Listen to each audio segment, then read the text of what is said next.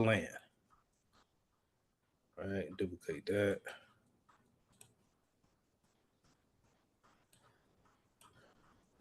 This is technically a LAN, right? And then we say one more, and just to make it all together. All right. That's going to be anything else that joins in, whether it be a phone,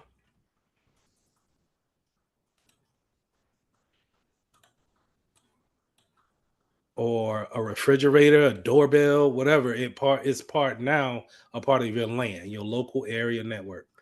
Typically, when we look at our networks down here in the lower right hand corner on a Windows machine or upper right hand corner on a Mac, we could see different LANs here that we could connect to.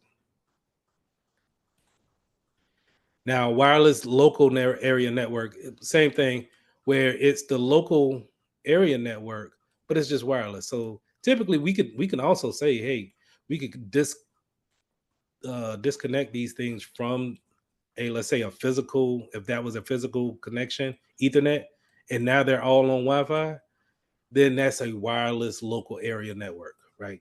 We're still on the we're still conjoined on the same network. And I don't want to make that confusing. We're still on the Mitchell router or the Mitchell main underscore 5G, right? So whenever you're looking at your computer and you see whatever Wi-Fi you name your internet to be, or whatever Time Warner or whoever set it up, whatever they named it to be, that's your local area network. But for the wireless part, we're not connected. But on these modems, nine times out of 10, they probably have some type of Ethernet connection that you could connect to. All right. So these are also known as 802.11. That's the standard for Wi-Fi. You're probably going to see that again. So keep that in mind. It's also known as 802.11. Now, wide area network, WAN, is going to be where we can take this cloud and we could take multiple. Did I duplicate it? All right. We could take multiple buildings and we could connect them together, right? So what does that look like? Is kind of like this. So we could say this is in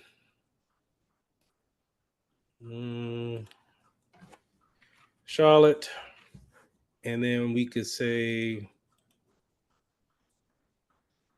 this is in Texas. But yet, even though this branch is here in a whole different state, we're still on the same network. We're just separated by distance. But what connects us is this cloud, right? Now, I'm not going into the configurations of how we are connected, but to the wide area network will consist of connecting two different cities or metropolitan areas via the network. Okay. And the best way of looking at that is like, let's say this is Bank of America, but so you got plenty of Bank of Americas in America, right? So you can say that the branch here in Charlotte can open your account, but let's say if you fly to Texas that next day and you go to Bank of America there, you want them to see the same information of the bank account you just opened, right? How they do that is through a wide area network. They have it configured to where now they don't necessarily have to dig a particular Ethernet cable all the way from Charlotte to Texas. They don't have to do that to connect these two. But yet we can use routers and we can use different uh, jump spots with our network in order to go from state to state, really from country to country, all over the world, connecting everything. That's why the network is such, it can be its own. You don't necessarily, I'm not getting into it. Networking is its own beast at the same time. All right, Metropolitan. Is that a setup like what they would call VLAN? A VLAN is more on your local area network, and that's virtual. So we'll get into. I don't know if I got either today or tomorrow. We'll probably get into VLAN, but no, VLANs is more keeping it more logical. I'll be on the whiteboard explaining that a little bit more versus it being um,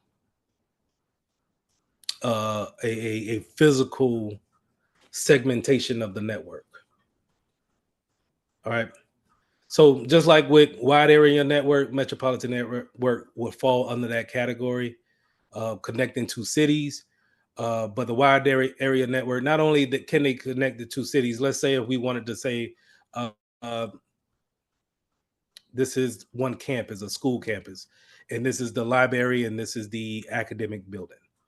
Um, while we don't have to necessarily dig a cable all across the campus to try to connect everybody, we can use our cloud to connect everybody through the network. Okay. So whenever you see the word Soho, it's going to be a short term for small office, home office. These are typical small routers and modems that we see in our houses. That's given from a internet provider, which is going to probably be somebody like this, Time Warner, or over here in the Carolinas, we got Spectrum. I have a small telephone company called Corporium that they are the one that provides the internet via their telephone system. Sometimes they come in with a coax cable, and they give you, they want to, offer a bundle. Not only, hey, don't just get internet, please get the phone and the TV package as well. And that's mainly coming off of that coaxial cable that they go in there to actually install that network connection. So whenever you're looking at something like this is exactly what I'm talking about as far as on my whiteboard. These are logical imageries, and so it's kind of, we like to have these drawn out to kind of give like a high level overview of what's going on. And this is exactly what I've said, right? You see our cloud, and that cloud can also be represented by a globe, right? There's nothing crazy. My bad, I thought y'all couldn't see it. It's nothing crazy. But this is typically outside of the network, right? This is public. This is why it's shaded in blue, right? So this is a public network. Now, whenever it goes into this router, and we're working inside of our business or our homes, we typically have a private network. Now, our private network typically is going to have a different IP address than a public network. So, show of hands, do we know uh, what do we know about IP addresses? Show of hands, like does anybody care to talk on an IP address?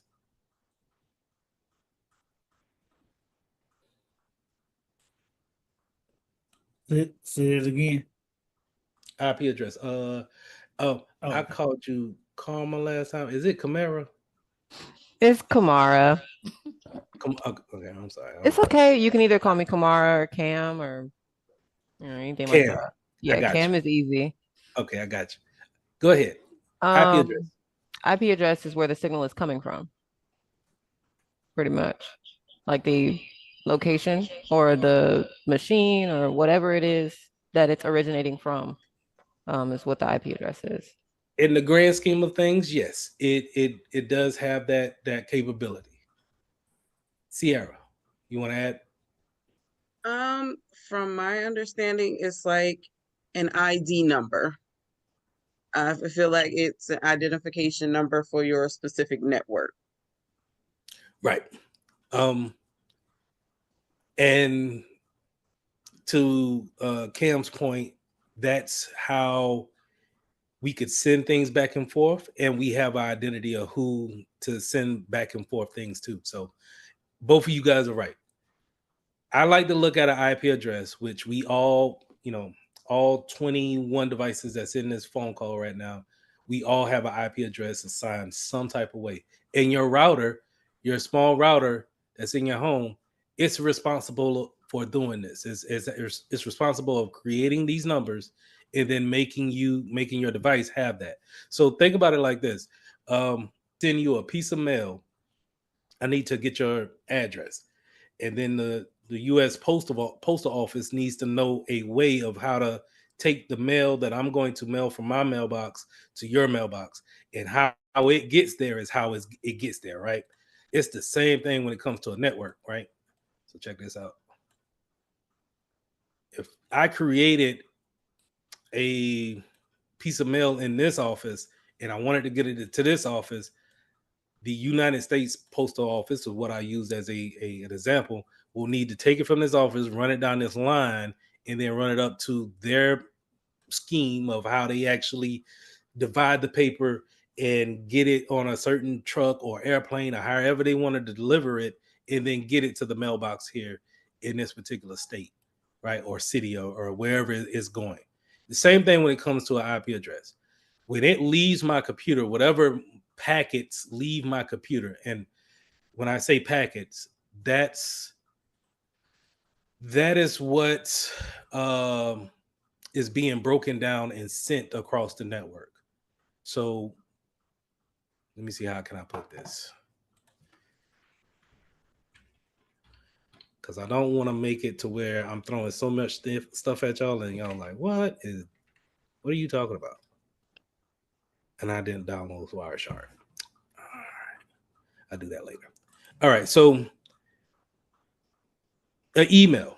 If I'm sending an email to you guys, once I hit send and it goes down to the Ethernet port, it breaks down into what we call packets. And these packets now travel across the network through this whole networking scheme in order to get to your computer. And then your computer builds it back up into a physical or a digital email that you can actually see. And so whenever you reply, it follows you to see me do my hands like this. It's being broken down into packets and delivered to you in somewhat real time. Right? So in order to do that, in order for you to understand that it's going from my computer in Rock Hill, South Carolina to your computer, wherever you may be at, that IP address is important to identify that person with. So to go back to our slide here, my IP address for my private network will typically be very different than what my public IP address will be. I have a private IP address and a public IP address. Everybody, if we were to do a command prompt and then open up our command prompt and look for our IP address, we typically might have something that looks similar to this, where it starts with 192.168. All right, those are private IP addresses, and it's only really a handful of IP addresses that we can have for our own home. But in a public IP address, it may be a lot larger because everybody's using those IP addresses. All right, we want to keep the private IP addresses private, but when it goes out to the public or it goes out to the cloud, it changes over into a public IP address. So real quick, what is my IP address? My public IP address, as you can see here, is very different than the 192.168. All right, I'm keeping it high level. Everybody still with me? All right. So it starts off, what you guys actually may see is the 208.104.49.72 coming to your to your computer. But when it comes into your router then changes it over until the 192.168 to send it directly to you. All right. And it needs to do that because you have other things connected to that router, and it doesn't need to send it to that.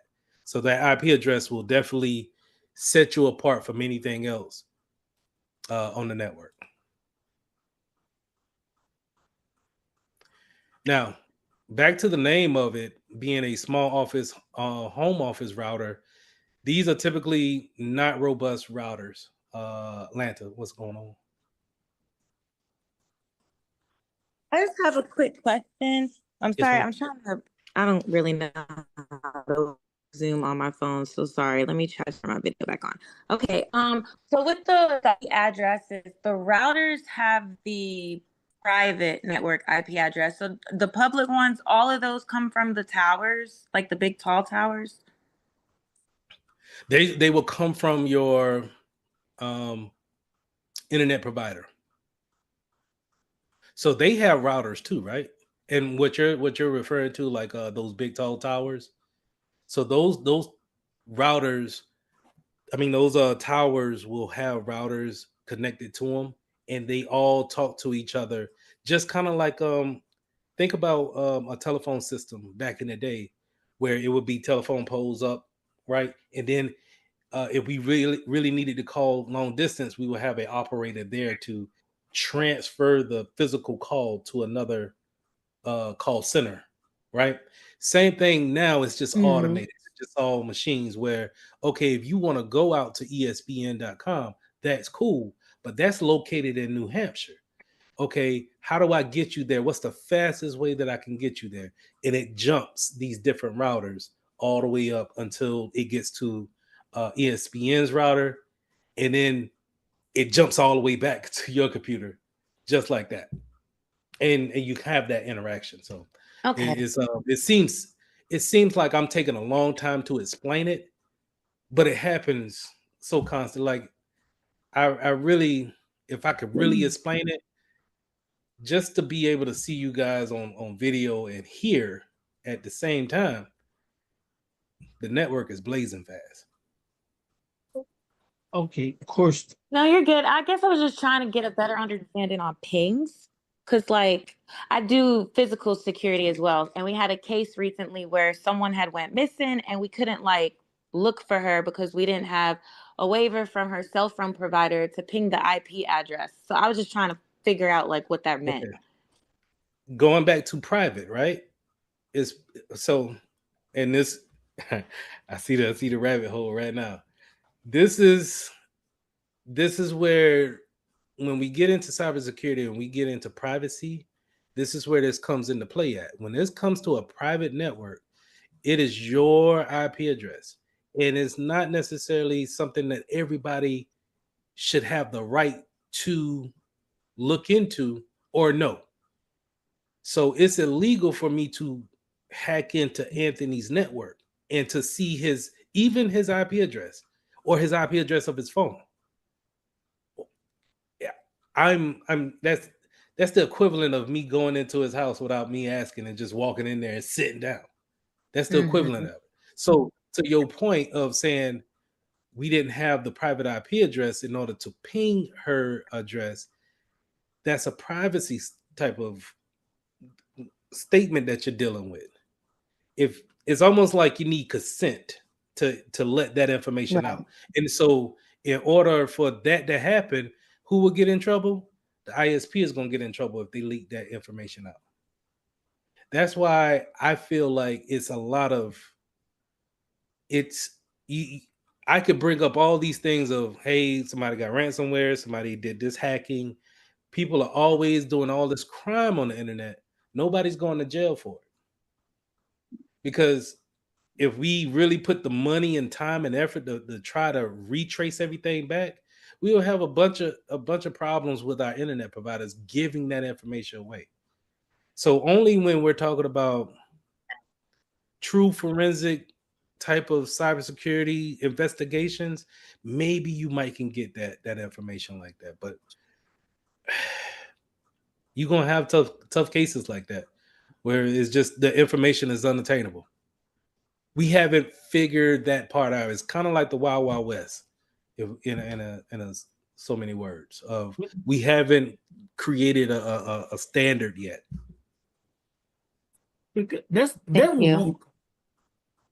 that was gonna be my question too. Is that, like she was just saying, it should be some type of standard procedure to whereas in the event of an emergency that we're able to tap into a person's what's called, because see and I know that I don't know if if y'all had to do it, what is it, Iana, where they had, I've seen people, they've had to get court orders to break into these people's phones, but Mhm. there should be something that says, okay, like she said, if we got a senior citizen or elderly person who may have a health issue, uh, or a medical issue that they have to be found within a certain time frame, uh, and I've seen it happen a lot of times. We get the reports of missing elderly people who have medical conditions. So, I mean, I don't understand why is it that you have to go through all of this unnecessary stuff just to try to find an individual who uh, may or may not, you know, may or may not be where knowing where they are or anything. It is. You ever heard the term can of worms? Yeah. Opening a can of worms, and that's where you're getting at. Where it may sound like a good idea in this scenario, but there are scenarios where it's just like, all right, okay, if we could do this for the senior citizens, can we do this for people under 18? Do we really want to? I mean, we all. I'm assuming everybody in this class has been past 18 for a while now, right? So we know what type of teenagers we were, and I don't even know what type of teenagers we would have been with the internet, but we didn't have it like that. But what I'm getting at is that, do you take away that privacy piece of it and say, you know what, I have suspicions of this, that, and the third. I'm going to open your phone and see what's in there. And that's why I think I said it last week that if our job is not to cybersecurity, is not to put anybody in behind bars or anything like that. If you see something and hey, this is going to go straight to a court case, leave it alone, get your hands out of it quick, fast, in a hurry, because it gets Okay. messy after that. Yeah, but then why do we have all these wonderful apps on our Because phones? if I set me a policy up and tell you, hey, don't do this on my network, then I can say, all right, I told you something and you signed it. So now I can take proper actions. But if you just pop up and say, hey, go into this person's phone, I don't know that person from, I can't do that. Yep. But we have these tracking apps on our phones. That's what I'm wondering is, we do the family 360 thing and Right? all of that stuff so we You can read try to the keep up. privacy notice on that? I'm pretty sure they covering themselves now. Hey, you tracking somebody? Hey, all right. Go ahead, Sierra. I'm sorry. Go ahead. Oh no, you I'm gonna pull fine. this up. But like for that kind of thing, you would have to have so many steps in place because you don't know if that person is it may be someone else trying to find them and they shouldn't be looking for them. So it kind of opens up so many possibilities of abuse. And I That think can of more or worms. less they would just rather avoid it.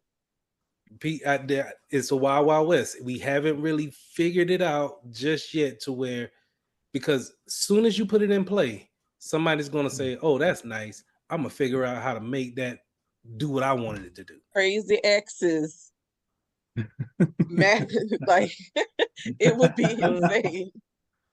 Y'all laugh. Yo, it's true though. But It's it- true. I already know. I've been there. But y'all see right here, I remember teaching one of my first classes, and I pulled this up to show them, GPS tracking, and Google had a whole timeline on me for a good 3 years. Yep. tracking me everywhere I go. You got to go in and turn all that stuff off. It's sad. And you don't think about it. You just get in and you keep rolling. Yep. They don't But tell you that's nothing what I'm about saying it. is that when we talking about hacking, it ain't too much that you got to do, really. You want to Nope. just, if you really, what is your motive? What you trying to do? Trying to find where somebody at? That's what we talking about? Yep. All right, the only thing they probably ain't turned this off. How many of us got locations on our phones now just so the app will work? The app constantly tell you, hey, I'm not going to work unless you turn on your local sharing or You got to turn on your local, location. locations. Yep. So, yes, I have one more question. go ahead.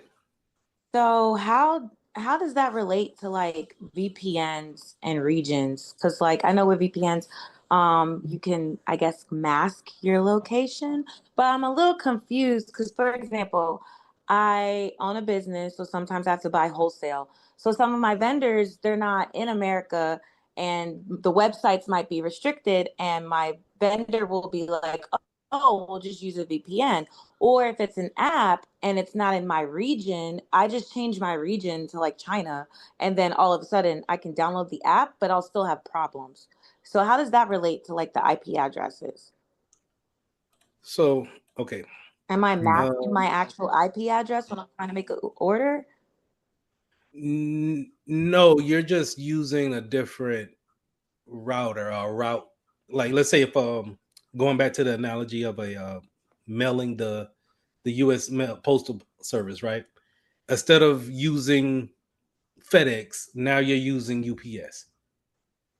That's the easiest way I can say a VPN does it. So instead of you still work for this company here, right? And you still want to use the internet, but they're just saying, oh, okay, it's restricted up here to get there. Only thing we're gonna do is we're just say, hey, come here, use the VPN, and now you can use this purple cloud, and now you don't have to go through the normal traffic there and get blocked. You could come here, and now instead of it saying that you're coming from Atlanta to go into Charlotte, you're coming through Tallahassee, and you just took a different route. That's not That's a restricted. different region.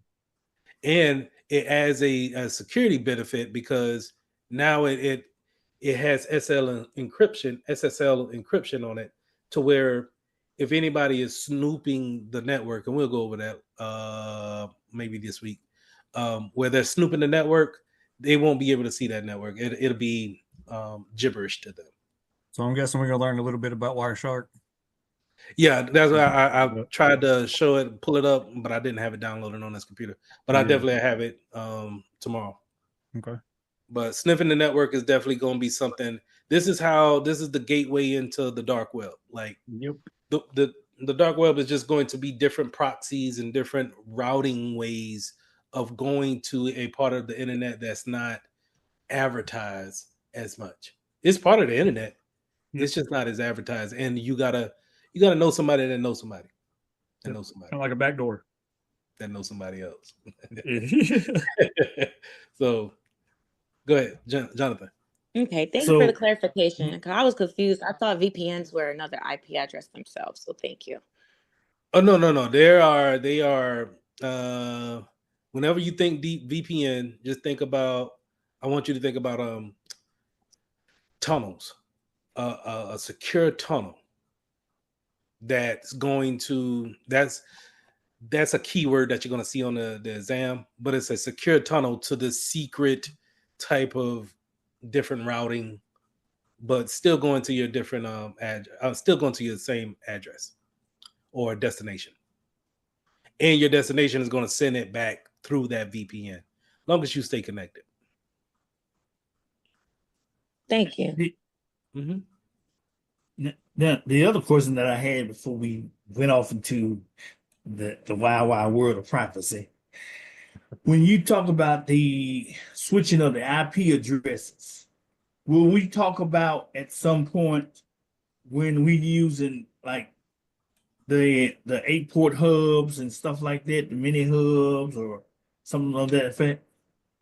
CompTIA doesn't bring up hubs as much. They just want you to know that when we do use hubs, they are kind of repeaters, but they don't necessarily. We are not looking at them as being smart switches or things that we can take control of and then um, be able to direct traffic. Chat. Now, if you don't need to be on. You ain't got to be on the camera if you're driving now. It throws me off. I'm sorry. I just don't want to. I got you. All right. Because when we plug the cable from the internet box into a switch and then run those cords from there to our computers and everything, is going to give out a different IP address one. On a hub. Yeah, see, if when we use the hubs where we might have 2 or 3 computers sitting here. I might have my laptop here and might have my desktop, and stuff and everything. So I'm plugging in both the laptop and the computer into the hub rather than directly into the box, because the box may or may not have more than one port. But if that hub talks back to the router to the modem, the modem is responsible for giving out those different IP addresses. We'll go over that tonight with DHCP, and I might talk about static IP addresses. But all right, let's keep it moving. Good conversation though. This is a topology of a business setup where we have our internet providers, right? We just talked about VPNs, right? A lot of times these big businesses, we all seen it with COVID, right? Everybody had to go home and then they had to get right with their VPN and remote access to bring people from home back into the office virtually. So this is where we want to set up our VPNs, right? Now, going back to what we were talking about, it's not necessarily saying that it's a bad way of doing anything, but business wise, we could set up our VPN and keep our workers home, but yet we're just making them be anywhere that they want to be because this VPN sits directly on their PCs. But we also have kind of like a what we call a VPN concentrator here at the business that talks to each other. So whenever someone is working from home, they connect in with the VPN, has that secure tunnel, and they go and talk directly to the VPN concentrator here at work. And now they can access the things that they would if they were in the office.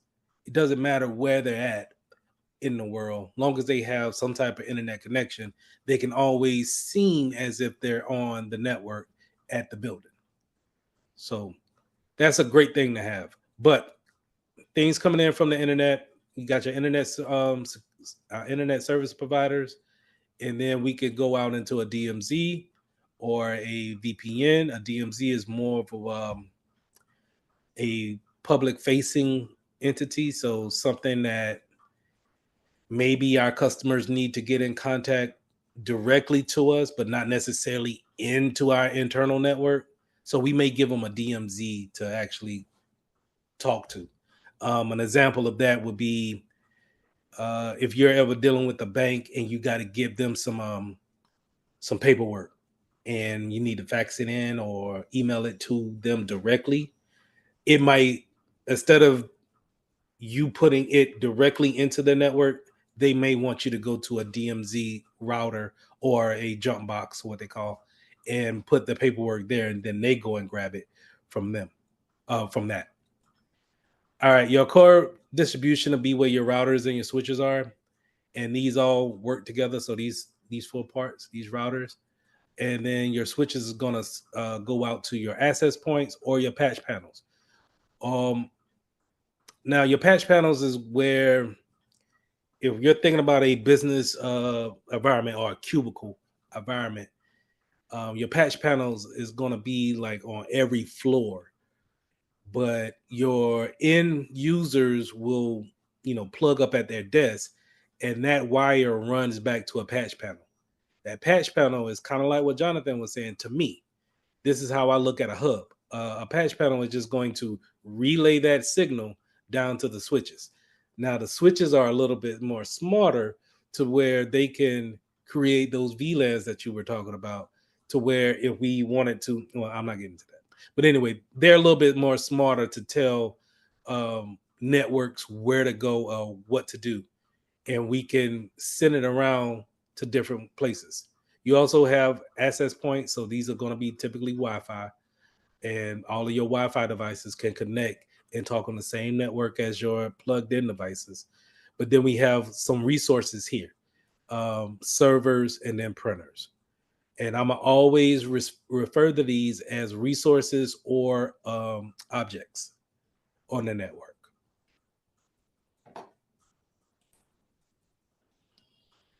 Data centers are we familiar with data centers, or have we seen data centers before, like a legit data center? They typically are going to look like this. Some of these are a little extreme, like that's extreme, but not really. Like the data center for Google is something like this.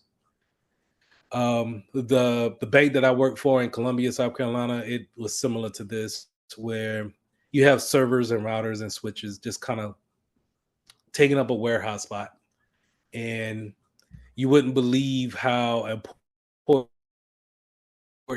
airflow is for this particular building. Um, you wouldn't believe that airflow is probably going to be one of our topics in Security Plus, because we need to make sure that if you're running all these servers at the same time, 24/7, and what's the main thing we talked about in the first couple of lessons? Heat, right? All of these things are going to be generating so much heat to where you need tons and tons of just airflow to try to get these computers, these servers, to cool down. So your air conditioner bill is going to be typically sky high on a big data center like this, right? So these are places where, and mind you, networking is going to be point of emphasis. The power, making sure that we don't lose. Epiphany, I'm sorry. Go ahead. I didn't mean to interrupt. You could have finished. I was just looking at the just adding to your point with the data center. I was in one in Brentwood, and the very first one I ever went to in Brentwood, and how cold it was in there. Like normally, like in hours, like I work for the legislature, and typically ours is much smaller, our server room, but you have to be cold. But when I actually went to the data center that was in actual Brentwood, like that was my very first time of going inside, and they were stacked just like that in the black. And the building was actually a data center that hosts about, I think he said about 15 different companies in there that they had.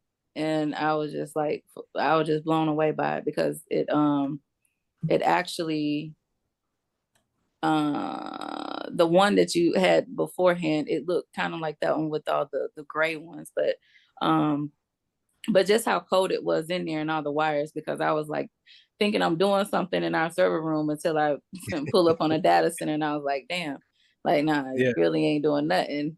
No, it's just it's a network, right? And that's what I'm saying. Networking itself can be just its own beast, to where, I know cybersecurity is the hot new thing, but them networking engineers, whenever I talk to them, I don't move no type of anything with them. They just they set in their ways, and I get it, and we kind of battle for the company and the network which they build, but it's up to me to make sure it's secure. But these are just, this is what makes the information attainable. This is what where we can create the data, but this is what makes it available for people to actually get to and use it. So when something goes down, now imagine when we were talking about the RAID system, this is where we can, this is, OD RAID system, but it's the same thing. What I'm trying to say is that when something or a drive goes down, we want to get those alerts so we can go in there and make sure we change them out, and so nobody sees anything that's going on in the background. That's why SolarWinds is kind of very important to have. Yeah, have those alerts always. Mhm. Now, Sierra, to your question, is it bad for the environment? I think anything is bad for the environment, but yeah. Yeah. Did you see that data center in Charleston? Let me pull it up again. But Sierra must be in Memphis because we've been fussing about this here in Memphis with the Elon Musk one that he put down here in Memphis. In Louisiana, and there's been talk about getting one here. So, and there Where have certain people that are like, no. where are the you? jobs that it brings, man, shoot. Wait, where are you, Sierra? Louisiana. I'm in the Baton Rouge area. Oh, okay. Yeah, cause well, Musk just put one, the XAI or AXI, something like that. It's here in Memphis, but they've been fussing about the wind turbines and stuff that they got out there. That's why I harp on the data center. I mean the cloud, and we haven't got on the cloud, but the cloud being a great backup could be the end all be all to RAID and any type of on-premise backup systems that you may have, because this is not just in South Carolina. This is all over America, in different continents. All these data centers are everywhere. And just to back up, like if they were to get hit by, let's say, a major storm, I'm gonna imagine the backup systems on these things is massive.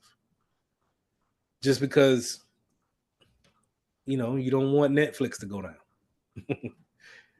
But But now when you talk about data backup and stuff like that, when we're constantly telling them to have offsite servers and mhm, everything, I can't understand the problem of having these data centers if we're training everybody to say, okay, you got an office here in Memphis.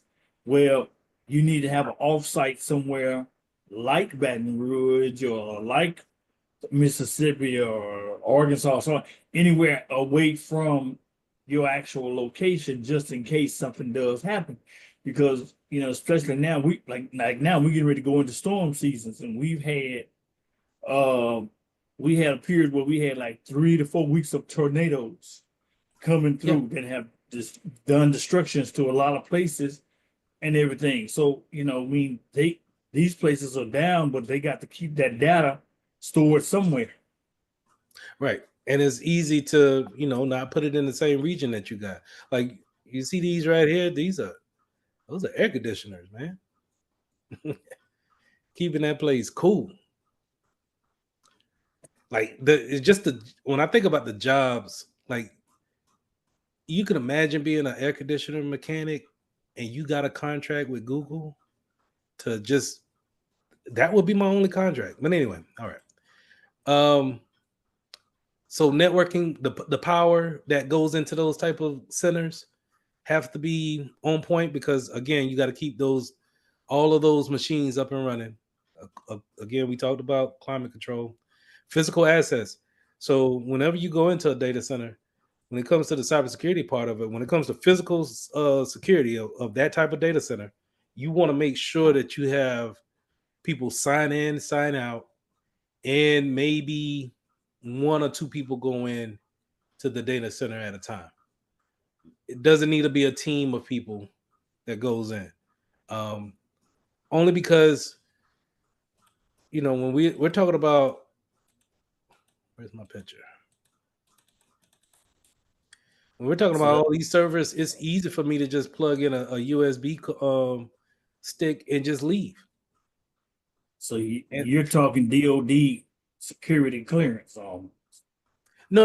It ain't got to be that serious. Not for, let's say if you're working for Bank of America again, and their data center looks like this.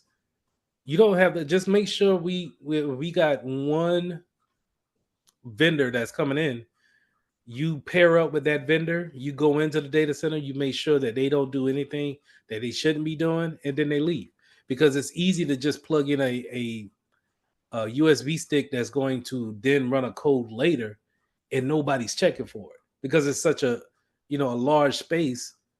Who's really going to go and check these every night? So the physical access control of it is very important. We kind of hinted at the SAN area network where we're talking about storage, where we're talking about backups and being able to. This is literally what the cloud is. It's just data centers. So wonderful places to keep those types of backups that we need. All right. Now, I hinted at personal area networks back up in slide 3, where we're talking about local area networks, but personal area networks, PAN, is where we have very close networks to ourselves, our persons. So think of this as a hotspot on your phone. They're typically going to be just networks that we probably can't connect to outside of 3 to 5 feet.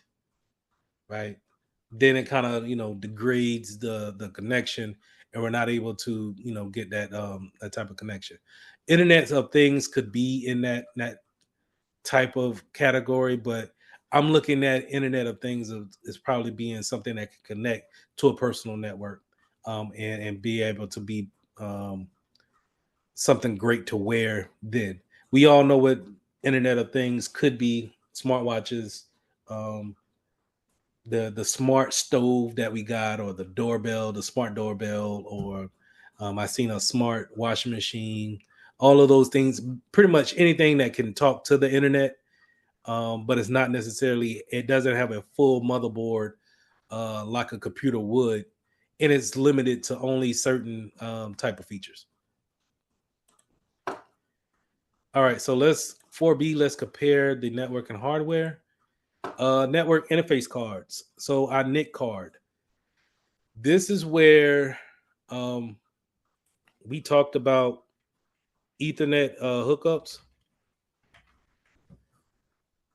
This is where we talked about that Ethernet cable is going to plug into here. They're not becoming a thing of the past, but I've seen a lot of new laptops. They don't come with an Ethernet hookup, or they're trying to get to a slimmer look, and so they're cutting out this NIC card face because it needs to have that box for the cable pins to make that connection. Now, going back to this slide here, and it says MAC address, media access control. So when we go to our, first of all, when you guys see me pull up the CMD, I'm going to pull up my CMD a lot, my command prompt. You can pull up yours too if you want. That's going to your start menu, typing in CMD, and the application that comes up should be command prompt. Now, in your command prompt, this is typically, and I'm gonna give away some hints right now. This is typically where I want you to go at to find your IP address. And how you find your IP address is by typing in the command ipconfig and hitting enter. Hold on, because my drive is gonna pop up in a minute. Oh, all right, popped over there. Now, when it pops, when you hit enter, it's going to come back with some information. And this is where we could see our IP address that's going to be under IP version 4 address. This is typically where we're going to see our 192.168 address. Now, if we go back to our command and type in ipconfig space /all, we will get a lot more information. So let's go back up here, right? And I'm only looking at Ethernet adapter 2. This is where that NIC card is at. So I still get my 192.168.56.1. This is my address here. But I'm also able to see, hold on, never mind.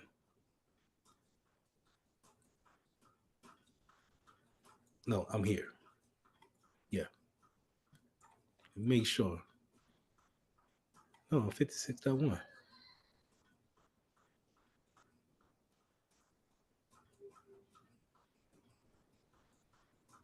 So what I'm looking for now is my default gateway, and I'm going to explain my default gateway in just a second. But I was confused on if I got 2 NIC cards in here or not. Probably do. All right. So I got another IP address here on the version 4. So if I ask you guys in the near future to get up with a group, and I give you the group, and I ask you guys to, hey, we're going to fill out the information of how to get our own IP addresses, and we're going to write down our IP addresses. This is how we go about doing it.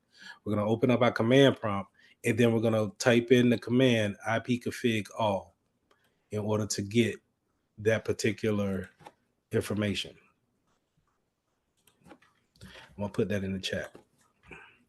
Just in case y'all might, I don't know, have a group discussion this weekend. Now, another important thing to know about is your default gateway. Your default gateway is going to be the address of your router in your house. Now, your router in your house has a login page that we'll talk about later. But how we get to that login page is by putting in this IP address in our URL, and then it should take us there. If you haven't been there, don't do it yet, because it may throw you off and throw you out of the class. Let me do that, and then y'all can try it on your own. All right, but it also comes back with some other information, such as a MAC address. Now, the physical address is AKA the MAC address. It doesn't say that here, but trust me, physical address, AKA MAC address. For the exam, know that. Physical address means MAC address. The MAC address means physical address. And it typically will have a nomenclature like this.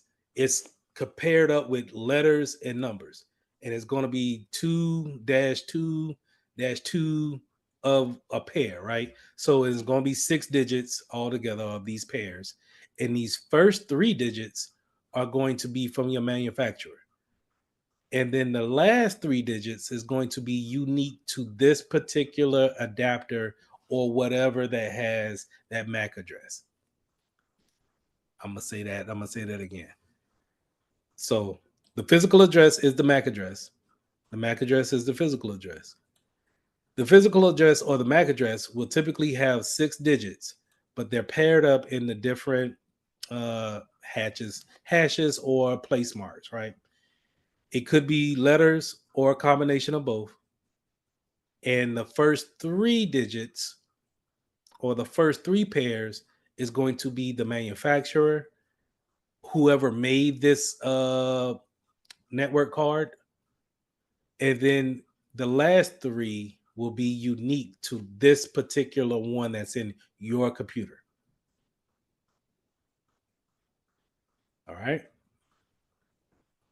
Don't worry about version 6. Don't worry about these just yet. I know it's looking like don't worry about none of these. All these have purpose, but let's just look at IP addresses, the MAC addresses, and we'll talk about subnet masks later. Excuse me. Yes, ma'am. So IP addresses, MAC. What about Wi-Fi addresses? Because I know, like on my phone settings, I saw something one time called Wi-Fi address, and it's it's pairs. It's 6 pairs, like 54 dash blah blah blah dash blah blah blah 6 times. Your Wi-Fi address should be the same thing as your IP address. Okay, Should be. so it's the same. Yes. Okay. In order to okay, don't take that literally, right? So if I were to, I'm on a Ethernet connection right here, because if you look in the lower right hand corner, if you can see that, it shows a little computer with the Ethernet cord right beside it. That means I'm physically plugged in.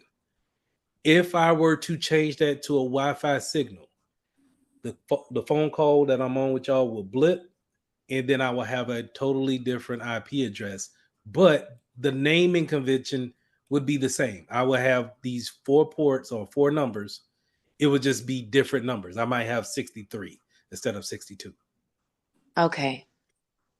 Okay, it should be the same. So if you had a longer number, it might have been an IPv version 6.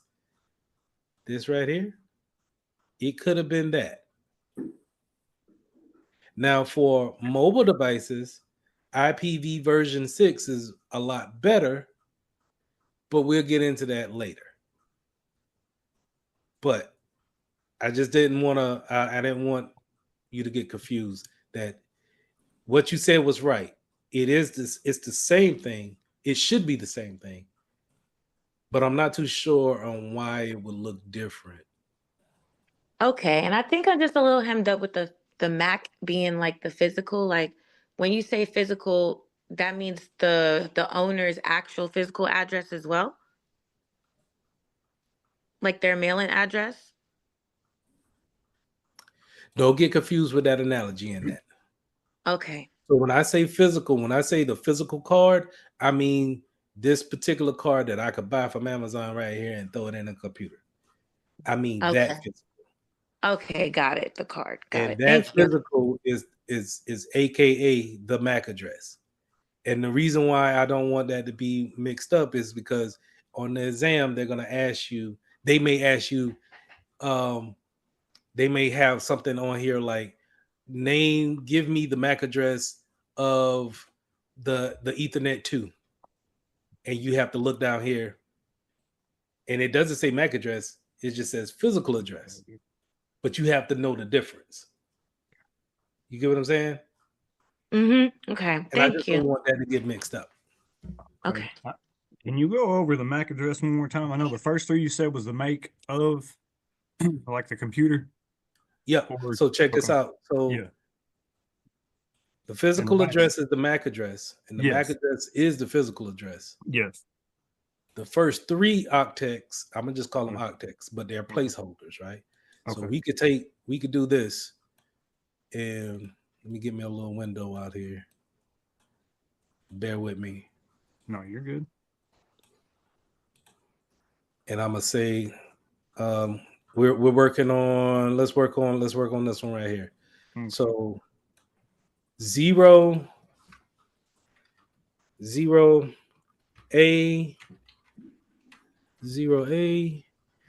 dash 00 dash 27.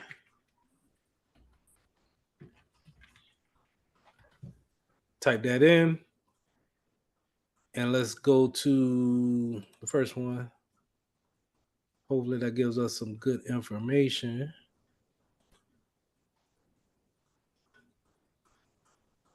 So this is a unicast product. Okay. Unicast might be a company that makes, oh, hold on. They might make the Ethernet card is what I'm trying to say. Okay. But that first 3 octets is going to determine who is it built by.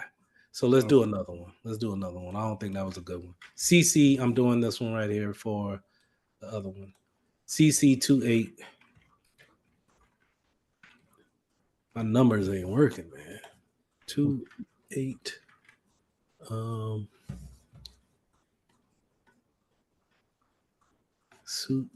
CC 2888.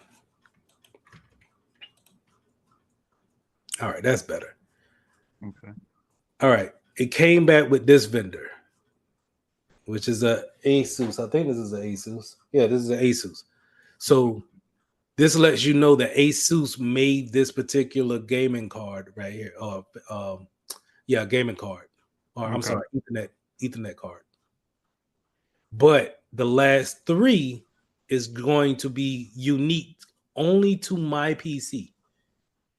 You may have an Asus too, and it starts off with CC28AA, but then your last three should be different. Okay. Yeah, I was taking notes. I was a little slow on taking notes. I apologize. That was my No, fault. you're good. All right. Okay.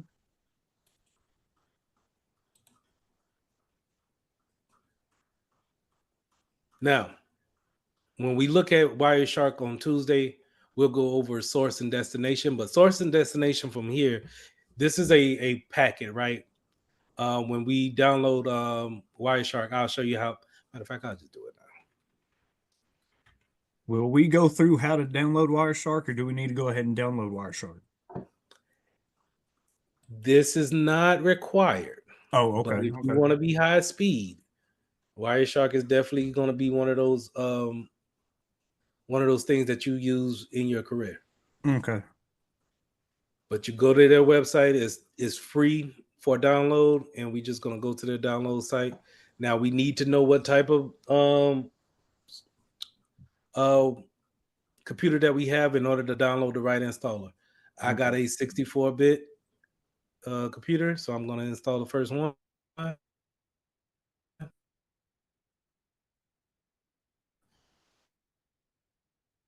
Yeah, because I previously actually had it downloaded, and I actually, like I said, I had to wipe my computer, and I'll probably be downloading it again because it was actually a pretty decent tool. Hopefully that doesn't. Well, we could just wait it out.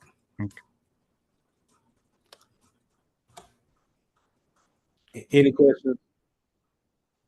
So is Game Shark like a Wireshark then? So like for the games, well, it's old now. I don't think Game Shark is still used, but back in the day, you could use it for like cheat codes or whatever. So does it just like scan not the network of the game, but like maybe like all the codes of the game, and that's how you're able to cheat?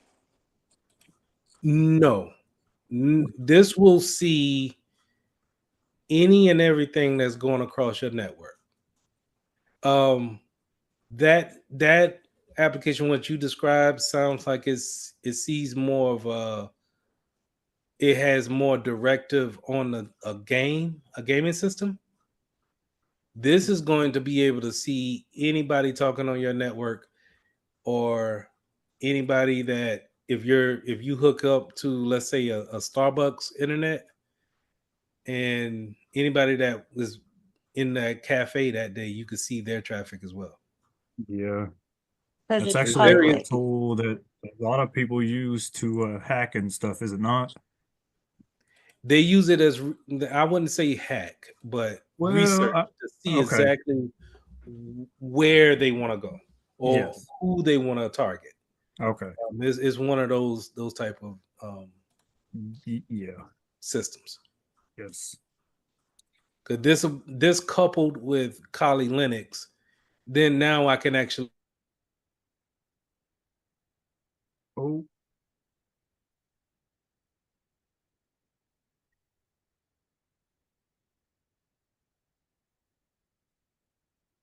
Yeah, you might have fritzed out there for a second. Yeah, I'm trying to.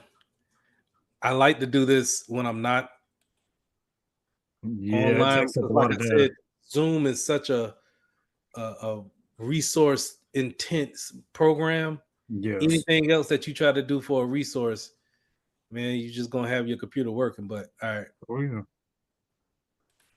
So we good to go. Can I ask my question? Yes, ma'am. I had my hand up, but I'm sorry. I'm sorry. I'm so sorry. Two things for the test. When you came up with the IP config all, is that something like, are they going to look for that as far as the IP config space / all, or for the IP or I guess I could say for the IP address, or could we just run the actual IP config, or did you want all because it shows everything like the MAC and everything else? Like, is that going to be something for test purposes? And why not use the get MAC in order to look at, I mean, I know IP config all will list the MAC, but the other version is just to say get MAC. Like, is it going to ask any of those type questions? Possible. And the reason why I say that is that so IP config will just show you the basics, right? But they may ask the question like, we need to know the subnet mask of the network. What command would you put in the command prompt in order to see that? And then that will, if I just taught you on just IP config, Okay. you might not see that information, but it is listed there. But what I'm saying is that they may try to throw a curveball in there to where we need to see more information, default gateways, IPv version 6, just giving more information for that. And quite frankly, this is all that I try to tell people. I always was taught like that. That's just me personally. So, do they have simulations on there? Will we have simulations on this test? Like, no, not no like a walkthrough lab. Yeah. No. Okay. No. But you would have kind of like drag and drops. They may show you a picture and then ask you to click on certain things to identify, but they won't ask you to configure a router. So it's not like packet tracer. No, you won't get that. Jonathan. Okay, so this will be only if we have a direct connection to the router, like I just said earlier about us having having our computers plugged into the box rather than just the Wi-Fi connection, because the Wi-Fi connection is going to give us a direct TCP/IP address that's actually the address if we was plugged into it. You talking about for Wireshark? See, like right now, I'm plugged into I'm actually connected to the Wi-Fi on my computer, but I'm not. I don't have a direct connection to the box. So would I still get the same IP address if I was connected to the box as opposed to me being on Wi-Fi? Okay. If you have a static IP, and that we'll just go ahead and talk about static IP. Static IPs is when your router sees you. It sees that. Hold on, let me go back here. It sees this particular physical address. It sees this physical address, comes in and say, "Hey, I want an IP address," and they say, "Okay, yeah, we seen you before. Here, you can get the 62 address." That's a static IP address. So when you drop and you go to the store, you come back and you drop from the Wi-Fi and you go and directly plug into the box. It says your physical address is going to say, "Hey, I'm back. I'm D2, 55 F9 D2. I'm back. I want to get on the internet." Okay, yeah, we seen you before. We trust you. You can have 62, but we understand that you're on the Ethernet now. But you don't necessarily have to get a whole new address just because you're on a wireless. Remember, going back to our slides here, Jesus Christ, going back to our slides that here, just because you can plug in with your laptop here, but you also have the opportunity to go over here and be on the same network. It just be on Wi-Fi. But your static IP will keep you there. Now, when you don't have a static IP, and we have IPs from a DHCP server, a DHCP dynamic IP address is going to change from time to time based off of our lease that we get from the router. We get a lease from it. Hey, you can keep that IP address for a day. And then tomorrow I might give you another IP address. Even though I know that this is you, I know that's 55F9D2. You was here yesterday, but now you want another one. Okay, you're gonna get another one just because that's the way I'm built. DHCP. I'm going to give you another IP address. Because see, I did the IP config and put the address in, but it said that it didn't recognize. Put the address into where? When we went there, when you do the IP config, Mm-hmm. you're at the prompt, and I put the address in of my router, like I say, because I'm connected to the Okay. I'm connected to the Wi-Fi. I don't have a direct connection. You want to go to the default gateway. You want to go and log into your router. Yeah. Give me 1 second. We gonna get there. I'm gonna give you full opportunity to mess your network up. Oh Lord. All right. Hold on. Let me make sure we show this real quick. So Wireshark, right? So we got Wireshark installed and we're ready to fire up. So imagine you just sat in Starbucks and we're about to capture people's information. This is how the packets look when you send that email and it's going down to the Ethernet, or it goes out to your network card and goes to the router. This is what the computer sees and how the packets look going back and forth. This is how quick it goes. So if y'all can see how it's moving, I'm capturing all of that in just a matter of seconds. And this is capturing everything from y'all computer coming in via Zoom. My wife is watching TV downstairs. It's capturing everything off the two phones that I got connected. It's capturing everything from my son's tablet. These are all the packets, and I'm gonna stop it right there. And so far we already captured 22,000 packets. Just over. Yep. And this is pretty much just devices talking back and forth. Hey, what's going on? Are you there? Lee made this request. Send this back to his computer. All of those type of conversations are going down in this type of setting. So, what does that say? If I was going back to Starbucks, right?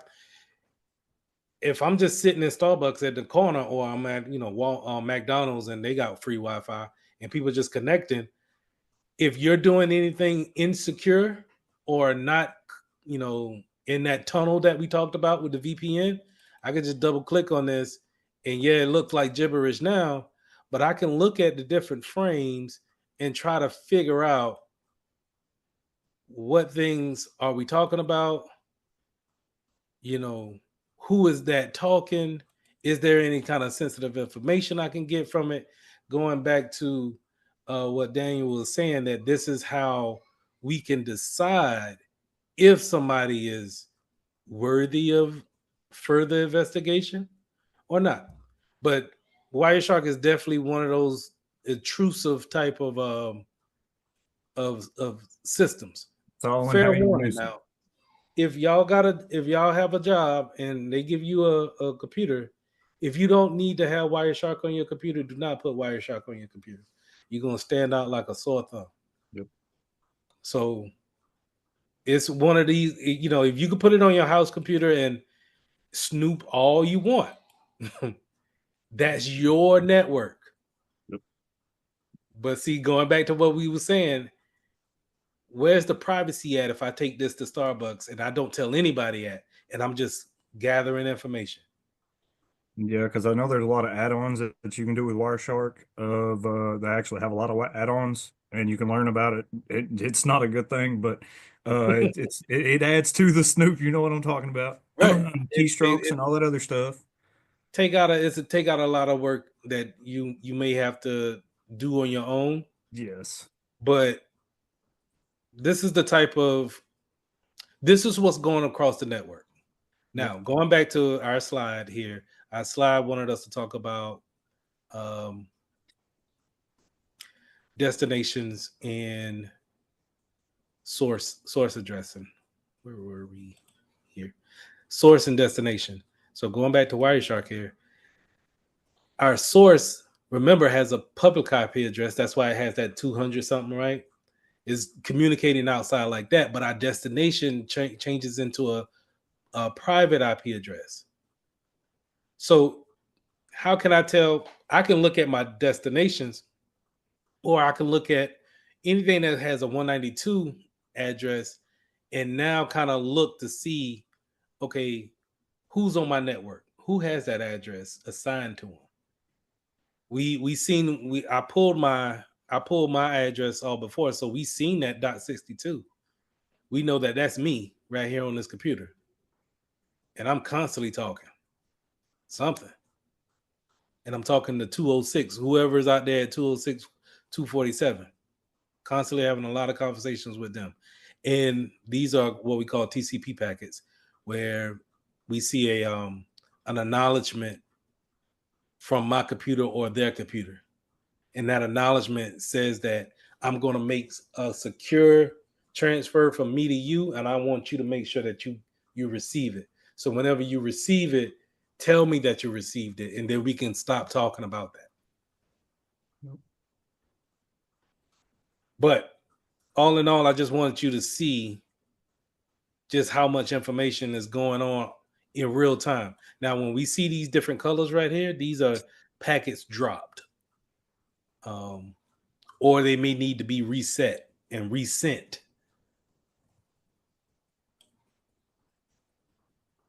But this is what Wireshark does.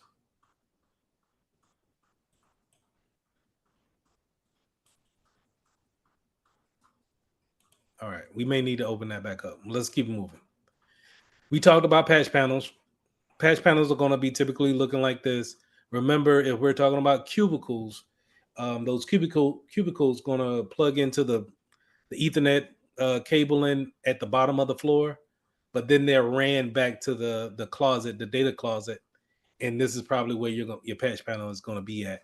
That's then ran back to your router or your switch. Mainly your switch. You also see these up here for your uh, patches for your landlines for your telephone system. A Plus doesn't talk about punch downs for telephone systems anymore. I think it did, but nowadays we use cell phones or IP phones, where we can get a phone number based off our IP address. Hubs. So we talked about hubs a little bit. I look at them as being repeaters. So first of all, this is a star topology that you see here, where a star topology is where endpoints all are connected to a particular controller or a distributor. And so this is, you take away that distributor and then everybody's here is offline. So it's not necessarily great for redundancy. Now, a hub is going to be a repeater, is going to plug up into that from a switch or from a router, and is going to just give the same signal off to each and every device, which is great if we needed more more Ethernet ports. It's not great if we want to do some more complex things. So if we had a particular signal that comes onto this hub and it says what we do, kind of like a ARP request, A ARP request will, in a computer world, will sound like, "Hey, are you there?" And it will say it again. Are you there? Are you there? Um, the running joke with the ARP request is it sounds like a dog barking. ARP, are you there? Anyway, the thing on a hub is that it says that to everybody, and so everybody responds back at the same time, and that creates a collision. Which how you see a collision on your endpoint is the network is slow, is downgraded. We can't really get through. Can't make a good connection. So a hub is great for just repeating the information, but in today's world, it's too many different ways of connecting up to the internet than going through with a hub. If anybody brings in a hub and it doesn't get checked in by IT first, find it and kick it off the network as quick as possible.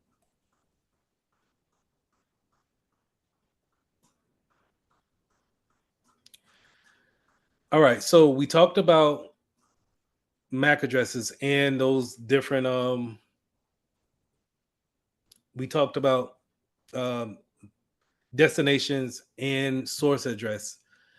These are typically going to be directed by switches. Switches are a lot more smarter than hubs because they can be configured to do different things, such as VLANs. Now, when we're talking about VLANs, we got to go back to our topology up here to kind of go into more depth, right? So let's just say this is our whole network. This is our business network, and our switches are going to take the information from our routers, but yet they're going to be smart about it and say, hey, you know what? Everybody that's here in the work area here, this is the marketing department.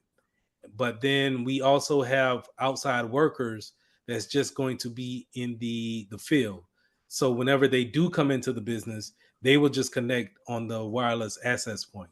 So now our switches can be smart enough to say this is going to be a VLAN or its own virtual like LAN, like right. But what it's going to do is just add a V for virtual, and it's going to be its own thing that we know about, but we're not putting it out there for everybody to know. So whenever the traffic comes in from the router, we can look at that particular traffic and say, oh, this traffic is designed to go over here to the VLAN for our outside workers or our road warriors that's constantly on a move. It's not designed to go over here to the marketing team. We know that by how we created that VLAN. Okay. And we could create VLANs over and over and over again without separating them with another switch or another router. We could just put the VLAN in on our ports, and now we can have a VLAN for our legal department, marketing, our vendor, whatever we want to make a separate segmentation to, a VLAN can come in handy and do that for us. Security wise, we always want to segment the network as much as, I wouldn't say as much as possible, but it will never hurt to always segment the network. So switches can do that. They can be a lot more smarter than our typical hub that's just going to spew out any type of information. And they can also listen in full duplex or full speed. So meaning typically a hub would say the information out to the endpoints and then wait for it to respond back, half duplex. Where in full duplex, a switch can talk and receive information at the same time. It could do two things at once: speak and listen at the same time. And so that's great when it comes to the efficiency and the speed of the network. Unmanaged switches versus managed switches. So when we're talking about managed switches, we're talking about our networking team looking at that switch, being able to turn on the ports, turn them off, or create those VLANs, have some type of administrative control over it. Unmanaged switch will be more close to a hub where we're putting it in this place, and it doesn't necessarily need anybody to configure it. It just needs to, it's just kind of a plug and play. And it's really there for the port distributions, but it's kind of limited on the things that we can actually do when it comes to administration part. In IT, we want to make sure that we can do as much things as possible, because the more control we can have over things, then more secure we could be, in my eyes, from a cybersecurity standpoint. I'm always going to preach that. So we want to be able to have control over our network. Power over Ethernet. This is where I was saying about the soft phones or those IP phones. They need this feature. They need this feature in order to create these type of phones to work, right? So these phones right here, you see these a lot in Walmart, right? Or like in a hospital. They don't need landlines. They just need Ethernet cord to turn them on, and they don't need to be plugged into a socket to have power. The power comes from the power over the Ethernet cable. So I'm sorry, go ahead. Excuse me. Oh, so one, we need somebody to be able to configure these things, because this is not necessarily something that everybody can do. So if y'all want to, this is its own thing too, where this is not just, I don't think every network administrator knows how to configure IP phones. So this is its own silo of a skill that you can learn. But they typically, we just need a Ethernet cable to turn these things on, but we use our switches and our routers to give it its configuration. It still has a kind of like a web address to where we can configure it to that particular phone, but they use that feature in order to turn on. All right, power over Ethernet. You'll typically see it abbreviated PoE. That O will always be lowercase from what I've been seeing. So keep that in mind. If you just see a capital P and a capital E, they're talking about power over Ethernet.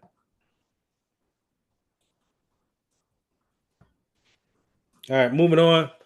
We got explaining the network cables. So we're talking about the Ethernet cables, unshielded twisted pair. And then we're going to talk about the shielded twisted pair. So you can make these Ethernet cables. You don't necessarily have to go and buy them all the time. But you don't have to. I would advise not to if you don't have to. I mean, you want to. I've learned how to do it only because I was in the Army and they made me do it. But at the same time, the internet wasn't as robust as it is now. So when we were in Iraq, we had to learn how to make cables all day long. So it's a particular way that you make these cables. Now, unshielded twisted pair means that these little cables that's run in the bit cable are unshielded, while of course the shielded one has a metal coating around it. This means that if there's any type of feedback that goes off of that cable, then I'm able to receive that off an unshielded twisted pair. Okay. If any feedback, I can get it. Is it necessary? I think it's a little bit OD. We even went to the point of burning these after we used them in Iraq, because somebody said that there was data that they could just steal off of the copper at the end. So that ended up being a claim for the VA, but never mind. I digress. Jonathan. Well, I've had to. I'm like you. I've had to make those cables, and you got to make sure that you put the colors in there right on the end pieces, because if you don't, It ain't gonna work. ain't gonna work at all. You're gonna be catching it the whole time. And I've always kept the color schematic thing, Mhm. the chart with me at all times when I had to go out on sites and do that. Because and when you start doing that, it's a headache. Yeah. We do. The We'll the see. add to that, um, 100 meters is going to be the maximum that we want to put on a cable. After 100 meters, performance starts to degrade. You're not getting that signal to the endpoint properly. Right, and then on top of that, as a matter of fact, I tried to explain that to a client who decided that they was going to run 300-foot transmission line from the server in one building over to the other building and Mhm. not use the boosters or nothing like that in between.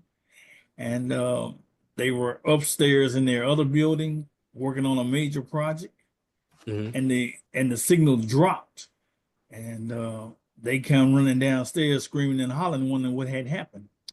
And I explained it to them again. I said, "Do you remember those wonderful signal boosters I tried to tell you about? That's what you needed." Yep. It, it a lot of times you can't. Well, every situation is different. Yeah. Shielded pair. Um, Obvious the difference is going to be that metal coating that goes around it. Um, but to make the actual cable, which we'll get to in just a second, will be the same. I really never worked with shielded pair, even when Afghanistan, we never really worked with shielded pair. We just always had unshielded. It's a lot cheaper and it's a lot easier to cut and make. I will put this in the classroom, this chart, but it's going to be pretty much the same when it comes to Cat 5 and Cat 5e and 6, where we're running it at 100 meters, right? Now, Cat 6 will be able to get you a gig over the network up to 10 gigs. So if our network is really running, it can really be a boost in performance. Now, to the configurations that Jonathan was alluding to, this is the port that it will go into. Don't familiarize yourself with that shape. Um, it could Now when you see something that has four little metal pieces, these yellow pieces are um, metal connectors. If you just see four of them, then it's a RJ11. That's for a telephone port. But if it has eight of them, then this is for an Ethernet cable. That telephone port is a lot smaller in size with the width of it, but the RJ45 is going to be 8 prongs long. So, in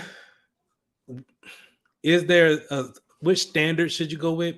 Either one will work, right? But the main thing that I would tell you in order to remember this, if you're going to be making cables, is that it doesn't really matter. Well, the main thing is that you match up your colors, and you match up your colors with the stripe and a solid color. So white and green, green. And then you want to keep your brown and white and brown on the opposite side. The way we learned it in the Army is that blue will always go in the middle, and then something will surround it. So orange, and then your solid orange will go on the sides, but your blue will always be in the middle. Same thing over here. This is more of my style, where I got white, orange, white, green, and then green on the outside of the blue, and then white, brown, brown. And the reason why I will remember this a lot better is because the green is always around the water, which is the blue, right?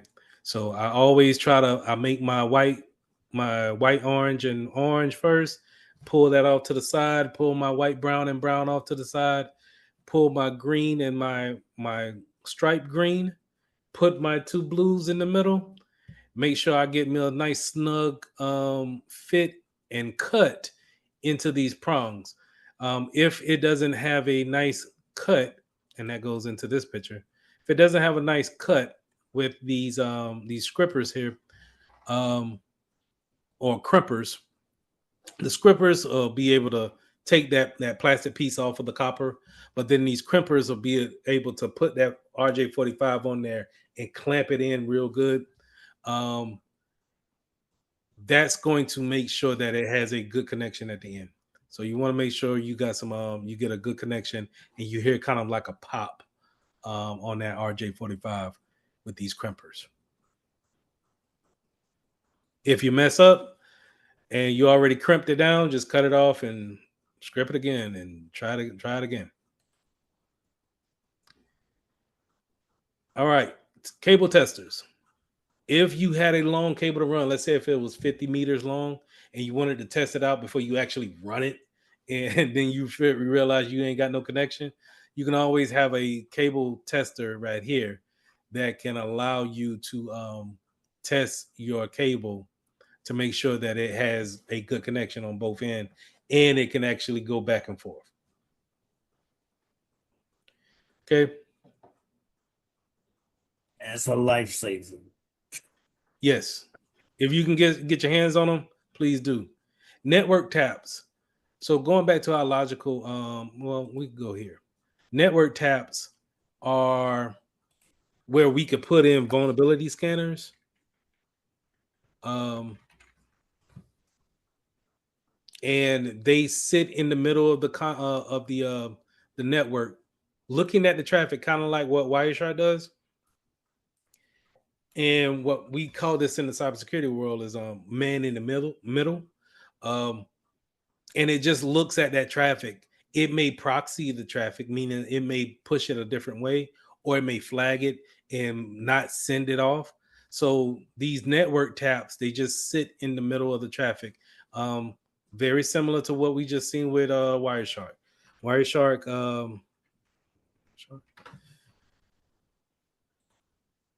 Wireshark just really, only thing it's doing is just doing the same thing. It's just sitting in the middle of the traffic, looking at the traffic, showing you the traffic as it goes by. Another way that they're going to try to trick you, another word for Wireshark is a packet sniffer.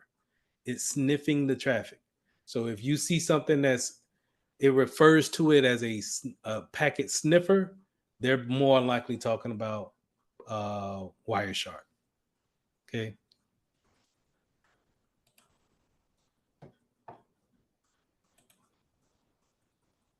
Earlier on, we talked about the coax cable, bringing in that internet.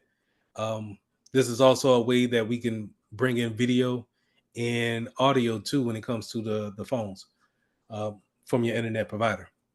So this is what that coaxial cable is going to look like if we are not familiar with it. If you look at our modems or you look at your modem, that cable that's typically can screw in the back of a TV and you can see the channels. This is also going to bring in the configurations that it needs for your modem. All right, let's finish up here. Wireless networking types, access points. These are your routers or your modems. Now they can have other ones that you can connect to the ones that you have and boost that signal. Remember when we talked about it last week, how the router in your home needs to fight through other things that's making frequency waves like microwaves or TVs. It also needs to fight through the walls, floors, any type of congestions that will knock those signals off. You could put another access point there in order to help out with the signal, and maybe people can connect to that versus the one that doesn't have such a strong signal. As you can see here, like my Mitchell main _5G is not so strong up here, but I have a repeater or another access point where you could just get onto the Mitchell router. Now I can name these the same thing, but I want them to act as different networks. Now that takes us to 2.4 and 5G. This is on the network. This is strictly on the network. I'm not talking about cellular here. 2.4 gigs and then 5 gigs when it comes to, as you see here, 802.11a, that's Wi-Fi. When we're talking about 2.4, it's a better connection as far as what you see. So you'll see it. It may give you more bars, like this Mitchell router. 2.4 give you better bars. It might give you a whole full 5 bars, right? But the thing that's the problem with 2.4 is that a lot of things runs on 2.4. And so when you throw on your microwave, it may degrade that signal because of the 2.4. The microwave is running on the same wavelength. And so it disrupts it. 5G, on the other hand, it's not as wide as a 2.4 reach. So you probably won't be able to go outside the house and still be connected to 2.5 because it's just kind of real short in width as far as what it can reach. But what it can reach is very strong in the connection. And so it's a lot faster and a lot secure as far as keeping that connection with you. 2.4, you may drop a couple of times. I didn't put my doggone picture up here. But I wanted to put this slide in here because of Wi-Fi 5 and then Wi-Fi 6. And Wi-Fi 6 is what we're looking to implement more into the home space. And I brung this up last week of ask your internet provider if you can have a router that can talk on Wi-Fi 6. And if you can, it may be their job to come out there and upgrade you for free. It's going to be a lot quicker as far as speed is concerned. But Wi-Fi 5 is also a good signal as well. But if you can call your cable company up to see if you can get that type of band, then or the equipment that can talk on that type of band, then why not? And it'll definitely show you some more performance in your network. Now, SSID. So let's talk about, first of all, I'm gonna do a little something different. I'm gonna go to this last slide, right? And I'm gonna talk about Bluetooth real quick, and then I'll jump into the last slide back in 28. All right, Bluetooth, RFID, and then the near field communications, NFC. Bluetooth and all of these type of frequencies, they operate at the same length, wavelength, and they're gonna be initiated by our mobile devices a lot of the times. Now, this is where your tap to pay comes into play. You tap in to pay with your watch. Bluetooth, we all know what Bluetooth is, but they're not as secure as they could be. And I think that's just by the limitations of what the technology is. So a lot of times you may see some commercials where people are telling you to get a metal wallet to stop the radio frequency from people stealing that information off of your cards. If your card has the capability to tap to pay, if someone gets close enough up to you with a radio signal that can snatch that information, maybe they can get that information off you. Now they still may need a PIN, or they may need some second verification to make something happen, but it's enough to make people not want to have that close proximity with them. I don't necessarily have anything that shields off that type of communication, but it's definitely becoming more prominent because of so many things that we use to tap and use that type of near field communication with a lot of things that we're using. All right. Now, last slide here. I'm going to talk about the SSID and our home router. So I told you guys that we're going to go and log into our routers if you wanted to. I would suggest if you're feeling apprehensive about doing that, don't do it. Especially if you got other people on the network, you don't want to on an eventful night. Let's not do that. But if we want to, all right. SSID, the service set identifier. This is your SSID. So you'll see this on the test that the SSID is going to be whatever you named the internet to be, right? So in this picture we got here, we got the SSID, the wireless network name being CompTIA underscore WLAN. Here for me, it'll be Mitchell router or Mitchell underscore main. For you guys, it may be whatever your Wi-Fi name is, but that's your SSID. So whenever you see it on the test and they ask you what's going to be changed on the SSID, you'll know that you're talking about the Wi-Fi name. Marjorie. Yes, Professor. Hi, how are you doing? Good afternoon. Good evening. Good. I'm How are sorry you? I'm late again. I'm trying to work on that with the alarm. Mm-hmm. I'm trying to get the alarm, the calendar for the dates and stuff that we're gonna have meetings and Zoom meetings and stuff like that. Okay. I'm trying to get it synced up to my my calendar at the house and also with the alarm, my alarm system as well for my phone. Okay. So I may have the alarm sound off at 7 again. I was wondering if those RFID protecting things like cell phone cases and stuff, if they actually work. Yeah, I think if they're close enough to you, they can pull some information off you. If it's, but again, like I said, if you need, it may need some extra material. So normally when you tap to pay, it just initiates that debit card movement of you sliding the card in, and then it asks you for your PIN number. That's why we typically want to have a strong PIN number, or we want to have some other factor to what you're trying to do. You just can't do one thing and get whatever your Right. desire.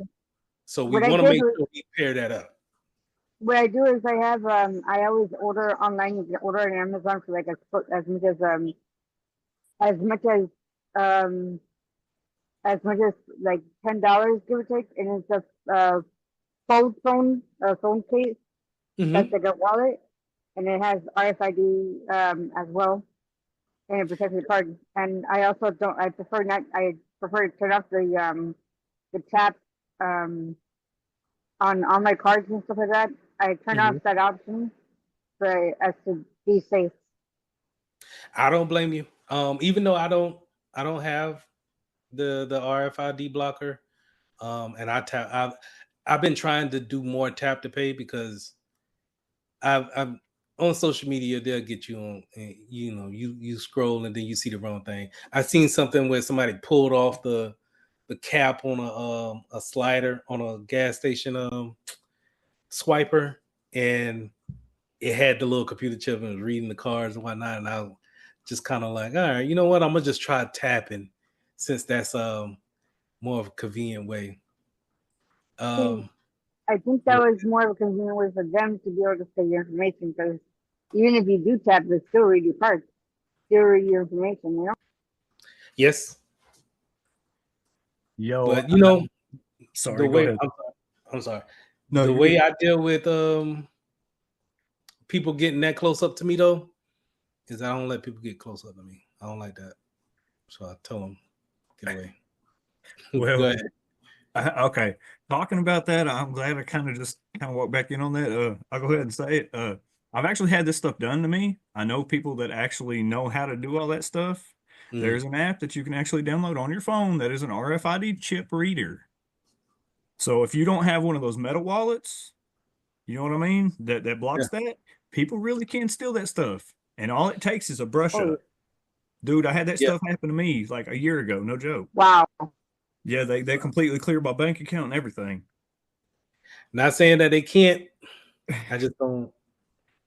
It's Don't get dangerous. I'll just put it that way. right. Like I've seen it with my own eyes. That's why I'm being I always serious. block mine. I always like on my bank card I have it blocked. And when there's people like they do tap on it anyway, I was like, wait, that's not supposed to happen. Well, Because I see, have it on block. if you have a tap to pay on your phone, believe it or not, if you don't turn that off every time, somebody can literally, all it takes is for their phone to brush your phone or anywhere. Like seriously, it's that crazy. They can take every one of your cards off your phone. I've seen it. It happened to me. I promise. It's I Now, crazy. have it I turned off. do, I have it I turned off do on my kind of, phone and the app for the bank itself. Yeah. I do kind of scale back from putting the cards on the phone now.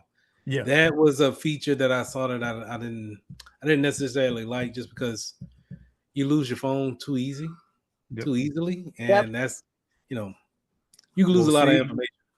I actually Oh, seen somebody that so actually had the app downloaded on their phone to where all they had to do was brush their phone up against your wallet or even come within like 3 foot. And she stole every one of my credit cards. I'm being I mean, serious. I mean, it's I'm not sorry to even a laugh. joke. that's why there's these wallets and stuff. You just look it up on Amazon. Yeah. Sorry, in Amazon they sell these wallets. Sometimes it's $10, sometimes even $9, sometimes $7. It doesn't. Yeah, I It's know not so expensive. these Ridge, they promote uh, um, being able to block those type of The chip readers. communications. Yep.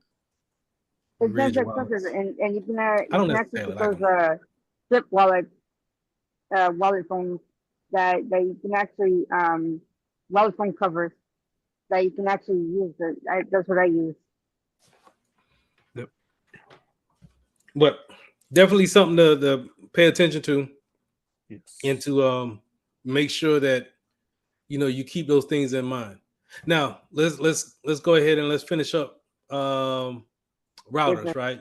Our Going back to our CMD, our router, our home router, the one that's connected to our network, would be typically at the IP address of our um, gateway, default gateway. Now, what we can do is we can go into our CMD, get this default gateway address, copy it. How you copy it is that you highlight it and then you right click and it'll go away. The highlight doesn't give you a different option. You just kind of highlight it, and now it's copied to your clipboard. You can go into a web browser and throw that same IP address in there.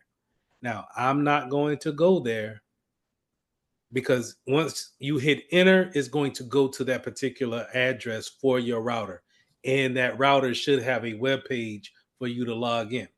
Yep. I'm not going to go there because I'm on a different network and I'll drop from the call. I tried this on the last class. It's not going to work for me. So that's why I got the lab pulled up, and we'll go through it that way. But if you guys are feeling froggy, you can go there. Now, if you go there, it's not going to shut down your internet. It's just going to show you the web page of where you can log in at. If you if you never logged into it before, go and look at your router at your house and look on the physical box. There should be a username and password on that box somewhere. Take that username and password and then throw it into the login page that we got, that's going to come up on the internet whenever you go to that default gateway. The problem with that is that everybody has that. As far as we it's not just you. That's a protocol for a lot of these ISPs there, to just kind of have that information on the box. And a lot of us never go in there to change that password. So if I've just been working for Time Warner and now I don't work for them anymore, I might be able to still know somebody's default password to their home router. So that's a problem. I tell people to go in there and change it. At least do that. But if you go into that router, you may shut down your network, but It's only if you start really changing things around. Now, hold on. Let me put a cap on this. That's everything. That's our slides for the night. Any questions?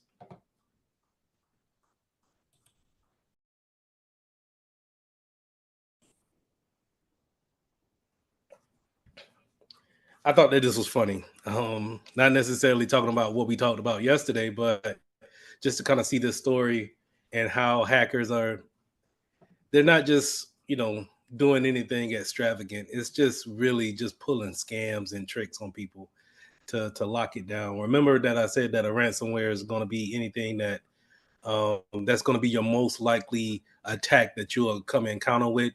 And how do we actually defend against that? Is that we got to have backups of our information. That if our computer gets hacked and ransomwared out, we can go ahead and roll it back and install a new system on it without losing any of our data. So I found this to be funny because we use Zoom every day, and I constantly complain about Zoom, but hackers are using Zoom remote control feature to install the ransomware. And I was like, okay, it's got to be something pretty in depth to it, to where you could trick someone to actually make a Zoom call with and then put the ransomware on it. But it's not. They're faking to be a company, and they get you to sign up on their calendar, and they set up a time to have a Zoom call. And once they, get you to get into the Zoom call, they pretty much just trick you into giving them control. They install the malware, and now you're a victim of cryptography or ransomware. And I thought it was just so funny, but at the same time, it's not funny, but it is. So, it doesn't matter, to the point where we were talking about routers yesterday or switches. It doesn't matter if we have the high tech switches or, the latest and greatest application 7, not the application 7, but the WAF, the wireless application firewall, or the latest and greatest IPS, IDS. All those appliances really don't make any difference if our users is just going to go out there and create their own trap, really. And this is just something that we have to go about defending against. And how do you defend against this? How do you take your clients and you warn them about this? Well, you got to do that through training, and you got to let them know what to look for, how to verify these guys. If they have questions about it, make sure they go to the IT department and try to verify that. I'm not sure, but from what I've seen, it seems like they're trying to be a crypto company, cryptocurrency. That's with the whole thing about cryptocurrency is that everybody's trying to find the jackpot almost. Like they hear these stories about people getting uber rich off of crypto, and if they can find out more information about it, then they're willing to listen. And so it sounds like these hackers just took that identity and say, yeah, we'll give you some good information. And end up using cryptography to actually locking down a computer and then asking for a ransom for to get back the information that they locked up. So any questions on that? I thought it was pretty funny. I wasn't really going to talk about anything. I was just going to jump right into the questions, but just to kind of see that, I thought that was funny. All right. Let's jump into our questions. I got 5 questions here, all based off what we learned yesterday. We got 30 seconds on the clock. Give me a second. Let me pull you guys back up. 30 seconds back up. Put your answers in the chat. Let me get my timer out. And time now.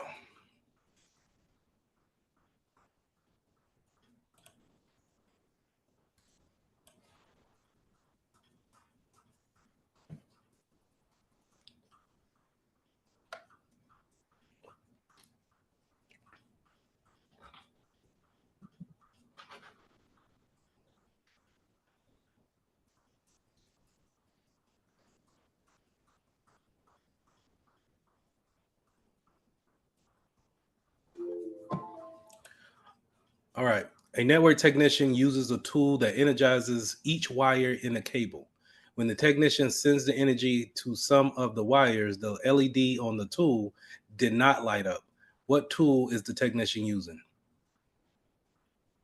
Too easy for everybody.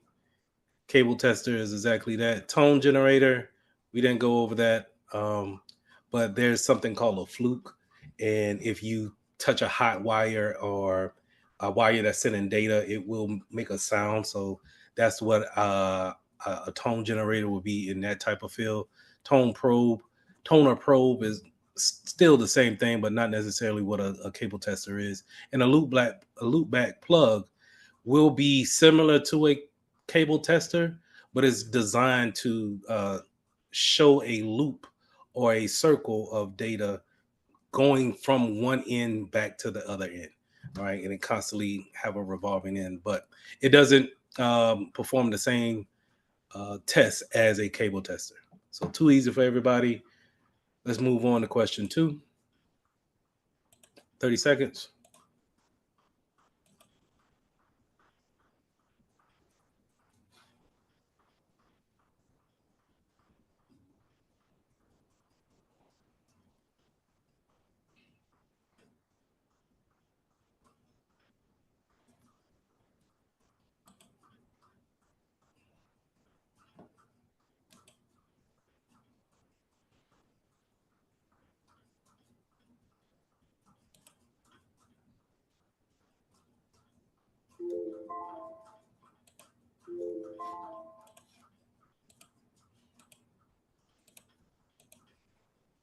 All right. All employees in the lawyer's office communicate on the internet, and each other through and with each other through the same appliance. What kind of network is the office using? Sorry.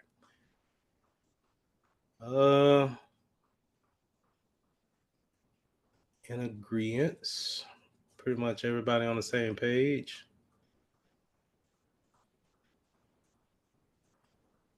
Yep. So I'm not too sure what a Zigbee is, but it's definitely not that, right? Let me see what a Zigbee is real quick.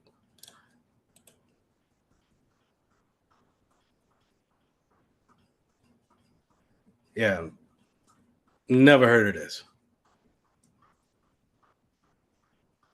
Not even gonna lie to you. Never seen it either. Have y'all seen what a Zigbee is? All right.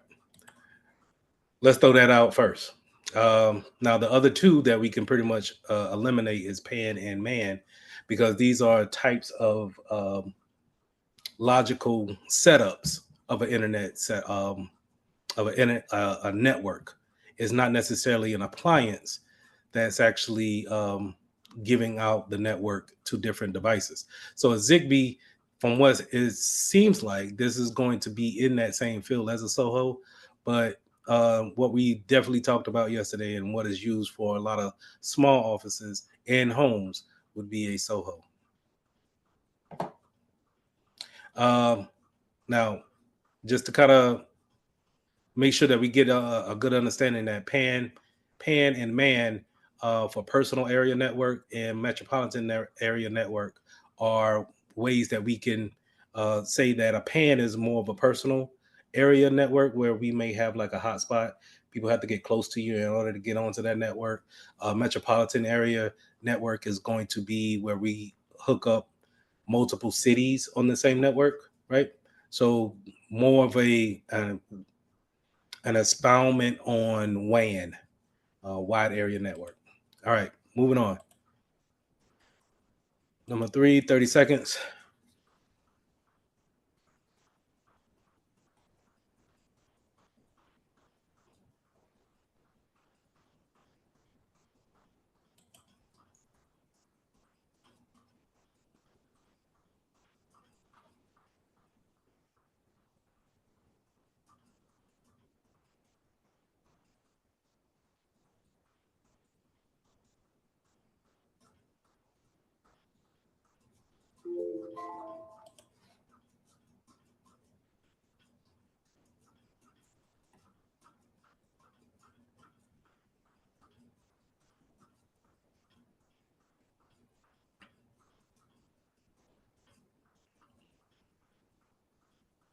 All right, let's go over it. A small company hired a network technician to upgrade the network.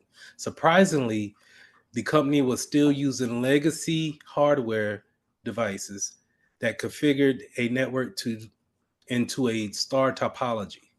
Remember what a star topology was or is. What device was that? A managed switch, PoE enabled switch, a hub, or a patch panel. So let's take out one. And I think we all agree. I don't think anybody said A. I think I did. I'm sorry. I didn't mean to call you out like that. My bad.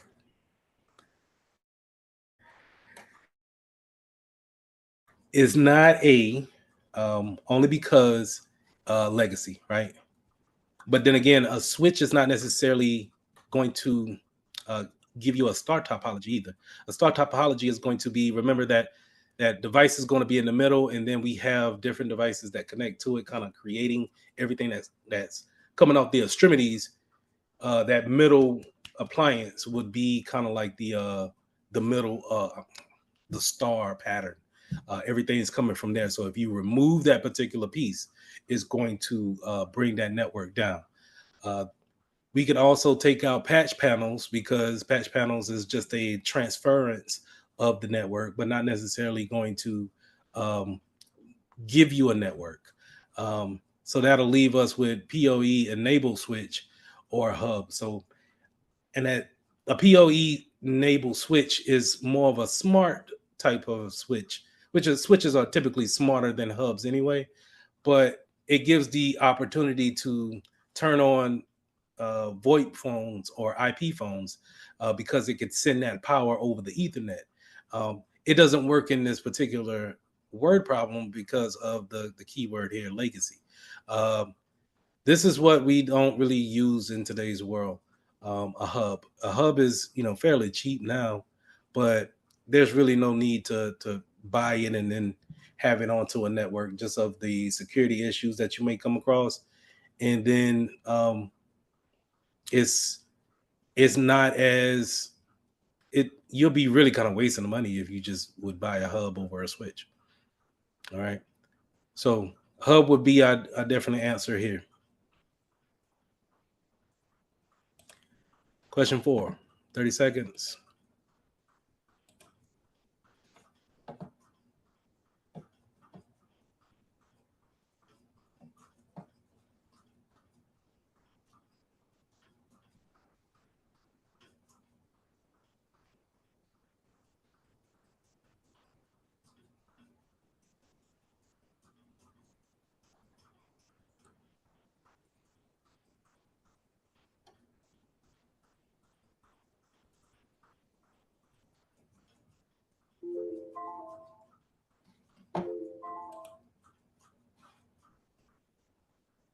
I gave y'all credit. Y'all know how long it took me to realize 802.11 was what was the other name for it?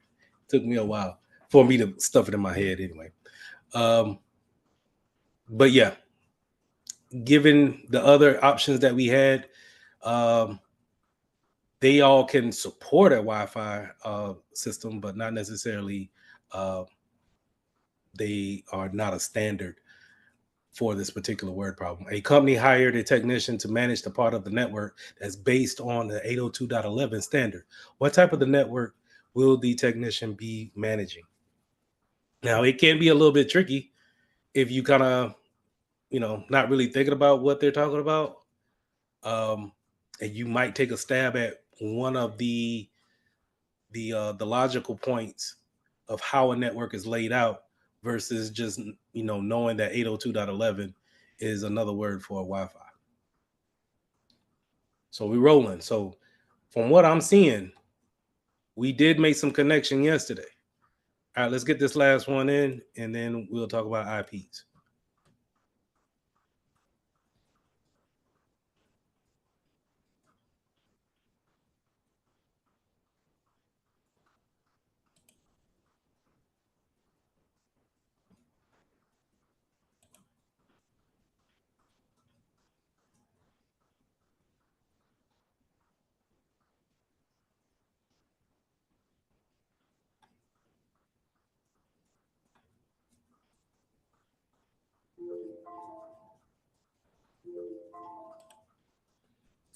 A technician is assisting a CISO in wirelessly transferring data from between their smartwatch and their corporate PC. As the CISO's request uses two devices in close proximity, what network method has a limited range?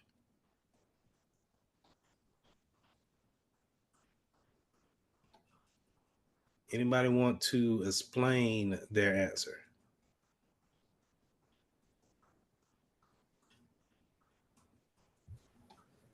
I changed to D because I know wireless local area network because it's transferring wirelessly.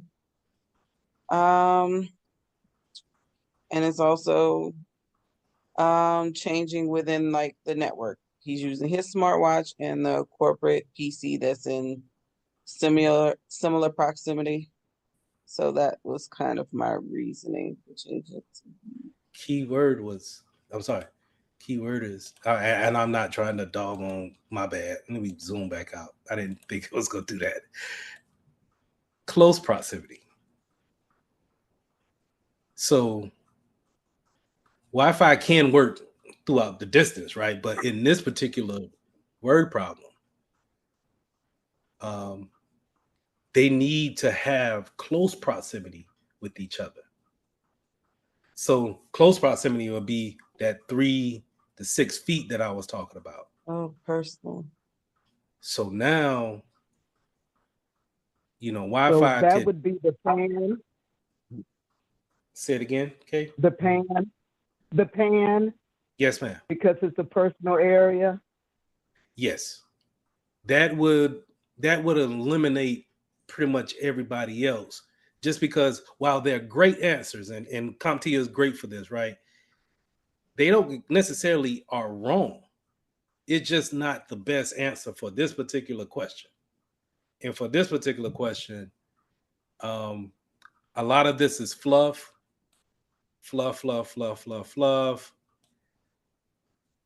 This is the main point, what we need to know. And then this is the question that they actually asked. But that's the way I want you guys to kind of look at these questions. And this is where they'll try to trip you up. They'll give you 80 questions like this, and we're going on a time schedule trying to knock out these questions, and they'll start to give fluff like that. So you're reading constantly over and over and over to where we may start mixing up things or overthinking it. But we want to look for our keywords and what they're really asking. So remember when we talked about the close proximity devices, or the technology that we're really talking about is like Bluetooth, or what were we talking about? Like RFIDs, where we were talking about that last night, still in that information, being able to transfer that information from one device to the next. That would be an example of that. But overall, I think y'all did pretty good. I didn't, if you notice, I didn't ask any IP questions, because that's what I want to focus on next. And I want to get some of you guys' thoughts on IP addresses, or what questions we may have. So IP version 4. Do we feel comfortable with IP version 4? Yeah, somewhat. Anybody else want to comment on that? Yeah, somewhat. Can we have like a quick refresher? Sure. So every device is going to have an IP address, right? Every device that connects to your network is going to have an IP address. That's the way it determines who you are on the network. When it gives out a random IP address, that's called DHCP. Remember, where it's going to be a dynamic IP address. So therefore, when the router sees your physical address, remember we had a big thing about physical address being the MAC address as well. it's going to give you an IP address to associate yourself with. And now you can go out here and talk on the internet because, and if y'all remember my IP address from yesterday, you can see my IP changed on my desktop. I don't have it on the static. I just, whatever I get is what I get. So a static IP address is something that we want to give to a device that stays in one spot, like a printer, a fax machine. Maybe we got an access point. We're putting up a new Wi-Fi antenna in the hallway. We know it's not going to move no time soon for the next couple of years. We give it one particular IP address, static. Let it stay the same. Okay. So to recap, in order for us to get onto the network, we need a physical address. We need some type of physical address, MAC address, right? That's going to in turn give us a IP address. Now, once we have that IP address, we can talk to other devices in the private IPs or in the private network.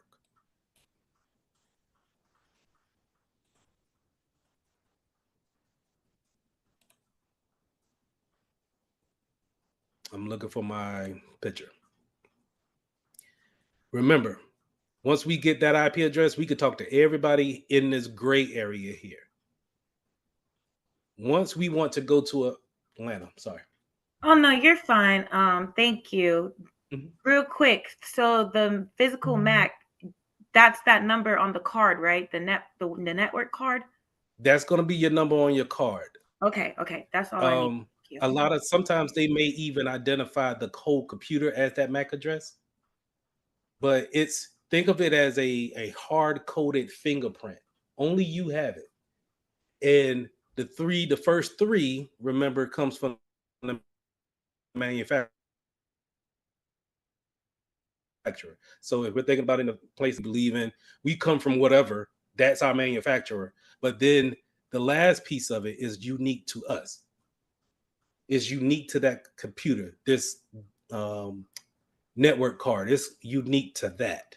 The MAC addresses never change. They will never change. It will never change. If you change out the NIC card, would it change? Yes. Okay. So it's attached to the NIC card. It is physically edged into the NIC card. Yes. Okay. Like you can open up the computer and see it's almost like a serial number tattooed on like a VIN. Like, yeah, exactly like a VIN. So if we change it out, we can have a different ID or we can have a different MAC address and we could be a different computer on the network. If from a security standpoint, if you see someone with the same IP address, that might not raise flags. But if someone has the same physical address, a MAC address, red flags go off everywhere. That's a known thing of, no, we don't share MAC addresses. That should be unique to everybody. Okay? So in order to get that IP address, I need a MAC address to show that router. That router is going to give me one. And when it gives me one, it's leasing it out to me. It's going to say, hey, you can have this IP address for 72 hours. If I see you go to the store with your phone and then that phone comes back to the home network, I recognize the MAC address on the phone, you can have your same IP address back. Kind of think about it for you guys that got Apple phones. You remember when you log into a Wi-Fi network on an iPhone, it remembers that. And then whenever you go back to that place, it automatically connects back up. You don't have to necessarily go through that process again. But if you have been gone for a while, or if it kind of you erase that cache from that phone, you will need to authenticate yourself again. And it gives out another IP address. It's kind of like that when it comes to those leases. Okay. So Lee, let me ask you this. So IPv4 and IPv6, is the difference between them that one is 32-bit and the other one's 128-bit? Those are going back to the size of the IP addresses. That 128 bit allows us to have more range on that address versus what 4 has. So I'm sorry, the range on IPv6, since it's 128 bits, it allows us to have more IP addresses like this. And I'm thinking it's upward of trillions, if not quintillions or something like that. Something with the Q, of how many IP addresses we can have.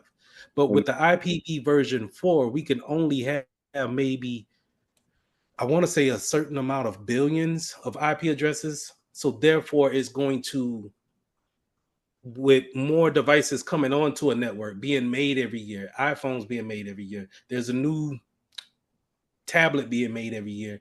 The more they get out here in this in the world, it's going to eventually run out of IP addresses to give everybody. And so we need to start converting a lot of our users over to an IPv6 to actually communicate. And so that's why you see those things there. But to answer your question, to go back to it and answer it, the IPv4, by it being a 64-bit, is only limited to so many different addresses. That 128 sends it out of this world. And you'll see that as we get into Security Plus, the more numbers you could put onto something, the more value you can give it, the harder it is to actually break into. You can go into cracking a password in a matter of seconds to adding 4 more digits onto a password, and now you can't crack it for the next 500 years if you brute force it. But I'm getting off track. Okay. So we won't really worry about IPv6 right now, especially for this exam. Just know that it looks like this. And remember, it has 8 different segments. And the first 4 are manufacturer driven. The last 4 are unique to that particular device.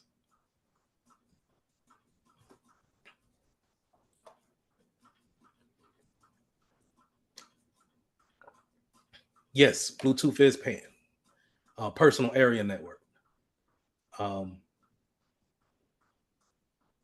Bluetooth can only work if you have like wireless headphones or any type of AirPods or anything like that. If you leave the device and walk away from it at least 30 feet, you'll hear that disconnection. It'll try to connect, but eventually it'll just drop and won't be a part of it anymore. Same thing if you if you pay attention to the Bluetooth in your car and it connects to your phone, but then the car drives off and you still have the phone in the house, it'll try to keep connection, but then eventually it'll drop. So for that Cisco technician, was he just swapping over from Wi-Fi to Bluetooth then? In the question? Mm-hmm. So in order to, in what the question was asking, when they was transferring that data over, I was looking at it more of using a personal hotspot. Okay. To have close proximity, or we could use Bluetooth to transfer that data over too. But I'm thinking he probably had a personal hotspot to keep it nice and close to that person and transfer that data over. So AirDrop is like the same thing too then, right? Yeah, there we go. Okay. All right. Sorry, I'm trying to make all the connections in my head. That's good to know. Thank you. There we go. All right. Now we talking that. All right.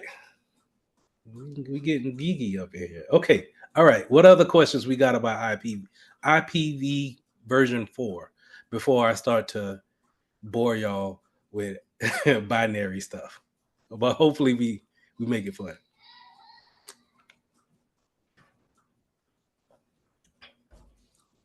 All right.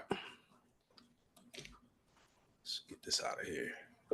Well, I have a quick question. So yes. Okay.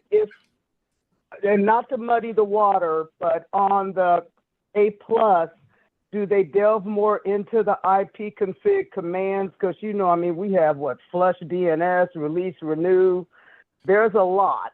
So Yes. do we have to start learning those? I mean, well, is that going to be on the A+ or? I don't Yeah. say no, right?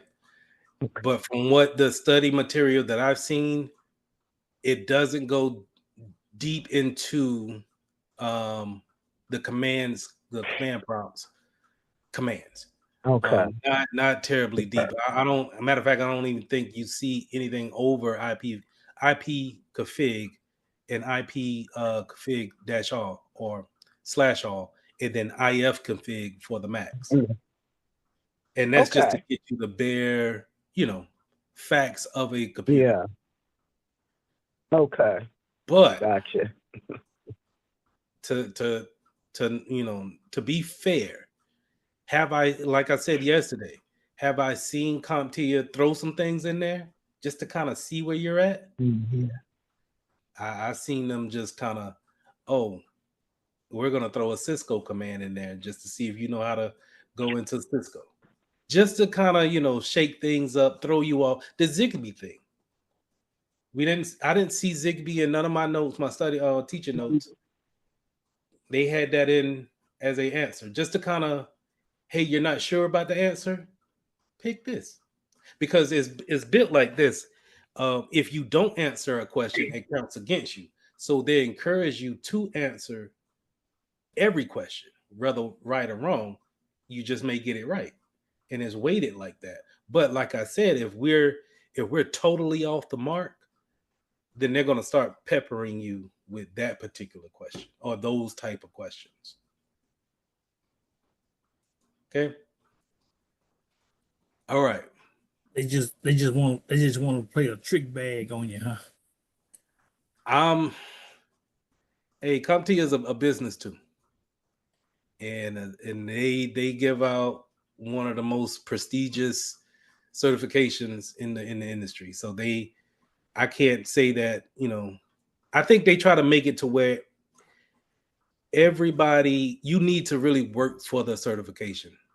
And so employers have to look at that too. Like, oh, this is not just anything that somebody can get. They actually put effort in. Employers are they're gonna look at that. Like, not everybody that I work with is not CompTIA certified or CISSP certified or have bachelors.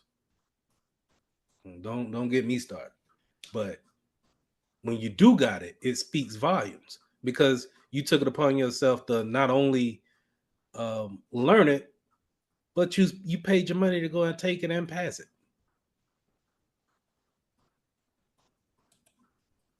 All right, now let's get into the fun stuff here.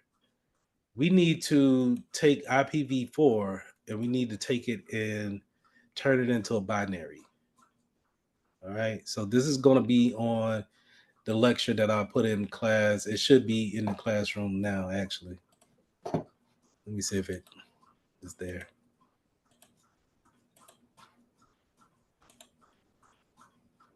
Yeah. So I recorded this earlier today, lesson 5, only because I knew when we start talking about this tonight, I want to make sure that we get everything that we need to get and we understand 4 going into 5, and we'll pull it all together on Thursday.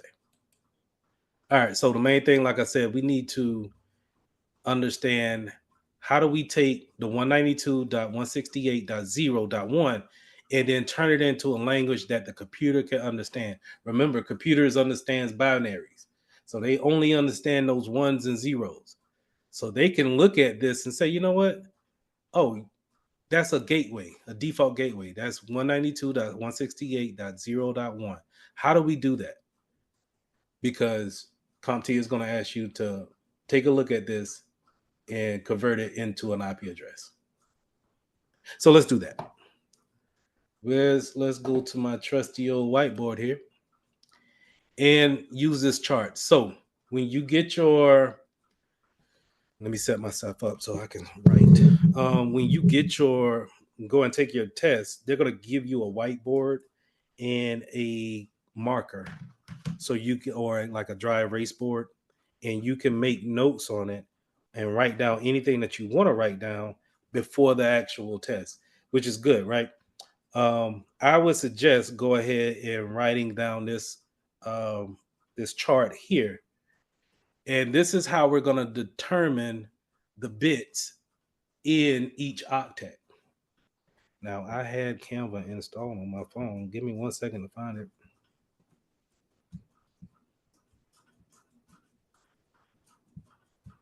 Canva. And how we come up with these numbers. So this is basically going all the way up to 128 on the bits. But how do we actually get there? We do that by starting with 1 and timing itself by 2. So 1 times 1 is 1, but 2 times itself, or times 1 is 2, right? Then 2 times itself is 4, times itself is 8, right? Follow me? Times itself is 16, or times 2. 8 times 2 is 16. 16 times 2 is 32. 32, Jesus. 32 times 2 is 64. 64 times 2 is 128. Let's check our trusty little calculator on that. So we're going to start at 4, right? Because why not? Times 2, it's going to be 8. 8 times 2 is going to be 16.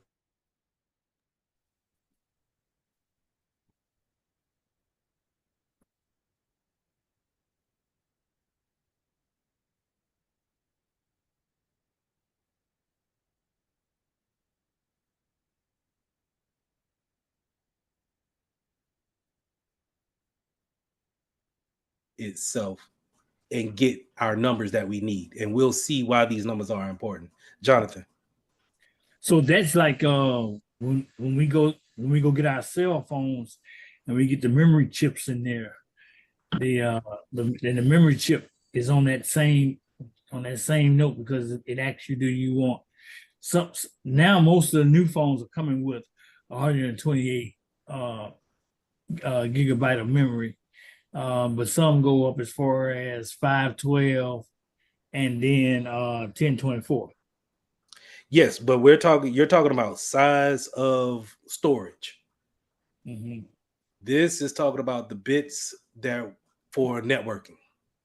Okay. So it's going to stop at 128, because we can only put 200 0 to 255 in our octet, right? It can only go up that far. Now, it can go up to 256, but we use 256 for broadcast. Okay. So we don't use that for a broadcast. That's just for ARP. You remember I made the corny joke yesterday of ARP, and it's asking, hey, I'm here. Does anybody see me or hear me? Please call back to me. That's ARP. So that's what I'm sorry, go ahead.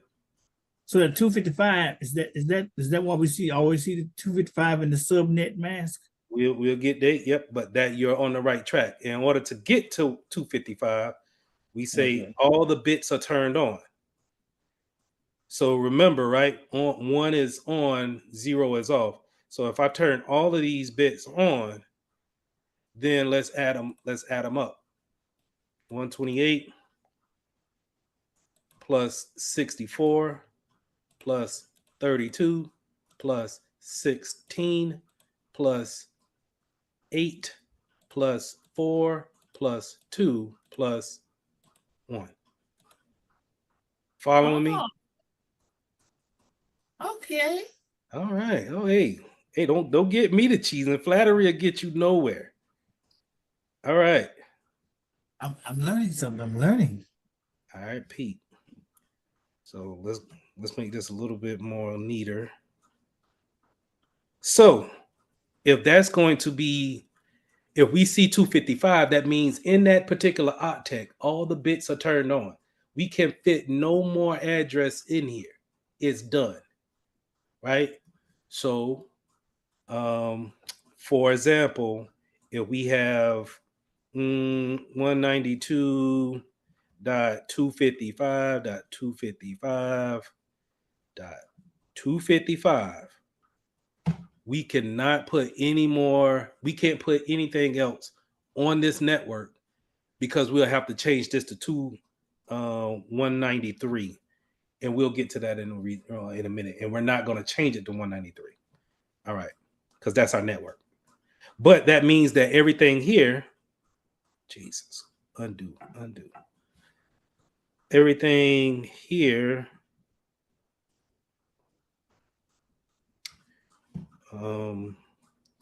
is filled up. We can't turn on any more bits. All our bits are turned on. Following me?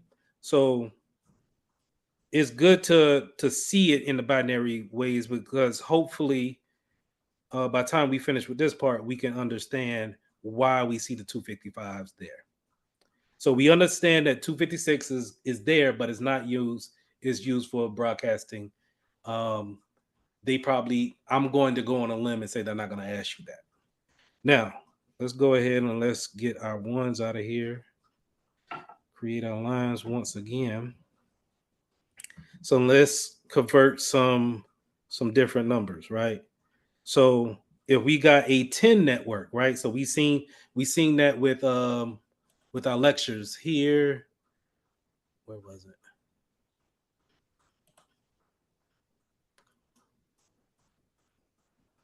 Where is that slide?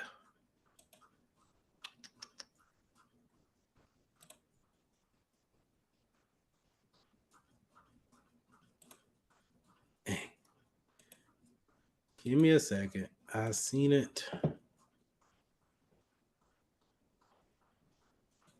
You'll find it when you're not looking for it. No, I know it's here somewhere. It's got to be. I remember looking at it.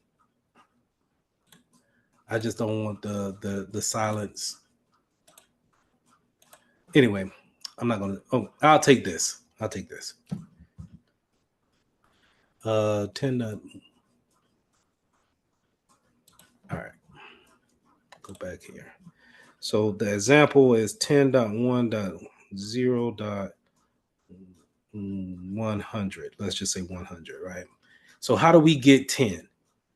So if we're going to get 10 in binary, how do we go about doing that? If 0 is 1, when you're saying broadcasting, you're referring to. Oh, let me go, address that. Broadcast. So when you're doing a broadcasting, let me bring up my elements here. A broadcast will look like this. You have this computer here, right? And you'll have a server over here.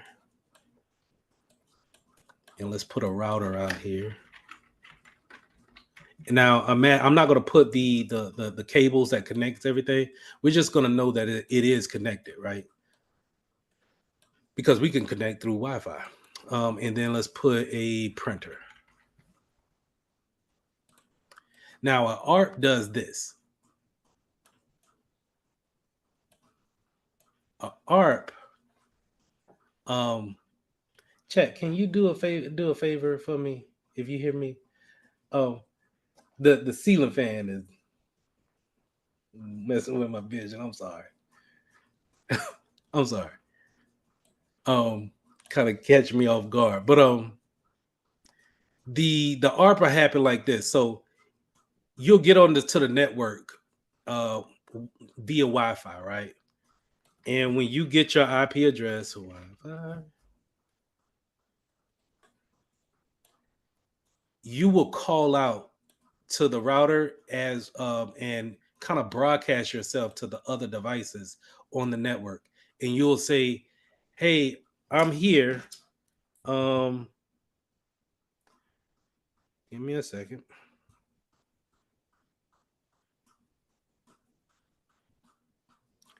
I'm here. My IP address is 192.168.0.3. And you're broadcasting to these other devices and you're saying, does anybody hear me? If you do, just acknowledge that you see me. And when you acknowledge that, it's not necessarily a big thing. It's just the fact that they know that, okay, we have .3 on the network. It's saying that it's there.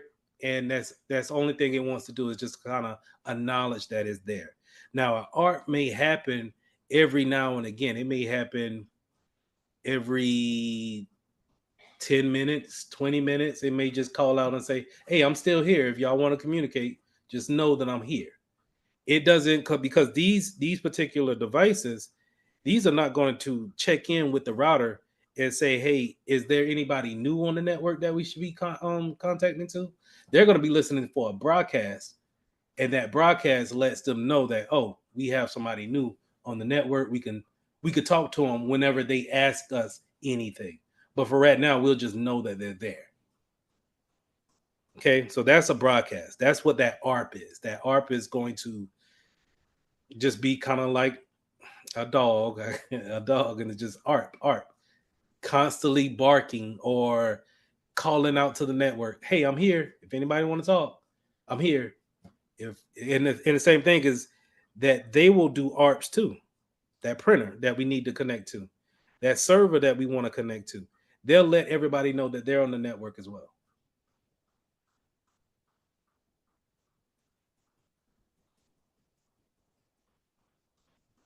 Yes, kind of like a Bluetooth device that's trying to look for new devices. Exactly. I'm not too sure about how the emergency weather alerts work, but they are so intrusive that they turn off any kind of programming that they have. So I don't know. I'm not sure. I would have to research that to know how that works. Just because, like I said, when you get like an Amber Alert, the Amber Alert takes over phone calls and any and everything. Even if you have the phone on silent or you ain't even got service on the phone, the Amber Alert will turn that device on almost. So I don't know if that's the same thing. That's more intrusive to me. Well, you know that because I'm an emergency responder, the government has programmed.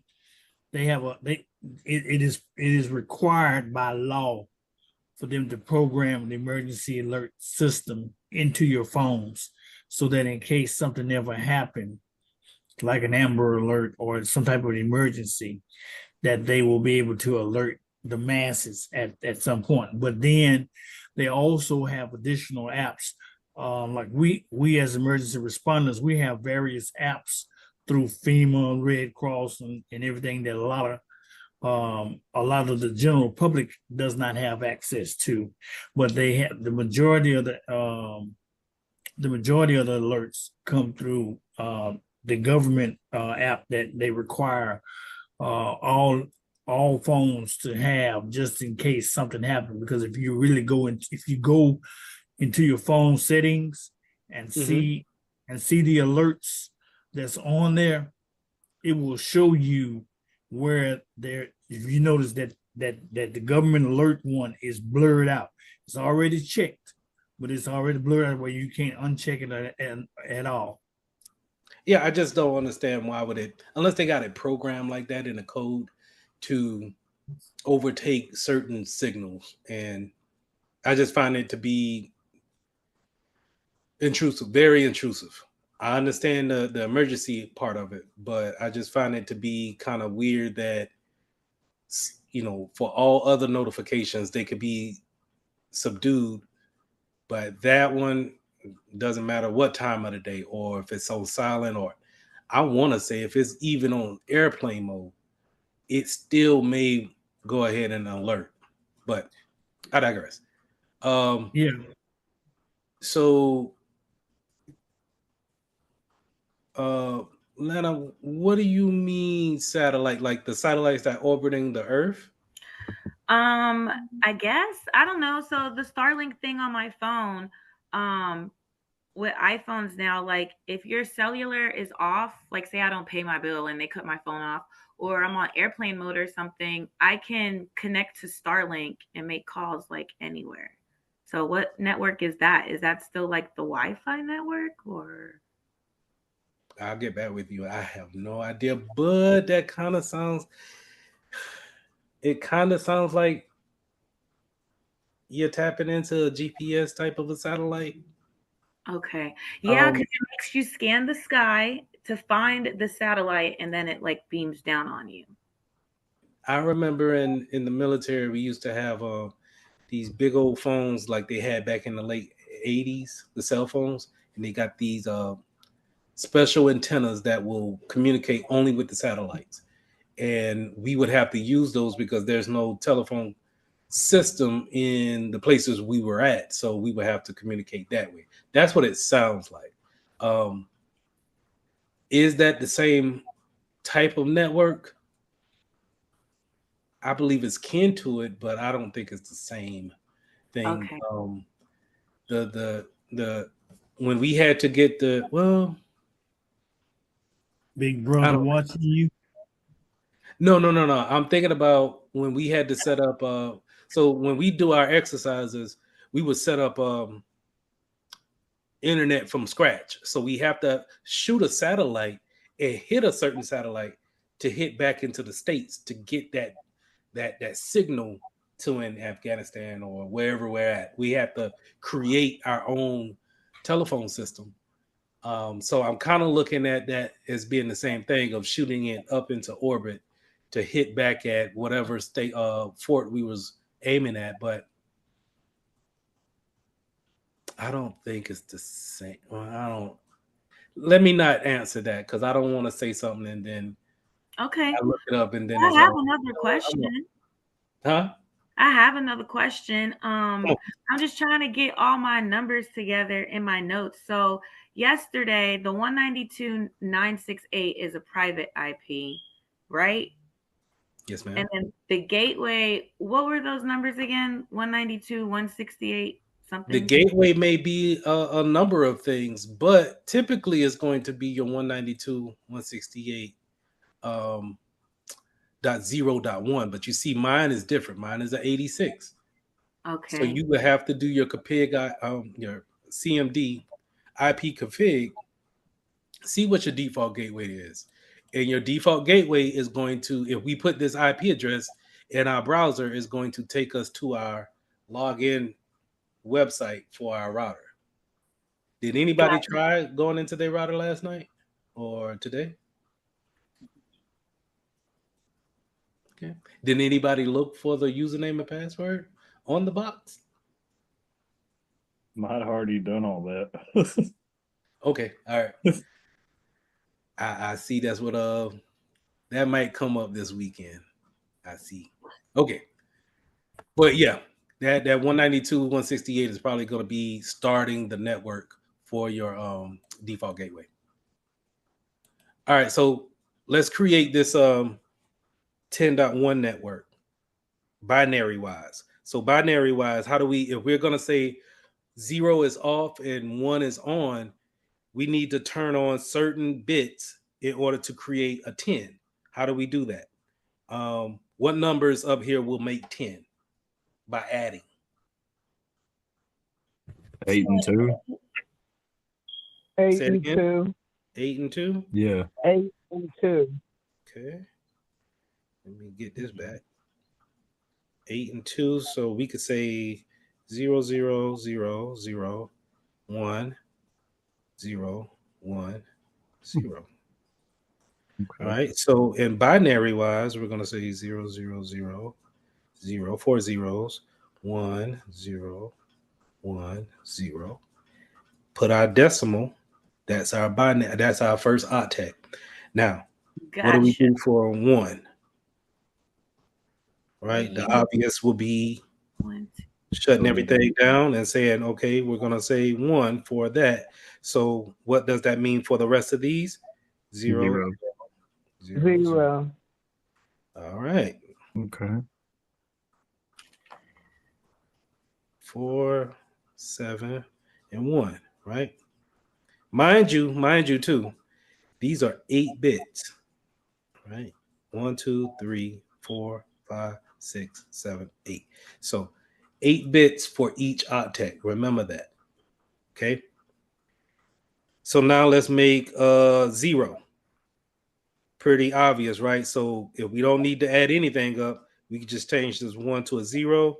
Now we have 0, 0, 0, 0, 0, 0, 0, 0. Following me? All right, now let's make 100. How do we make 100? 64, 32, and 4. Hold on, man. Gee, My bad. own it. All right. Let me get my bits out of here. Dang, Lee. All right. Is this where you were saying earlier where 1 is on and 0 is off? Correct. When I'm Okay. putting a 1 or 0, the computer, the machine language, remember that's how computers are talking with that CPU. They're looking at it as 1s and 0s. Is it off? Is it on? That's it. Okay. So It's let's good make to 100. do this by ourselves, but like, is there like a calculator or converter that can do this for us? The computer, yeah, the computer's gonna do it. You as a professional will never have to do this. Oh, okay, great. We just have For to know. the exam, they're gonna wanna. This is where they get kind of stickler and just like, hey, we know you know what an IP address looks like, but do you really know how it's made? And we're getting into the weeds of it. Okay. Do I do this on an everyday? No, I don't do this ever. Only when I'm teaching a class. But we could practice this. Like, you'll give us more questions to convert over. Say that one more time. The equation, whatever, however you want to call this, we'll have more of these to do on our own. Yeah. Practice? Okay. Mm-hmm. Okay. So let's make that 100 again. So let's start with how y'all want to do, left to right or right to left? Or no, Daniel, you answered, right? Yeah. So it was the 64, 32, and the 4. 32 and a 4. You got the calculator out over there. Nah, no calculator, no joke. Yeah. So now that binary octet, right? Because we got 3 of them already. The rest of it is going to be all right. So let's double check that. That's 64 plus 32 plus 4. Yep, all day. Now, this is going to be our binary IP address, right? Going back to our slide here, that's exactly what you see there. Now, when we divide it up here in these 4 octets, this looks decent now. We see what we're looking at, right? And then now we can put it all together and say, oh, okay, 192 needs to be these first 2 octets turned on, or these first 2 bits turned on. So 128 and 64 will be turned on here. So you see that. And then So we can you cut the rest of them off. You say octet, that's 8 numbers, right? 8 digits. 8. Correct. Right. Octo mean 8, right? Mm-hmm. But we are saying that in those, for that octet, we have 8 bits in each octet, 8 bits. And we turn some of them on to get the particular number that we want. If we don't turn any of them on, it's 0. Right? And we know why this 1 is there. We know why this 1 is in the middle, why this 1 is in the front, because we have our trusty little guide here of 128, 64, 32, 16, 8, 4, 2, and 1. We know how to get these numbers by doing what? By turning on certain octets? No. By 2. Say it again. Who said it? Multiplying by 2. Multiplying by 2. Okay. That's how we get these numbers. So if we go into our test and they give us a blank sheet, we could say, all right, 1, 2, 4, 8, 16, right? Let me space it out a little bit. 1, 2, 4, 8. 8 times 2 is 16.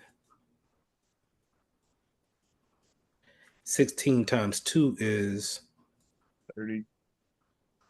30. 32. 32. 32 times 2 is 64. 64. And then 64 times 2 is 28. So now we have our table. Now they can't trick us. So no matter what, if they throw that binary number out there, we can always break it down with this particular table and get what we need to get. So let's go back. Hold on, how do I want to turn that back in? So remember, these are all bits, right? For one octet. 1, 2, 3, 4, 5, 6, 7, 8 bits. So if I have all of these on, remember, what number is that? That's 255, correct? Yes.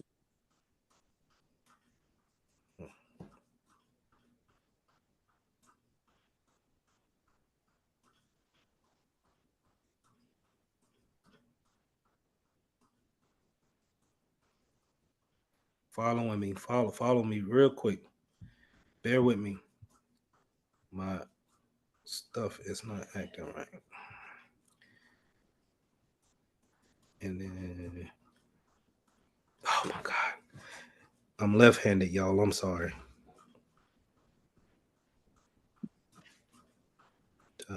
Hey Lee. Yeah. Question. So what is a bit again? A bit is how a computer is going to see how to read that information that you put in. So it reads a bit as either being on or off. I got you. Simply that. For this particular exam, that's simply what a bit is going to be. It's either going to be on or off. If I can get this doggone thing to give me a 0, I'll be all right. So we got a subnet mask here, right? Because we see this all the time when I do my IP config. The subnet is 255, 255, 255, 0. So how many bits are turned on in the first octet? All of them. And the second and the third? Same. All of them. So if that's the case, then we got 8. Oh, geez, come on. We got 8 bits here, 8 bits here, and 8 bits here. You seen this yesterday, but that's how you get a CIDR, because it's showing you how many bits we have turned on, but it's also showing you how many bits we can, or how many IP addresses we can have here in this particular set right here. So in that lab we had, that last piece it showed in the DHCP of how many addresses we can give out starting at 100. Well, if we're looking at it from this standpoint, let's just say our IP address is 192.168.0.1, but our subnet mask is 255, 255, 255. That means that everything from these 3 octets we can't change because all of the bits are turned on. Follow me? Mm-hmm. All right. So that's only if that subnet mask is 255, 255, 255. But since that's a /24, because all of these bits are turned on, that means that I can have IP addresses that run from .1 to how many? 255. Right. Okay. Everybody follow me on that one? Yes. So if we go here and we erase that and we erase these and we say 255.0.0, what's the CIDR here? The slash is going to be slash 16. perfect. Why is that? Because there's only two of the octets that are at 255. So it's 8 and 8 times 2 is 16. Perfect. So now if we're having a network of 192.168.0.0, our network ID would be 192.68 network. But our host now can be here. So that means that all of the different devices that we get bought in by our budget, we now can give them IP addresses that can now run from all the way up from 192.168, which needs to be there, to 255.0, and then we can run this one up to 255 as well. So we get over what, 400, 500 different IP addresses that we can give out. So is that what I asked you about last night with the like if we plugged in a switch to our router or a hub to our router and then plugged in several computers, would it issue out different the different static IPs? That's a feature in the router for DHCP or static IPs, but Okay. it will be based off of this math here. Okay.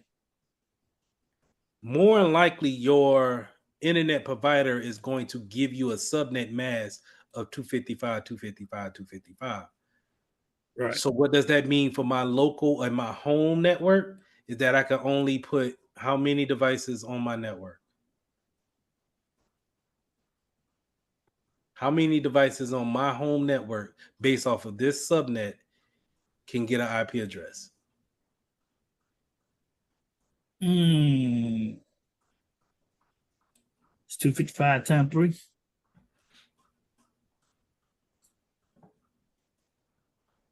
Let me.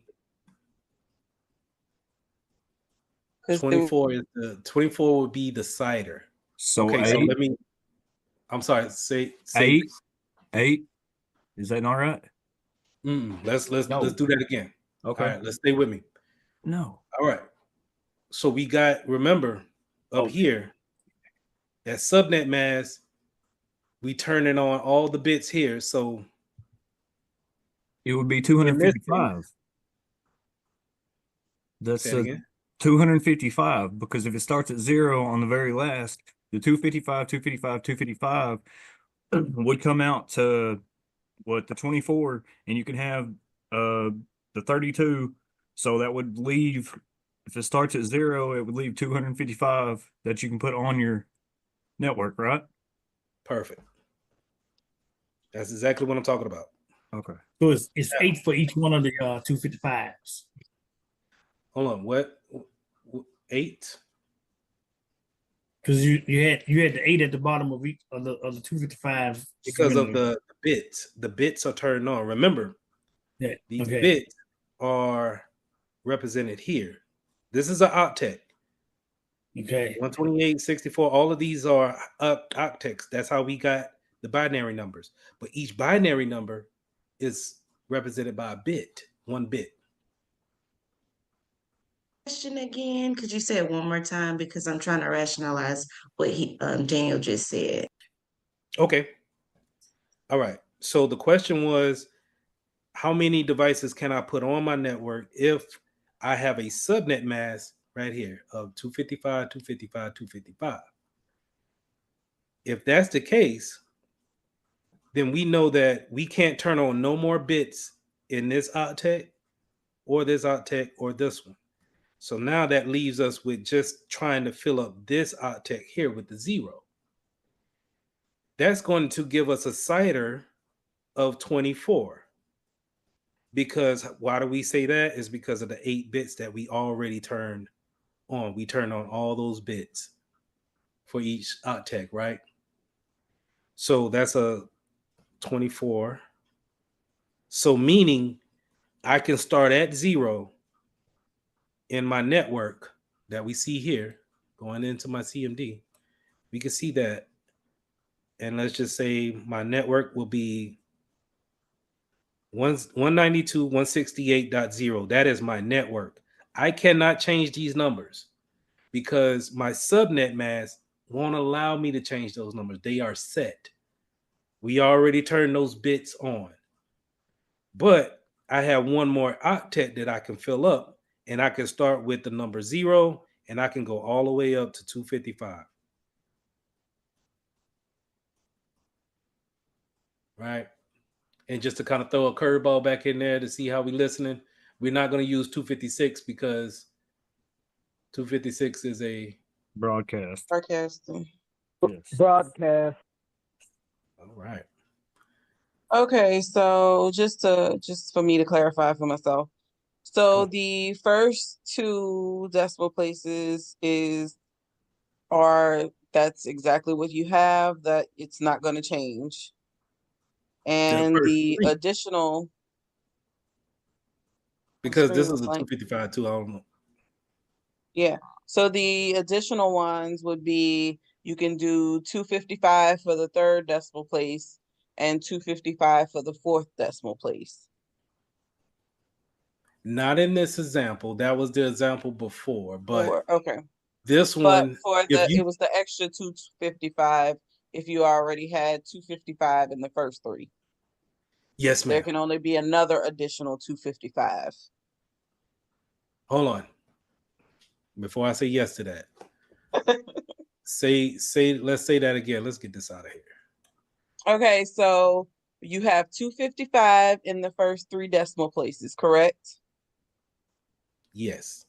Okay, so if you already have, those are already full. So those are going to be the 8 bits. So you're going to have a 24 CIDR, and you can only go from 1 to 255 in the last decimal place. So it'll be another 255 IP addresses that you would be able to have. Correct. Okay. Okay. All right. Now, stay with me. Only you, Sarah. Only you. I don't mean to call you out, but I know you're there. I want you to have the confidence. So check this out.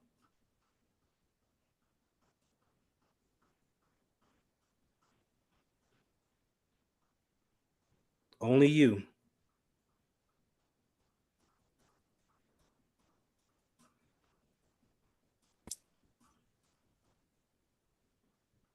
I'm not saying nothing, Sierra. I'm sitting here taking this all What is my in. CIDR? Huh? No, I'm not you, Jonathan. Sierra. Okay. What is my CIDR? The CIDR is 8.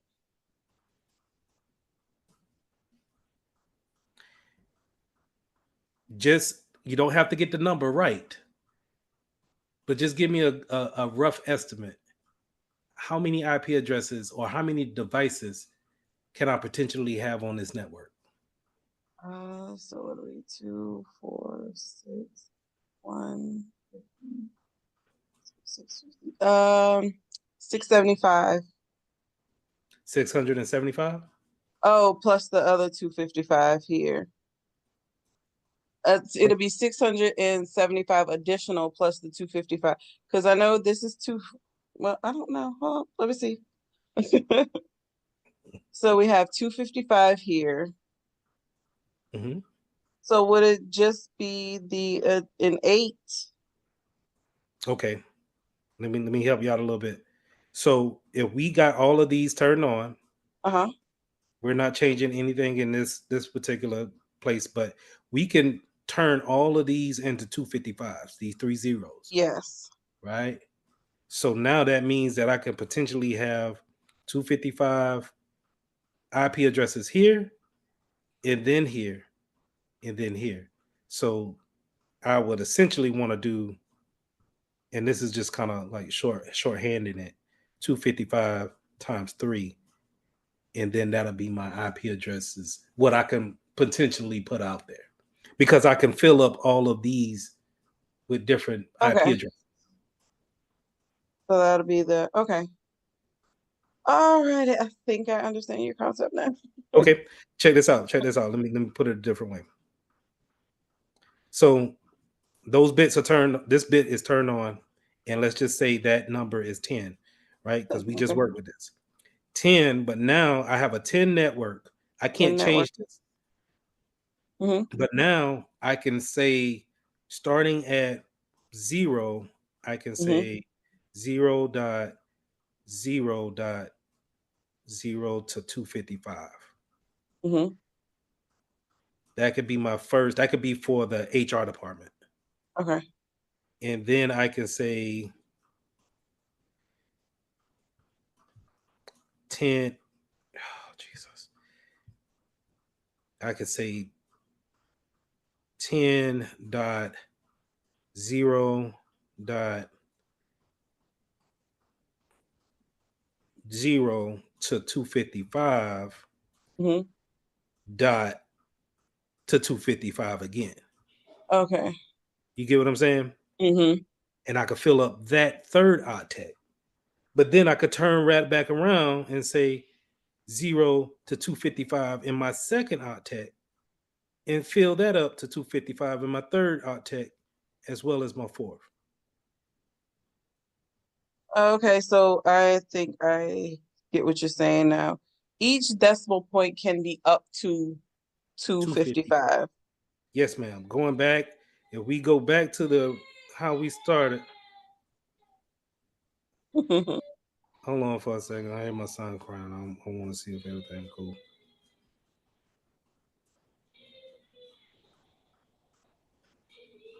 Okay. Going back to where we started at, each octet can go all the way up to 255, right? 128 plus 64, so on and so forth. Once we go to 255, that's it. No more we could put in there. But that's a potential IP address that we can essentially move each octet up to. Okay. So like here on this picture right here, you see how it's 10.1.0.101? That 101 can potentially be 254. Or it could, and then you can have another network where it's 10.1.34 101. So on and so forth. We could fill up each one of those all the way to 255. Okay. But it gives us potential to have well over 500 to, I want to say 500 to close to 1,000 IP addresses that we could potentially get out there. So in the real world, what we would do is say, if we're working for a major, let's say, healthcare provider, we want to make sure that we have a 10.0 network to make sure that we have enough IP addresses to give out to all our computers and our medical equipment. Okay. And anybody that's coming into an emergency room, want to get on the Wi-Fi, things of that nature, we can all give them a 10.0 address.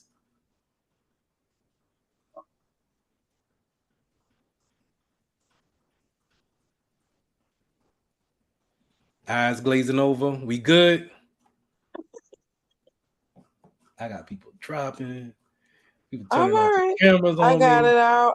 Y'all ain't trying to mess with me tonight. Yeah. I get it. I think I got the concept of it. It still feels I'm like gonna let it simmer.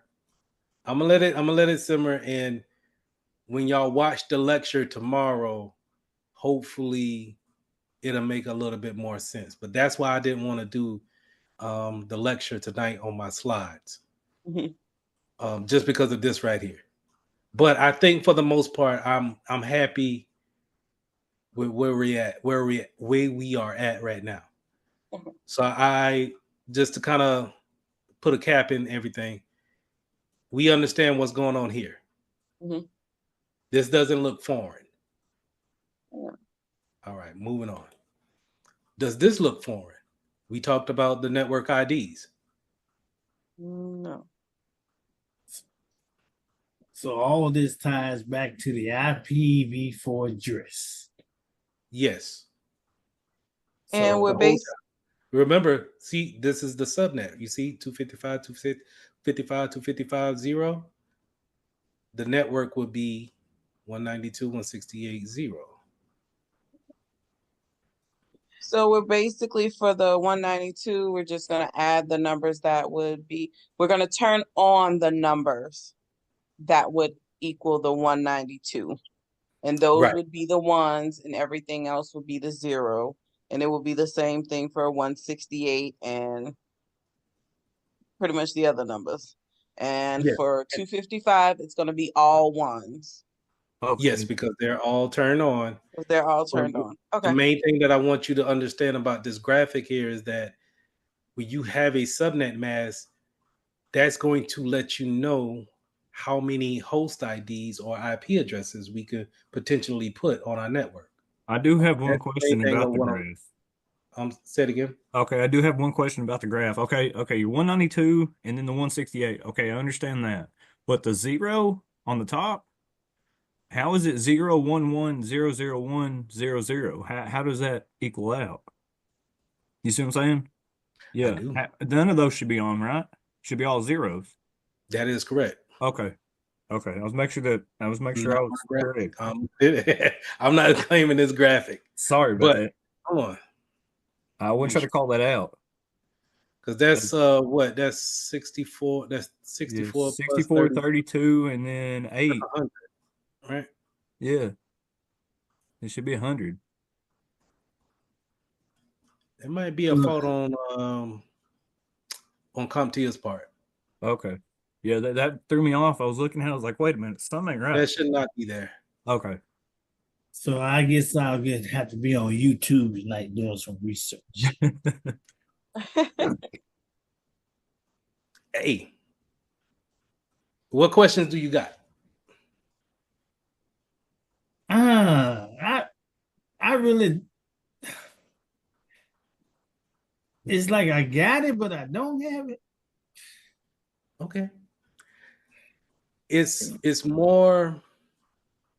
It's complex with the number because I'm just used to putting in that when I go and program a computer, I'm used to just doing the 255, 255, 255, 0. I ain't never had to go through none of this and figure out the binary, all that stuff, and I pray that I never have to. You might have to for the exam. That's the only reason why we're here. Yeah. Because what I don't want is, hey, they threw this at me. You never went over that. When you see this, if they say convert this number, just like how Daniel did, they say convert this number into a regular number off of binary. We know how to create our graph, and we know how to create that number. That's the only reason why I'm doing this. Yeah. Now, after you take the exam and you pass the exam and you want to forget this for life, by all means. Sound like a plan to me. But if you decide to become a network engineer and you want to get into Which I don't think I am.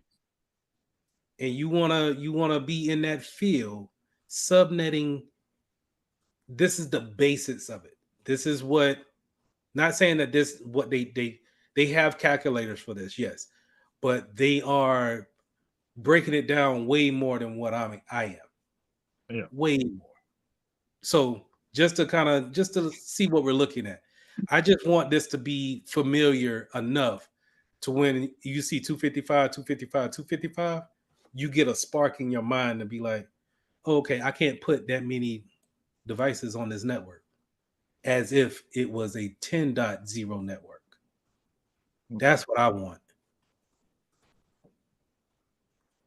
And I think I got that. I watch on Thursday. I think we'll be fine when we do some reviews. All right, so check this out. These are ports. These are well-known ports. Ports is what we use to communicate with each other. Different ways that a computer communicate with each other. So a port may be designed for just sending emails or showing a website, maybe sending a package of a whole document with FTP. It can do a number of things.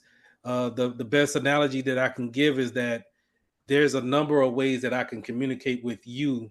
I can call you on your phone. I can IM you on your social media platform. I can text you. There's different types of ways of communicating to you and getting my message across. The same thing when it comes to ports.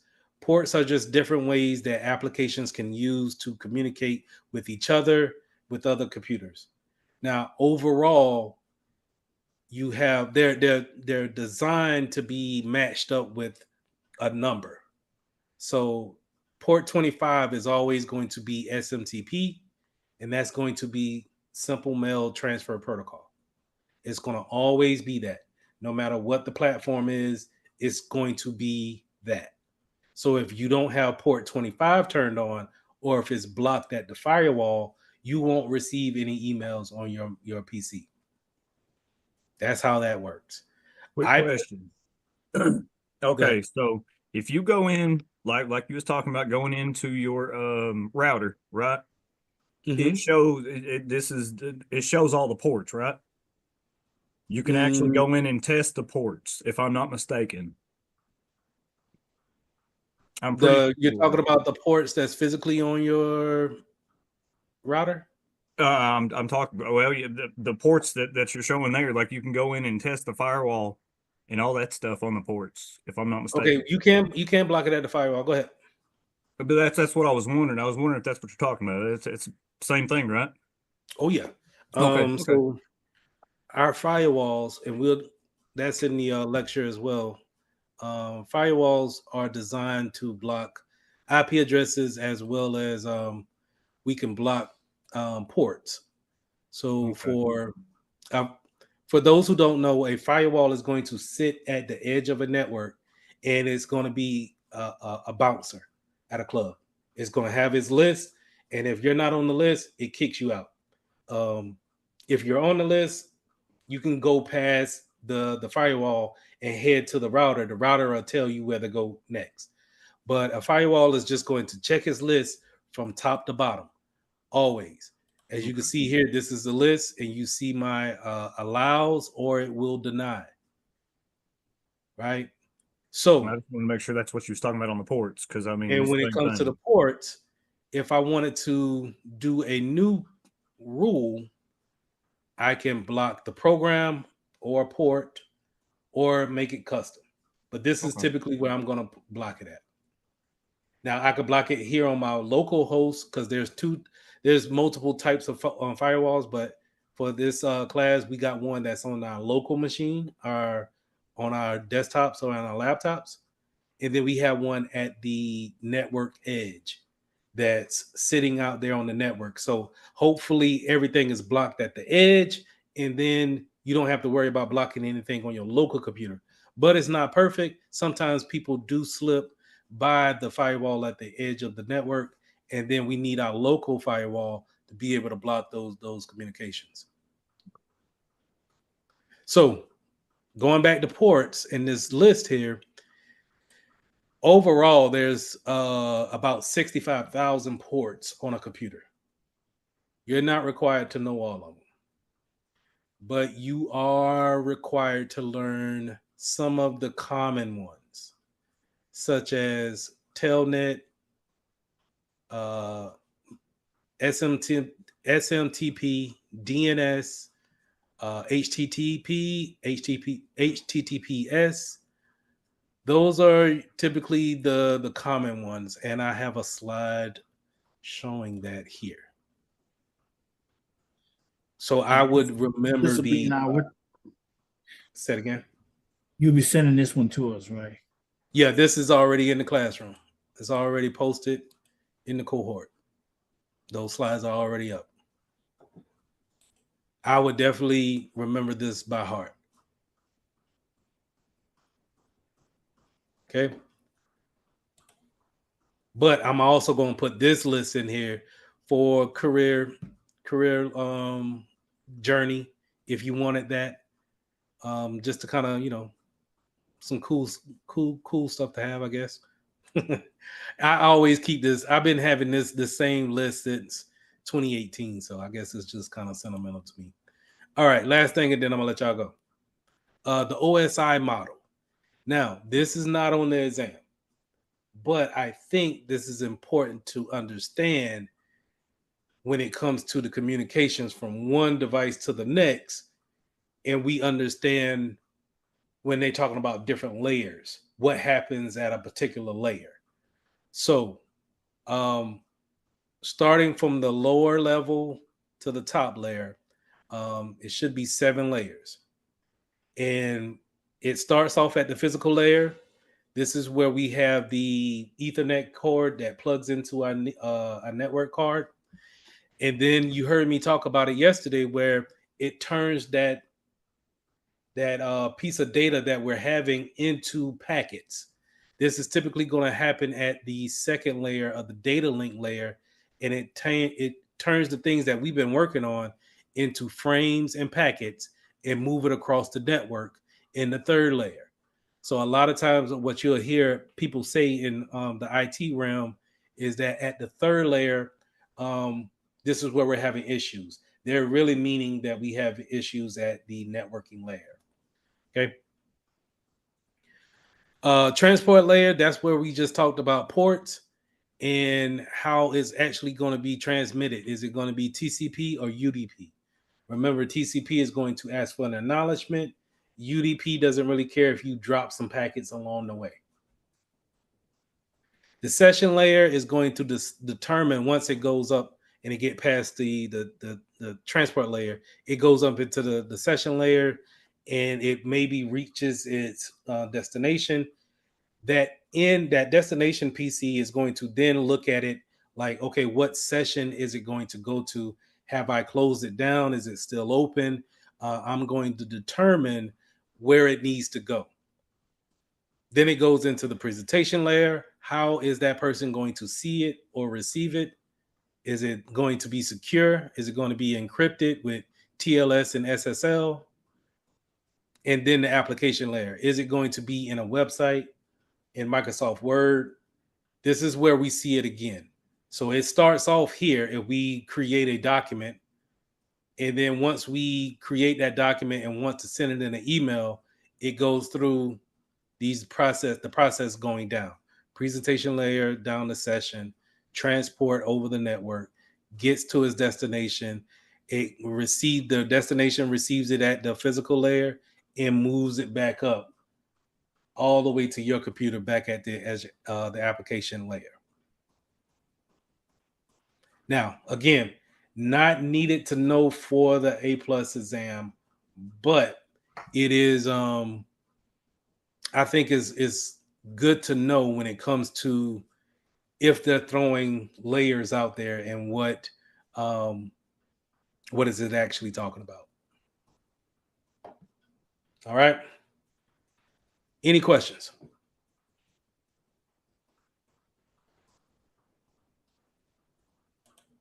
All right, y'all. That's all I had. Give me 1 second.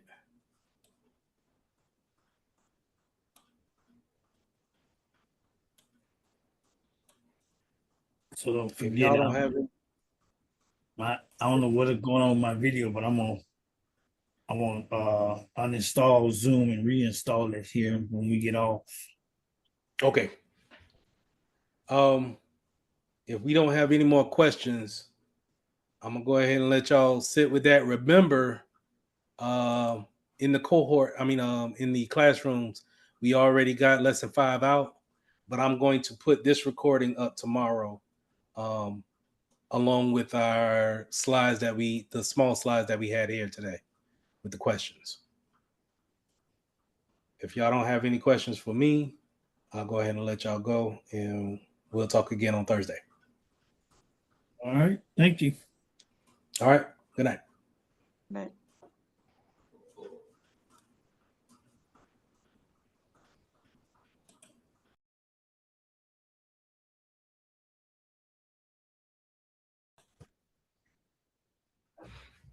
A network technician must allow employees' computers to securely connect to the corporate network from an alternate location. What is the best method for the technician to use? VPN. All right.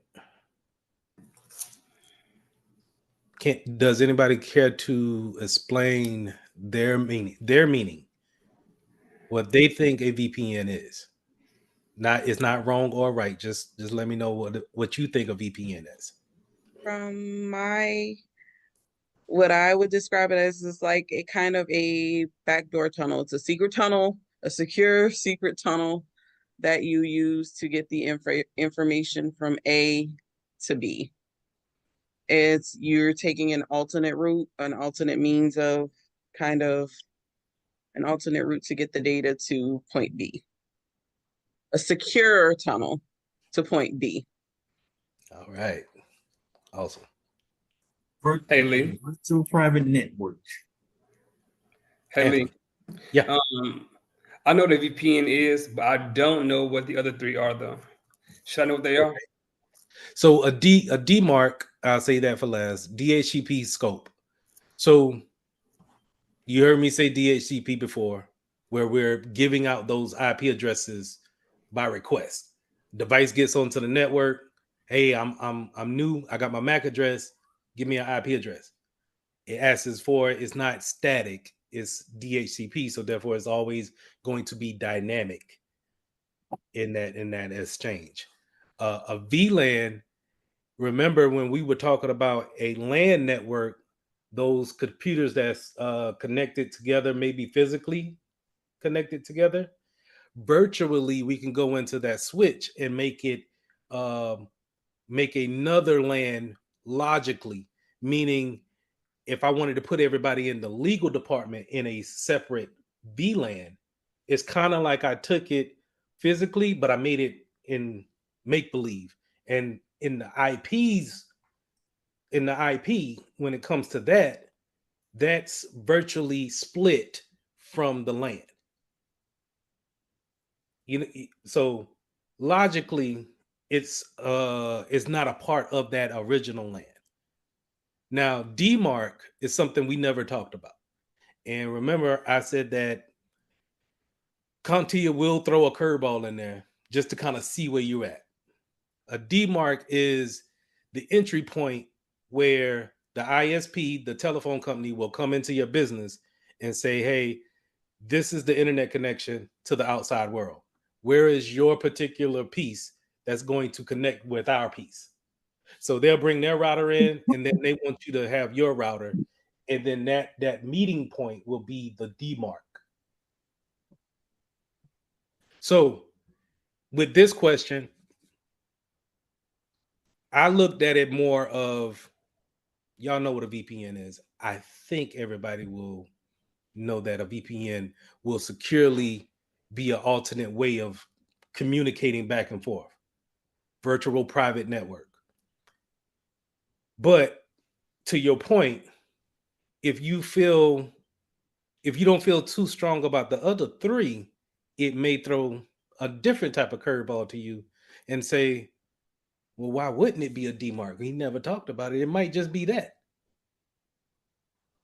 So that's why I kind of throw these questions in here, because you're going to see things like that. And what I'm trying to say is be confident in what you know it to be. Sorry. What you know it to be. So that's what those other three are. I was comfortable with that one because of the fact that I had done it before. Because we had to go in when IBM was Service Master. They when they bought out several companies, and they all came under one umbrella. We had to go in and put VLANs in on the laptops because that's a new portable new laptops that all of the field agents were going to be using, so they had to be able to connect with the servers and everything on a private network. Yeah, and that's, it's always going to be, if we're using a public network, but yet we want to have access back to our private network in some case, a VPN is always going to be our number one go-to appliance. Sierra. Okay, and I just wanted to clarify if I'm kind of getting the concept of the VLAN correct. Okay, so basically you have everyone in the office, and VLAN would just be, okay, I want this department in their own little private virtual network. It's still connected to the main network, but they have their own separate private network that's specifically for that particular entity of the office. Correct. Correct. So Okay. y'all see I got the whiteboard up. All right. Let me make some duplicates here. All right, I'm gonna just do 2 over here, right? Give me a router. Put that joker right here. Give me that cloud. Remember what the cloud represents? The cloud represents the outside internet, right? This is where your DMARC will be, sitting here, or if you want to say here, but either way, this is where the ISP Time Warner is going to come and bring in that internet connection, and it's going to connect up right here. All right, now the LAN, physically, I might say, hey, everybody connect up to the router.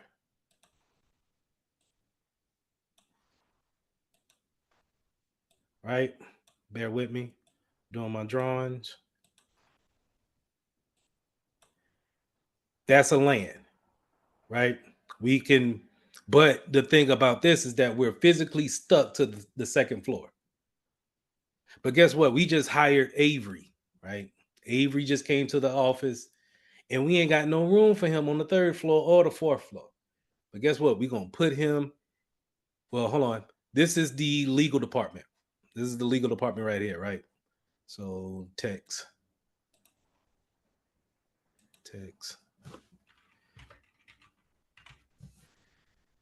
And I'm going to connect that group. That's the legal department on the 2nd floor. Avery just joined the company. We don't have no room for him anywhere, so we have to put him on the 2nd floor as well. But guess what? Avery's part of the marketing department. Now, the legal department has access to their servers, their printers, their private things that they need. But if we give them all the same IP address network, then typically Avery is going to be able to see their stuff as well. Following me? So what we do is we'll have Avery have a VLAN,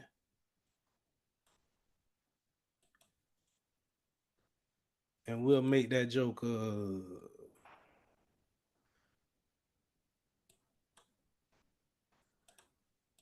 I'm gonna put him over here. We'll give him a VLAN, but he's still on the 2nd floor. Just better if it's over there. But we'll give him a VLAN of a different IP network. So I wanted to color this a different color so it can stand out. Yes. We'll give him a red line. Now, get my text. The subnet or the network ID for the legal department would be 192.168.0. Starting at 100, right? So this computer have 100, this computer have 101, 102, 103. Cool. Avery comes in and if he gets 105, he's able to see their network. He could see their stuff. But if I give him 102, 168.1.100, I put him on a different network. VLAN wise, he's still on the second floor, but I separated him logically, or with the IPs. I grouped him in a different way. So if he hires 2 more people, I could put them on the second floor too. But guess what I'm gonna give them? I'm gonna give them red lines as well. Following me? Makes sense. So we can have all it, and then once we move them, if let's say if we got them on the 3rd floor now, we can move them and keep their VLAN. That's fine, because we'll just let the router and the switch do all of the sorting out. But if we had to keep you physically in a LAN, we could still separate you out. We're separating the network this way. This is basic security when it comes to networking anyway. We separated the network. So if a hacker gets in here, the hacker can't get to the marketing department. Or better yet, if they get into the marketing department, then they're not able to get to the legal documents, because they can't jump. They just can't jump from this network, the 168.1 to the 168.0. We separated that. All right.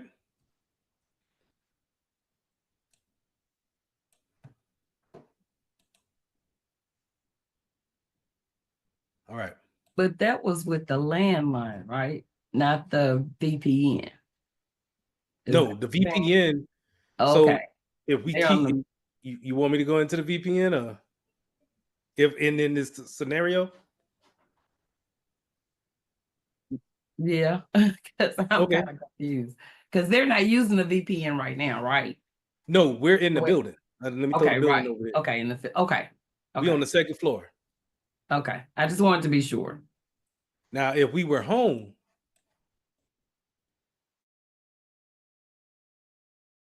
VPN, and if I was in the marketing department, I can use my VPN. Hey, where my line at? Give me a line. If I was in the marketing department and I was working from home, I throw my VPN on. Well, we can set up a VPN at home, right? Yes. But the most important part, what I want you to see, is that I can throw them into the VLAN to only see the marketing resources. That's the importance of the VLAN. Got it. Okay. And we working from home. We could work at the zoo, wherever we get the internet at. We could just be outside. Matter of fact, the cloud will be down here. But I'm not gonna do all that. I'm just gonna leave it up here. Well, technically, we will come in this way and go down to the router, then over to our department. Because the VPN is always going to come from the outside, the public IP addresses, into the private network.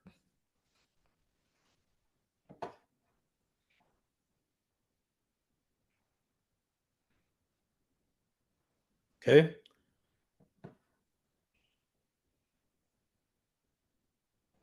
All right.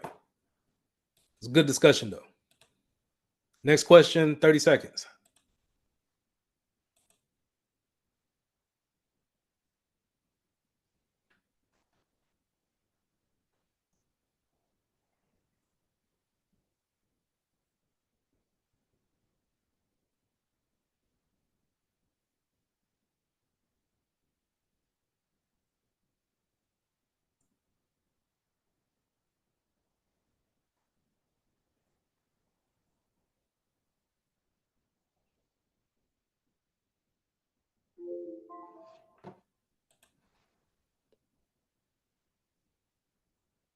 Anybody care to read and answer?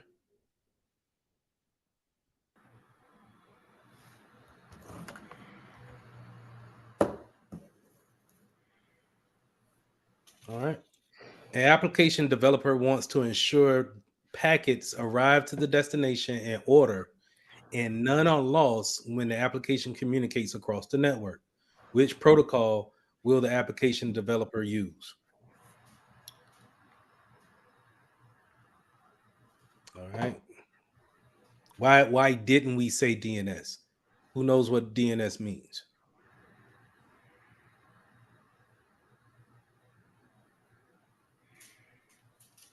Denial of service. No. Direct network. Domain name server. Domain name service. Domain name server. I was Remember, way DNS will be one that we have to know, and we'll dedicate time to really going over our ports. Remember, we went over ports last time, but I think we were kind of drained from the IP subnetting, but we went over ports a little bit. DNS is going to take that IP address for every website and turn it into the actual name that humans know.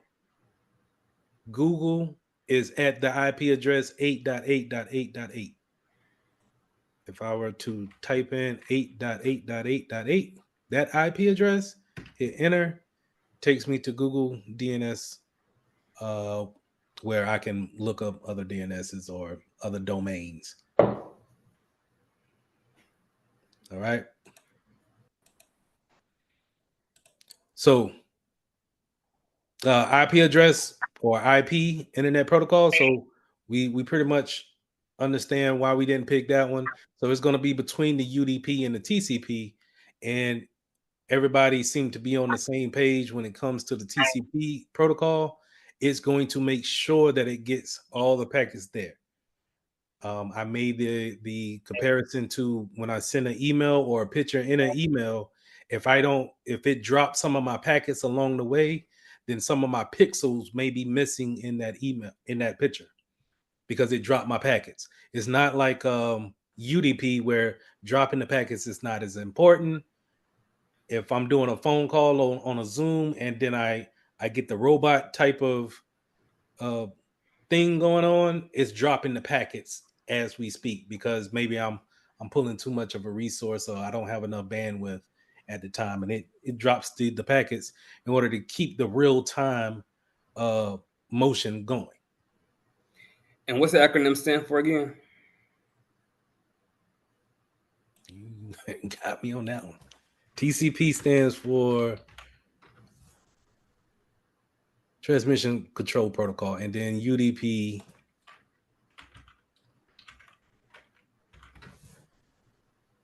is User Datagram Protocol. Thank you.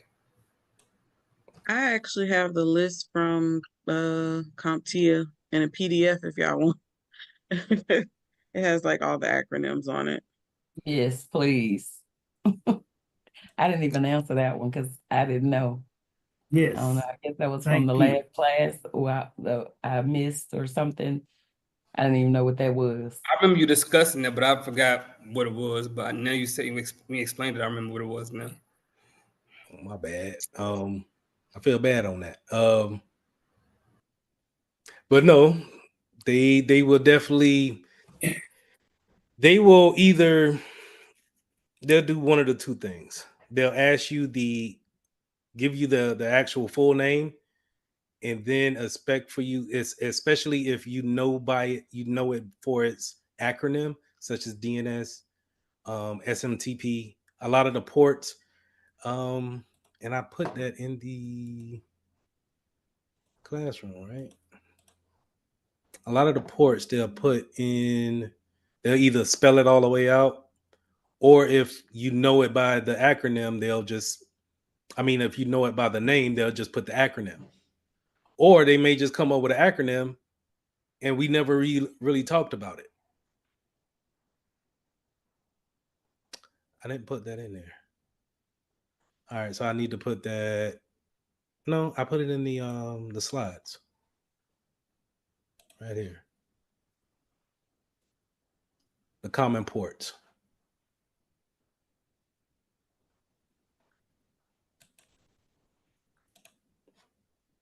All right, 30 seconds.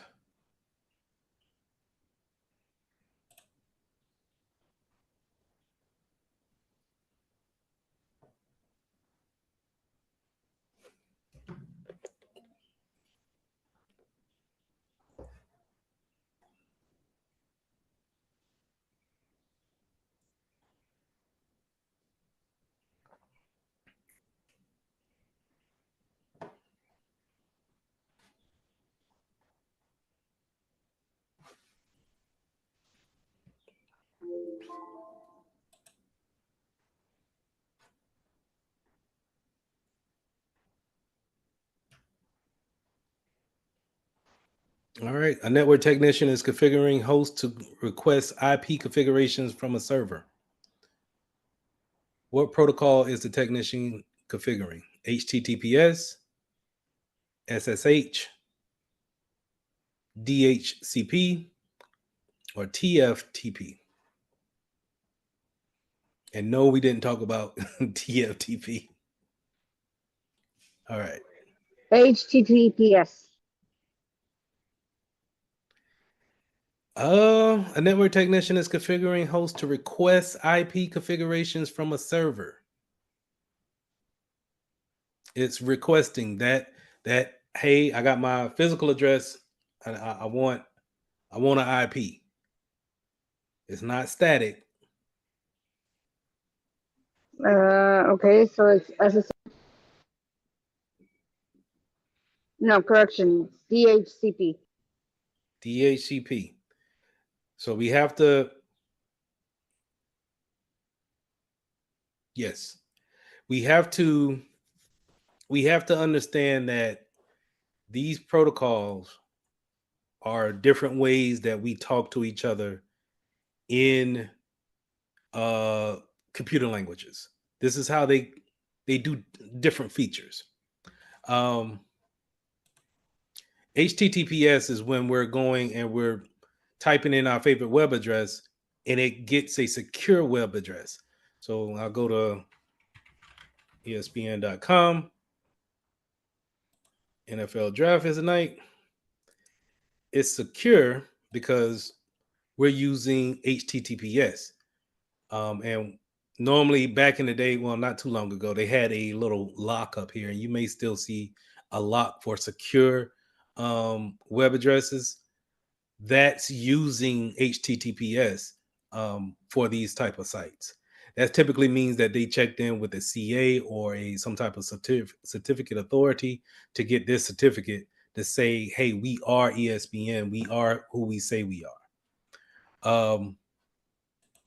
Now, SSH is a secure way we can remote into a particular server. It's a secure way, and it's done with only a particular. I only do it with a application called Putty, but we are using a remote feature to actually log into a server from a remote space. DHCP is exactly what we already defined. Again, a device is looking to get on to the network and get a IP address. FTP or TFTP is Trivial File Transfer Protocol. That's where we're going to be sending files back and forth. So let's talk about TFTP for just for a second. If I were to, we see in the chat, right, how we can, if we look at the chat and then we see a piece of paper at the lower left-hand corner where the chat is at, and it has a little paper kind of with a dog ear on it where it's folded a little bit. If I were to upload a document there and then send it to everybody, in order for me to do that, I'm using FTP. I'm using File Transfer Protocol in order to take a piece of document, break it down, and then send it to you that way. It's a form of communication the way we look at it. That same, but we can also take that same document and attach it to an email, and now we're using a totally different protocol, which is SMTP, which is email. All right. I'm thinking we're gonna have to dedicate some time to the protocols and really go and commit that to memory. All right, last question. 30 seconds.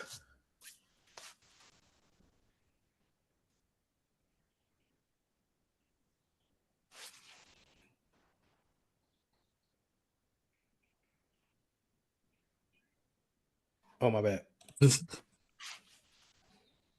I guess we go our neutral belt first.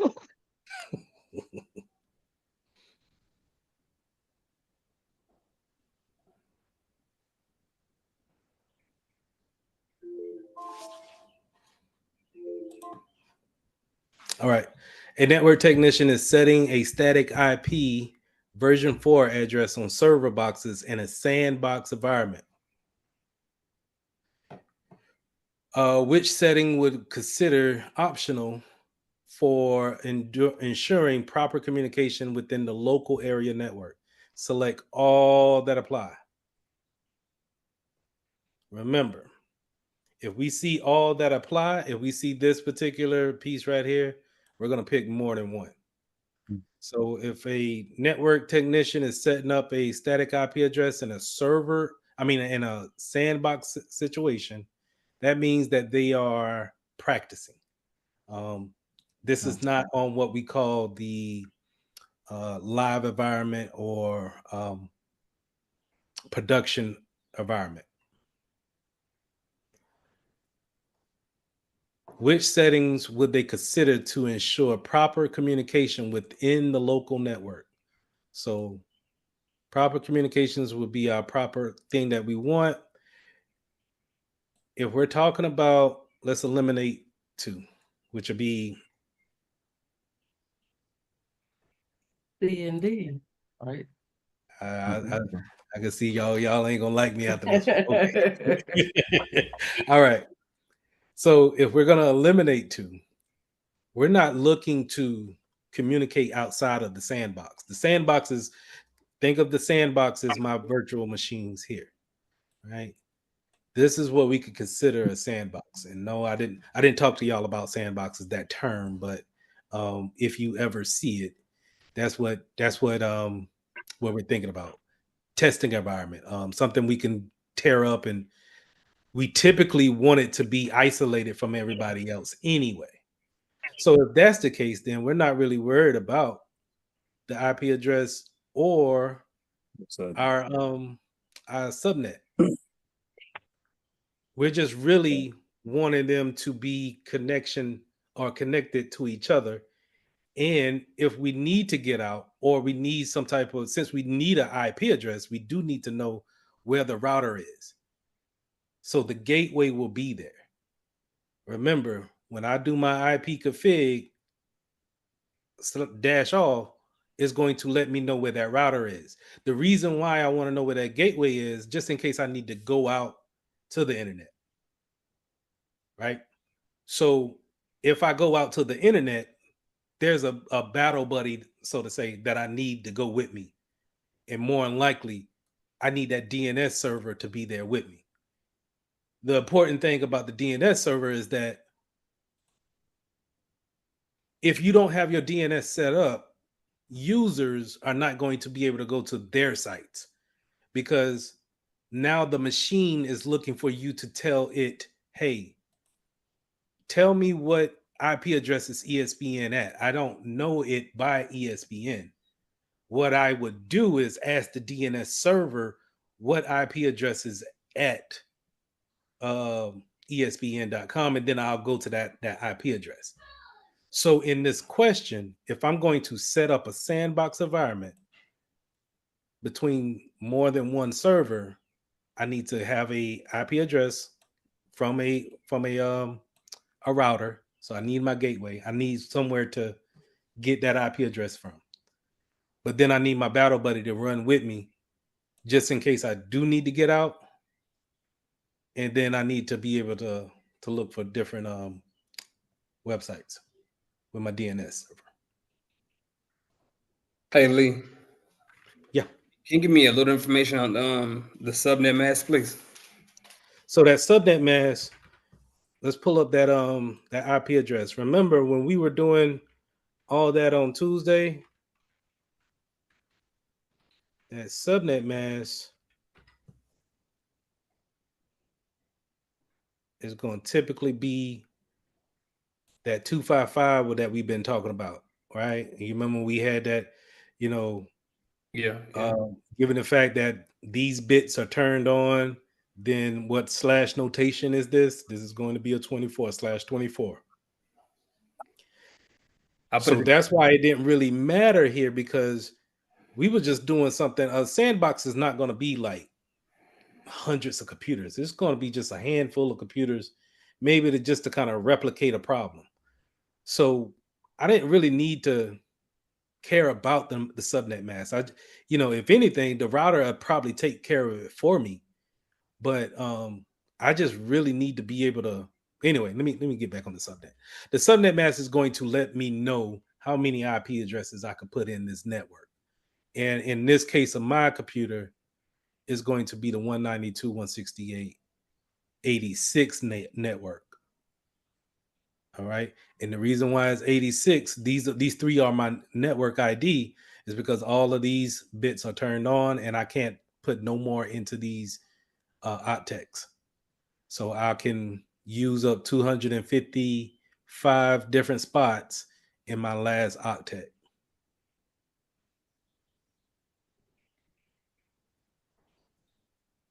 Okay. Now that gateway, that default gateway, that's basically saying this is where your router is at. If you need to go in and check the settings in your router, anybody's router, it doesn't matter who it is or where they're from. If they're on the internet, they have a default gateway and it's going to be at this IP address. Sierra. Okay, for DNS, I know DNS is like the phone book for IP addresses. Yes.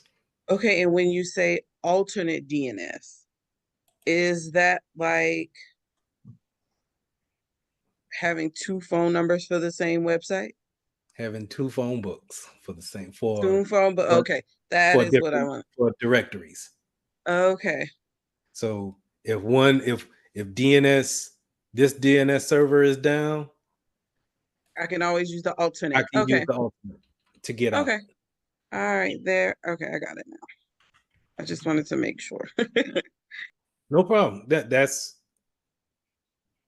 let me know. Just like you see here, configure your network settings to use IP addresses 8888 and 8844. Let's see if we can put this into our URL and go there. Takes me to the same website. You see how it changed from 888844 to DNS.Google? That's DNS at work right there. It just changes the name so we can read it easily, but the computer knows how to interact with us. Okay. So if you have that alternate, like I said, because Google is not perfect, they go down from time to time. They need to do maintenance. And so if that's the case, they're not going to do maintenance on all their servers. So if they take down 8888, then we can still continue to work and have an alternate DNS. I want to say, give me 1 second.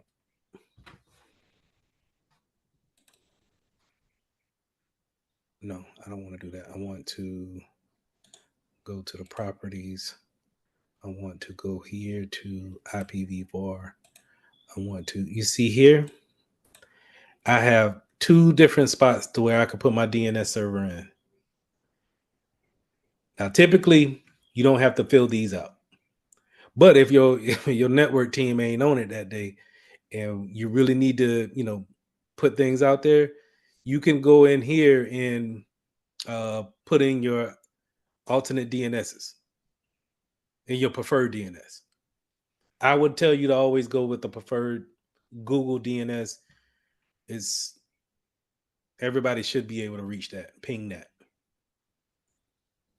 If you're ever working with someone and you're not sure if they're on the internet, tell them to go to 8888 and see if they can ping that, or not ping it, but actually, go to the website. That can tell you if a lot of things are working.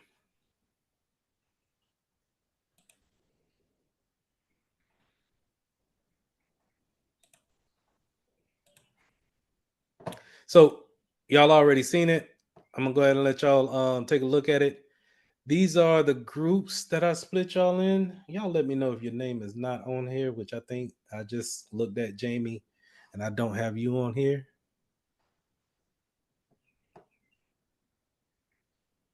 Let me know if your name is not on here or in a color Yes, group. sir. Jamie, I need to put you on here, so I'm Yes, going sir. to put you in Thank you. Era's group. No problem. So, Jamie, what was your last name?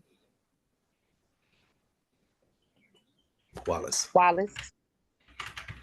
All right. So, at the top, I got team leads. So each team is going to be color coordinated with their team colors, right? Team leads will be at the top in bold letters. They will host, and I'll put the instructions in the assignment. They will host the Zoom time. So whenever y'all get together and y'all figure out what time works for everybody in the group, Sierra, James, Kamara, Malaya, and Chat will host the Zoom call. Zoom is free. I'm expecting everybody to be able to use Zoom or however y'all want to get together. All right. Now I do have another set of people that's highlighted but yet italicized. Tiara, Mary, Whitney, Linza, and Dier. I messed it up again. My bad. Say it again.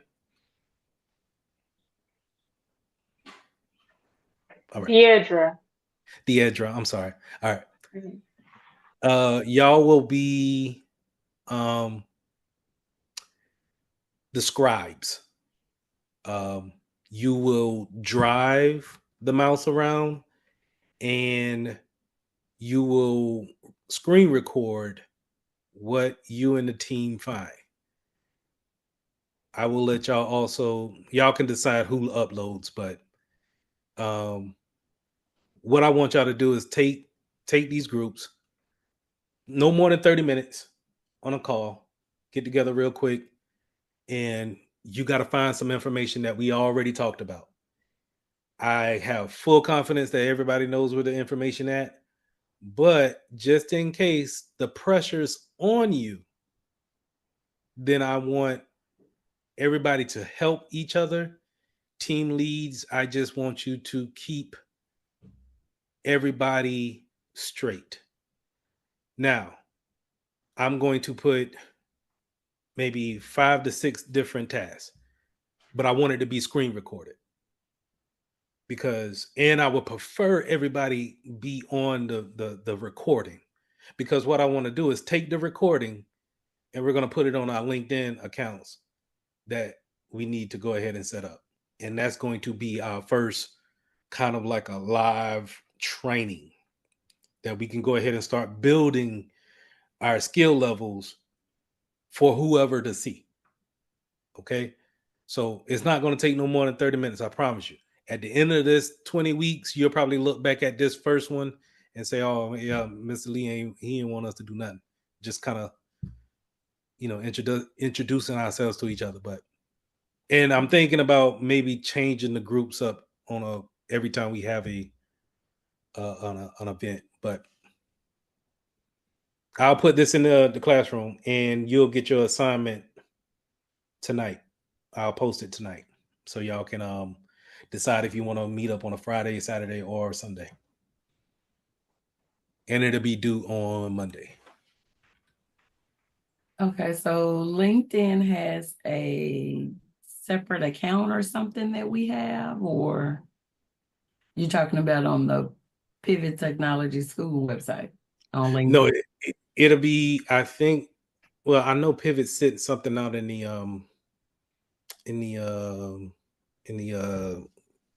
I forget the doggone name of the app, but they sent something out that they just purchased something. Okay.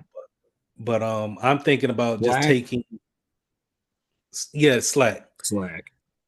I'm thinking that if we don't, if they're not, creating you guys' account, it's easy to just go in LinkedIn and set up an account. It's free. And I would prefer you set it up just because after Pivot, you still want to kind of keep those things up to par and dressed up with the things that you want, because when you start filling out these applications, that's what these employers are going to do. They're just going to throw your name into Google, and what we want to show up is that LinkedIn account. So I think it'll be nice if, when they look at the LinkedIn account, they can say, oh, okay, y'all looking for this, that, and the third on people's different PCs. And I have a vision. I just Got it. It makes sense. I understand. Okay. Thank you. No problem. Any other questions about groups?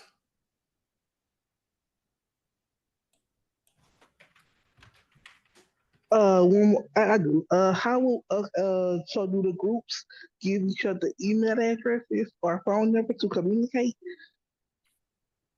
How do I want to do that? You know what I'm gonna do? I'm gonna still put this in the classroom, but I will email y'all in 5 different emails with everybody's emails separate. You get what I'm saying? So everybody within that group can have each other's email, and y'all can make the connection that way. Or so the team leads could probably look to see who's in their group right now and probably reach out to them during class. Well, the groups that you have us in now, those are going to be our breakout groups as well, because we could all link then too if we're all going to be in breakout groups.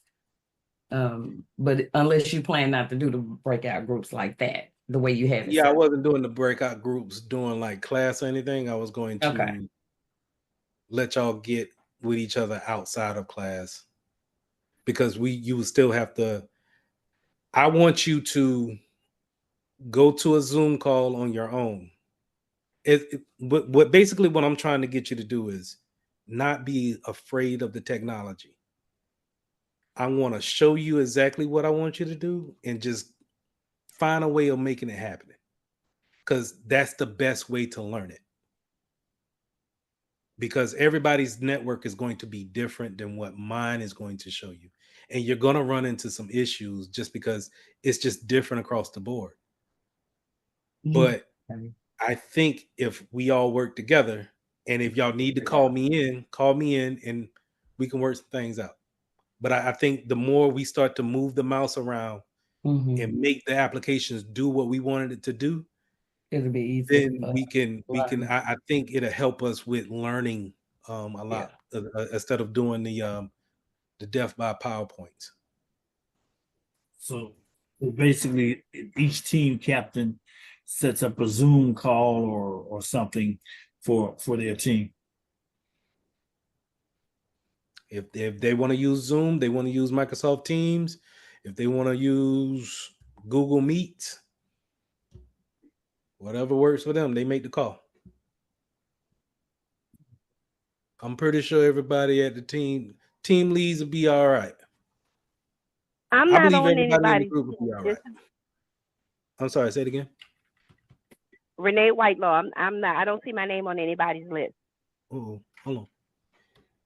I don't see my name either, Courtney Gibson. And I was trying to go through my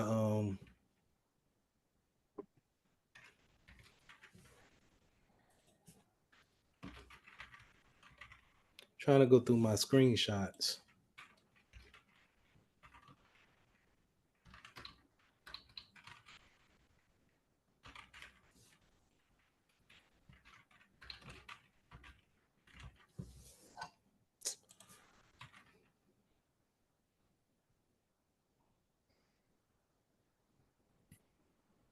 On Sunday too, when you do the thing at well, it'll be 5 o'clock my time. I'll be just getting off. So if I can jump on, I have to jump on my phone on the way to the house. It's not mandatory, but you know, Okay. just letting you know that I'll be there. Okay.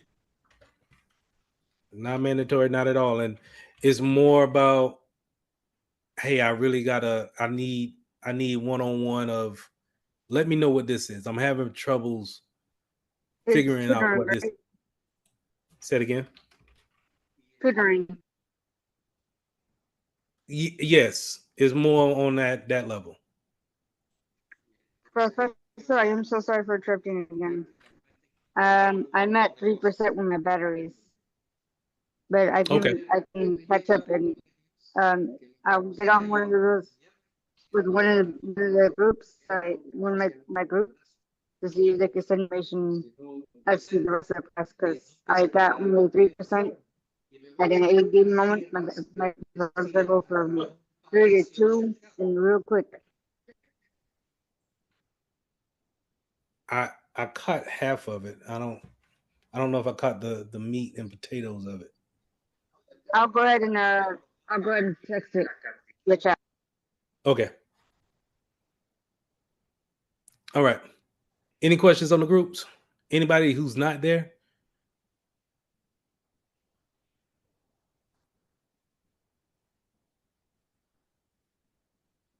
All right. Wonderful. So it's what, 26 of us here? Give or take. I think this is the most I've seen in one setting. I think pretty much everybody is here tonight.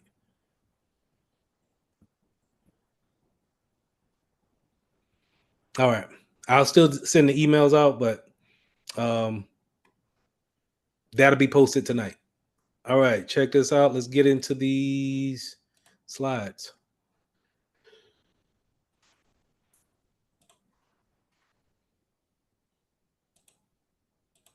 And so on Sunday, I'll go ahead and post these. I'll post these on Sundays for 7, and then on 7 on that Monday evening, we'll have a recap. This will be the last class where I hit y'all with just the slides and then say, okay, we good. But the good thing about 6A or the lesson 6 is that we're still in that learning about networks. And so the only thing we're going to do is talk about the things that goes onto the network to make us be able to have communication more smoother. A lot of these appliances that I'm talking about tonight will be in conjunction with those protocols. So let's jump right into it. Lesson 6, supporting network services. 6A, summarizing services provided by the network host. First thing that I wanted to talk about was the file servers and the print servers in the SMB. SMB is on port 445, and what this does is that it allows devices to see different printers and different file servers on the network. Okay, so remember, our ports is going to be on all of our computers, right? We said last time that we can block our ports at our firewall, but in some cases we don't want to block certain ports. SMB will be one of that, right? So we don't want to be able to block the 445 port and then won't be able to see any type of printers that we put on our network, or if we got a hard drive that we tell everybody to save their stuff to, we can't see that if we put that there and then we block it. So want to make sure that those things are open, and then test if anybody can't get to it, then it's more of a problem with the network or with their actual computers, if they're the only one talking about it. We already talked about FTP before, right? With our question, being able to transfer those documents over the internet. Typically going to be using TCP port 21 and 20. Guaranteed to probably see that. So file transfer protocol FTP is going to probably be on somebody's questions. I can almost guarantee that. Also, the secure way of doing that is SFTP, and it's going to use SSH or TLS for the encryption. And whenever we say secure versions in this realm, we're talking about encryption. Now, I'm not getting into encryption until cybersecurity. I mean, Security Plus, and I'm going to take the same approach that we did with IPs when it comes to encryption, because a lot of people can tap out at encryption because it gets real granular with encryption. Web servers. So anytime we go to a website, we're typically tapping into someone's web server and being able to see what they're hosting on that web server and interact with it. This is typically on port 80 if it's going to be unsecure. But if it's on port 80, then we can use something like Wireshark and be able to see that traffic across the network. We typically want to use HTTPS, so it's encrypted. Going back to encryption from the last slide, encryption just means that it has an algorithm put onto that server, and when someone's trying to sniff this network, they can't see me put this information in to these fields. But if it was unencrypted, if it was on port 80, then they could see all of this information that I'm putting in to this field. And whenever I hit send, I'll be able to grab that information with Wireshark because it's unencrypted. Encryption is going to put that tunnel that we talked about with VPN across the whole network and keep it away from prying eyes.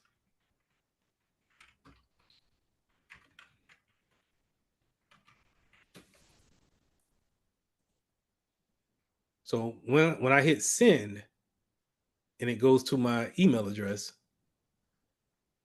if somebody's outside of my house and they're on Wireshark, they could possibly see that I made $10. Now imagine if I put something sensitive there. This is my bank account information. This is my social security number. When you go to your medical facility website, will they have HTTPS running on their web servers to make sure that they're not sending anything unencrypted across the network? You hear me say the word URL a lot. Well, Uniform Resource Locators. This is what I was saying back with the question. Sometimes they will take this whole word and put it in a question, and we're so used to saying URL, and so you don't really keep up with what the actual acronym is. It's kind of a double-edged sword, but Uniform Resource Locators is, what we typically use when we want to go to different websites up here in this piece right here.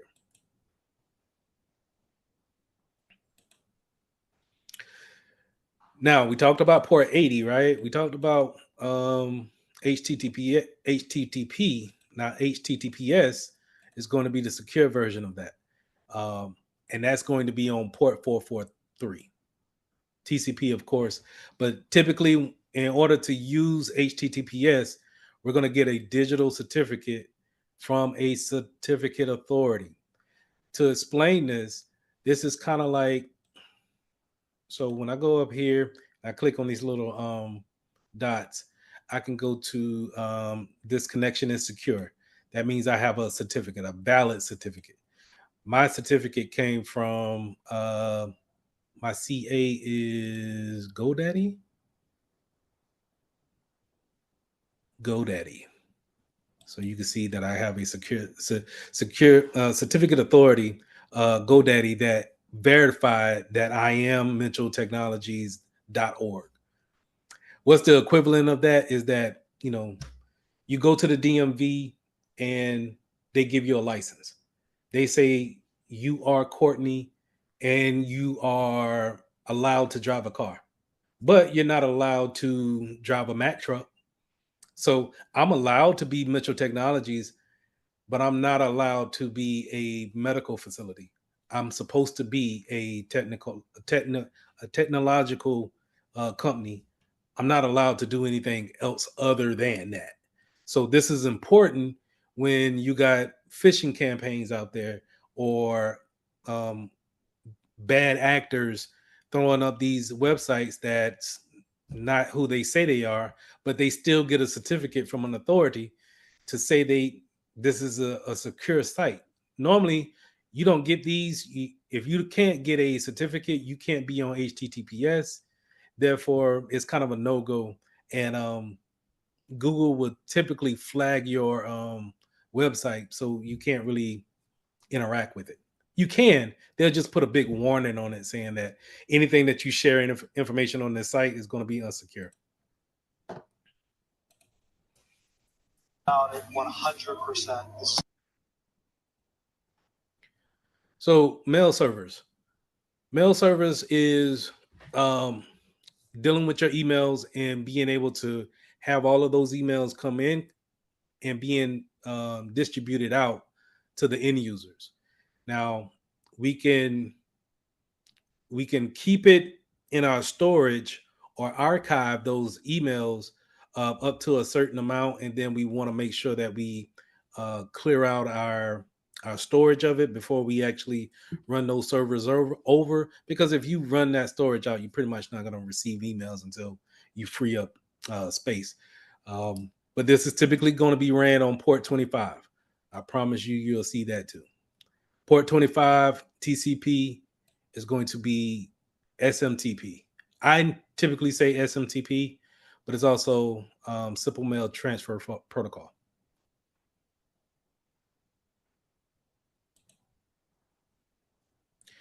Directory and authentication servers.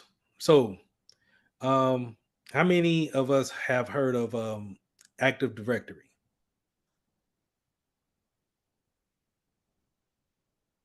So if we heard of Active Directory before, this is where a lot of big companies, they'll have servers from Microsoft and be able to create your username and passwords using Active Directory.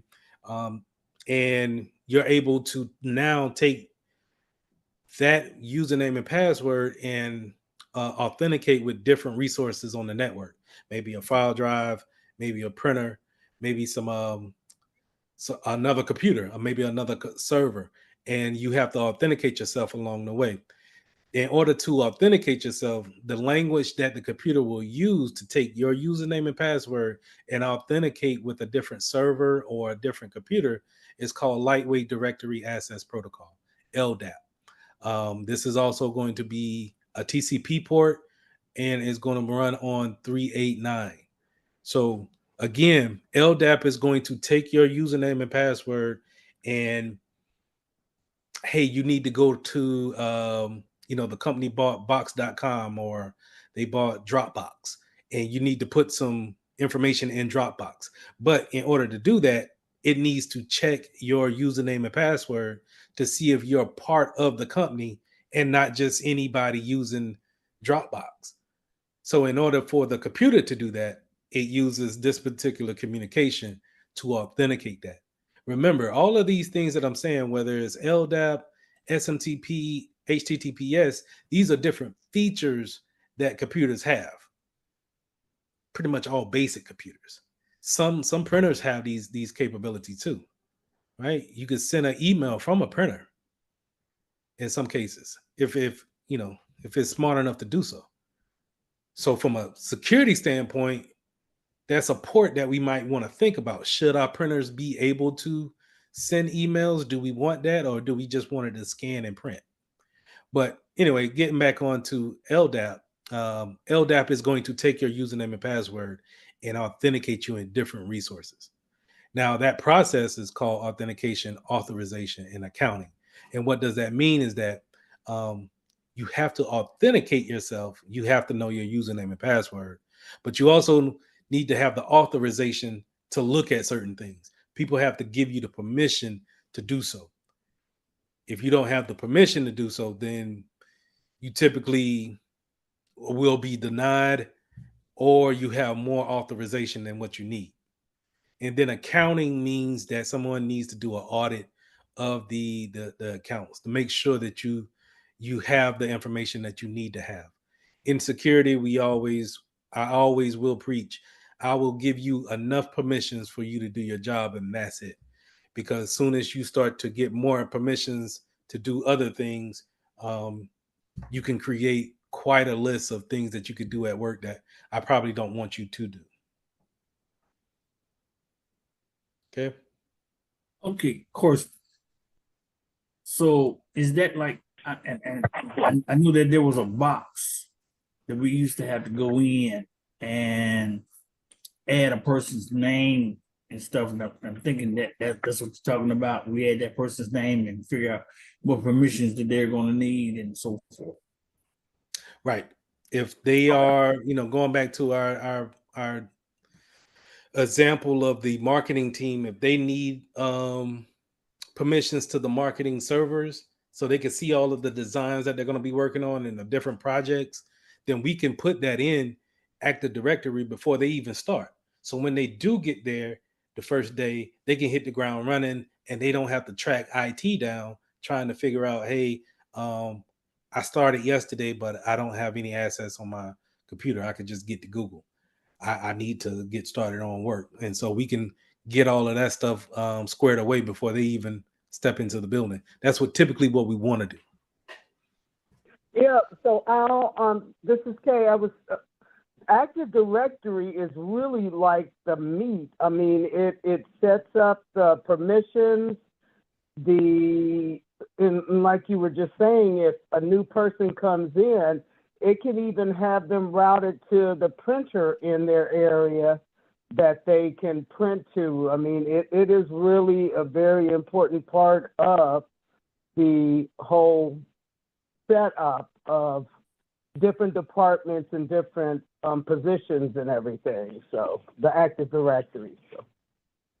And just to double down on what she said, I plan to have some group activities with us working in Active Directory, doing some password resets, some creating some users, some fake users, and just kind of getting us used to traveling around Active Directory.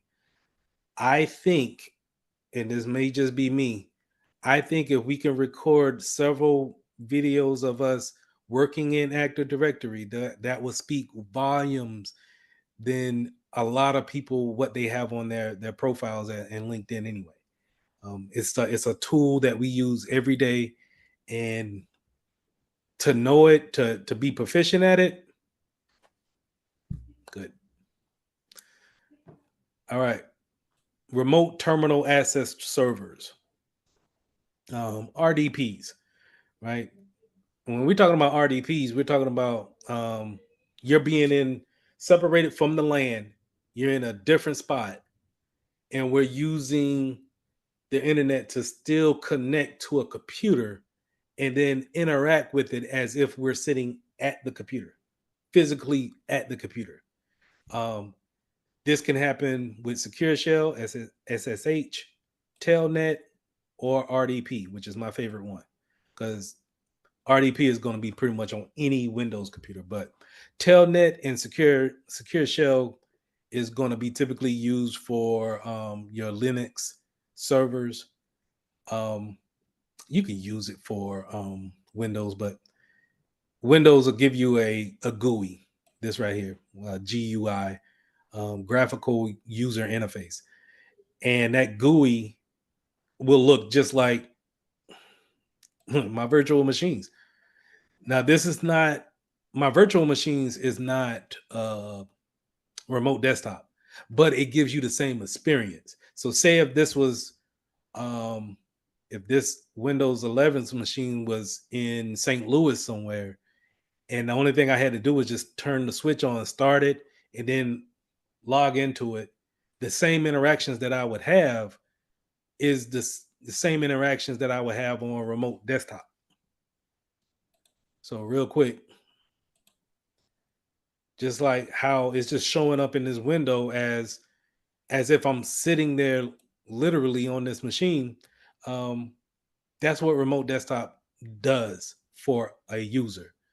And this is the reason why I feel like, the call to go back into the office is full of fluff, because we can do everything that we done in the office remotely. There's no reason why we can't do the same thing. Especially if you want us to go to a business and just sit down at a cubicle and just type and use the internet, you could do that at the house. You don't have to waste gas to go to a building, in my opinion. And so that's what it took a while for it to boot up, but this is what I'm talking about. I can use my clock. I can go on the internet. It's slow because I got the bare minimum running on it, because it's going to take resources from my main machine. But this is basically like having two computers, another whole computer that's new, and I can do whatever I want to do on it. I could. Well, No, I ain't gonna say that. Go ahead. Orange guy says that y'all can't do that. He said he wants you sitting in your office in that cubicle, no matter what. Okay. Hey, well, no comment. But Lee, all right. I'm all right where I'm at. But that's what we could do with remote desktop. It's the same type of interaction.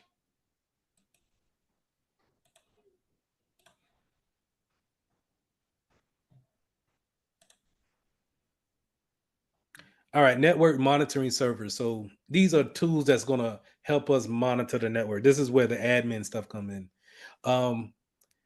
So as admins of your network, you want to be able to watch everything, really, because when you don't watch it, that's when the cybersecurity piece come into it, and somebody's sitting on your network and you haven't even paid attention to them, and they've been sitting there for the past 7 years collecting data, or better yet, probably transferring money, and you ain't know it. So you want to make sure that you have this particular protocol up and running, simple network management protocol. This is going to allow our security tools, our networking tools, all of our high speed. Hey, we need to spend $500,000 to put in know before or CrowdStrike or Dark Trace. We're going to put all these high speed tools in, but in order for us to have our dashboard, we need to set up our SNMP. Now I want to go to Exidium, and I know I should have tested this before I did it, but you know what?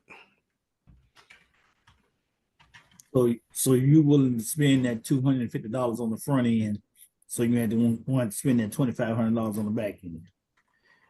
You know, I thought about you today. We had a IT meeting, a whole department IT meeting, and it was a good 200 of us in there, right? And I'm just listening, and the director get up there and she said, we spent $100 million last year. We ain't spending no more money this year. Take whatever you got, and I'm paraphrasing, I'm saying it in lead terms. Take whatever you got and make it work the best way you can, because we ain't got no money. Not like that to spend on anybody, anything else. And the main thing about that is that we ain't getting no raise in the past 3 years, and we've been working our tail off. We ain't getting no bonuses. in the past 3 years working our tail off. How can you keep talent and keep security high and mighty? Something got to give. And so I thought about you. I said Jonathan would have interrupted the doggone meeting right now and said, "Hey, I need another 100 million. Send it to me." I thought it was funny. Yeah, they probably would not have liked me right about then. Hey, I might have but been without a job when I got done, but I'm pretty sure. it is what it is. I don't have no complaints. I'm not complaining. I'll take what we got and make it work. But I was just, that's what I'm saying is that when the chief that C level board start looking at the bottom line and they see we made a couple of billion. I want to say close to $10 billion. But still you look at IT and you spent 100 million and you don't see where it's benefiting that. Or you'll just And say, then, yeah, we block 10 million threats. The C level don't want to hear that. They want to see results. They want to see some type of return on income. yeah, so that the money can go up there to them, and they can go and get them a new Rolls Royce and go on that wonderful vacation that they talking about going, while you So how sitting in can the you got to office do that? trying to figure out if you can even go across the street to the bus stop. You got to retain talent. And see, when you don't give raises every other year, guess what? People start to look. Oh, I could have been making this. I've been here the whole time. I could have been making this, and I do less. All right, Right. I'm gone. Check this out. What I was saying. SNMP, Simple Network Management Protocol. So that's where our tools at, right? So I wanted to show you my little tool that I got here. This is what we call a EDR. This is a endpoint detection and response tool. So you throw this out here and it finds the little malwares and the devices or whatnot, and you could do all the little cool guy stuff. But in order for me to see these graphics, I need SMMP to be working in order for me to see the different devices. So these are different. These are real devices. Hopefully, one of my group things or group challenges we'll get y'all in here and we can play around with these devices. But in order to see the information here, so my PC, in order to see the details about it, the serial number, what type of laptop it is, to even what all we got loaded on it, what type of software is it here, to collect this information, the SNMP needs to be on and working to pull this information down. If we don't have this, then we have to go to each and every computer and then physically write it down on a piece of paper back in the day, right? But and when I think about that, I'm looking at the list of computers. This is all over South Carolina. Some in Charleston, some in Rock Hill, some in Georgetown, Columbia. So how long would it take me to go around and try to collect this information? But if I can have my protocol up and it could communicate to me from time to time, maybe every 10 minutes, I can now say, hey, I want anybody and everybody running. If you got, let me see, let me go back to my computer. So this has to run basically 24/7 in order to capture everything, though, right? Yes, but it's not resource of, it's not going to bog down your computer. Okay. The wonderful thing about an endpoint is that they'll live here in the corner and they just kind of in the background. You remember I pulled up this before and I said all of these things are just running at the same time. Well, one of these pieces is my my EDR. I forget what name it goes under. but it's somewhere up in here. Okay. And what it'll do is, it may wait till it's I'm not working on it and I'm just kind of having it up, and it pulls different information down. If anything, what it will do is that it'll do a full scan once it gets on there, and then if anything changes, it'll make that change to that particular file. But if it doesn't do like a full scan every time to see what's there, because it just scans whatever changed and then makes the change to the main file. But if I wanted to go through and just say, hey, anybody running OBS on our network, let's go ahead and highlight that, and then let's uninstall that application. And we could do that remotely. And I don't have to go to the machines. I could just pull that off. Okay. So let's go back. Syslogs. This is where we haven't talked about logs, but anything and everything on your computer is being recorded. And we typically put them in our logs. So in a Windows environment, we want to go to Event Viewer. Event Viewer is going to be, ever since when you turn the computer on, is where it's going to be logging down the information. And every time you get the password wrong, every time you hook it up to a different network, it doesn't matter. Every time you put an application on it and the application crashes, it's going to be there. This is where everything is. Now, a syslog, a system log, is going to be a lot more robust in a business environment, and it's going to be going to a server.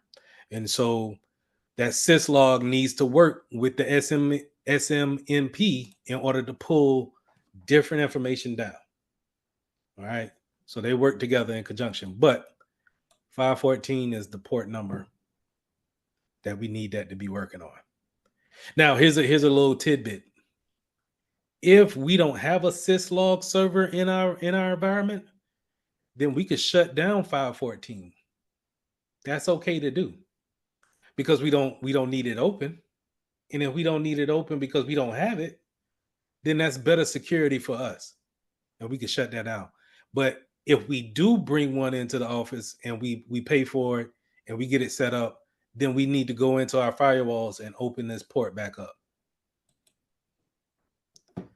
All right, 6B, compared to internet and embedded appliances. Proxy servers. Proxy servers is servers that sits on the network, and they kind of like Wireshark, but instead of Wireshark just kind of receiving everything that goes by it, proxy servers are intrusive to where they will redirect you whenever you do something from their that's not aligned with what their configurations are. And so if you ever been in a business environment and you go to a site that's not allowed by that business and you get that block, hey, this is not an approved site, please go back to from which you came or whatever, and try a different way of getting to that site, or getting the information that you need. That's a proxy server in progress. Not everybody have this, but it's important to hear. So if you see the word proxy, just know, I want you to think of pivot. It is there to make you pivot your traffic, either take it a different direction or block you altogether.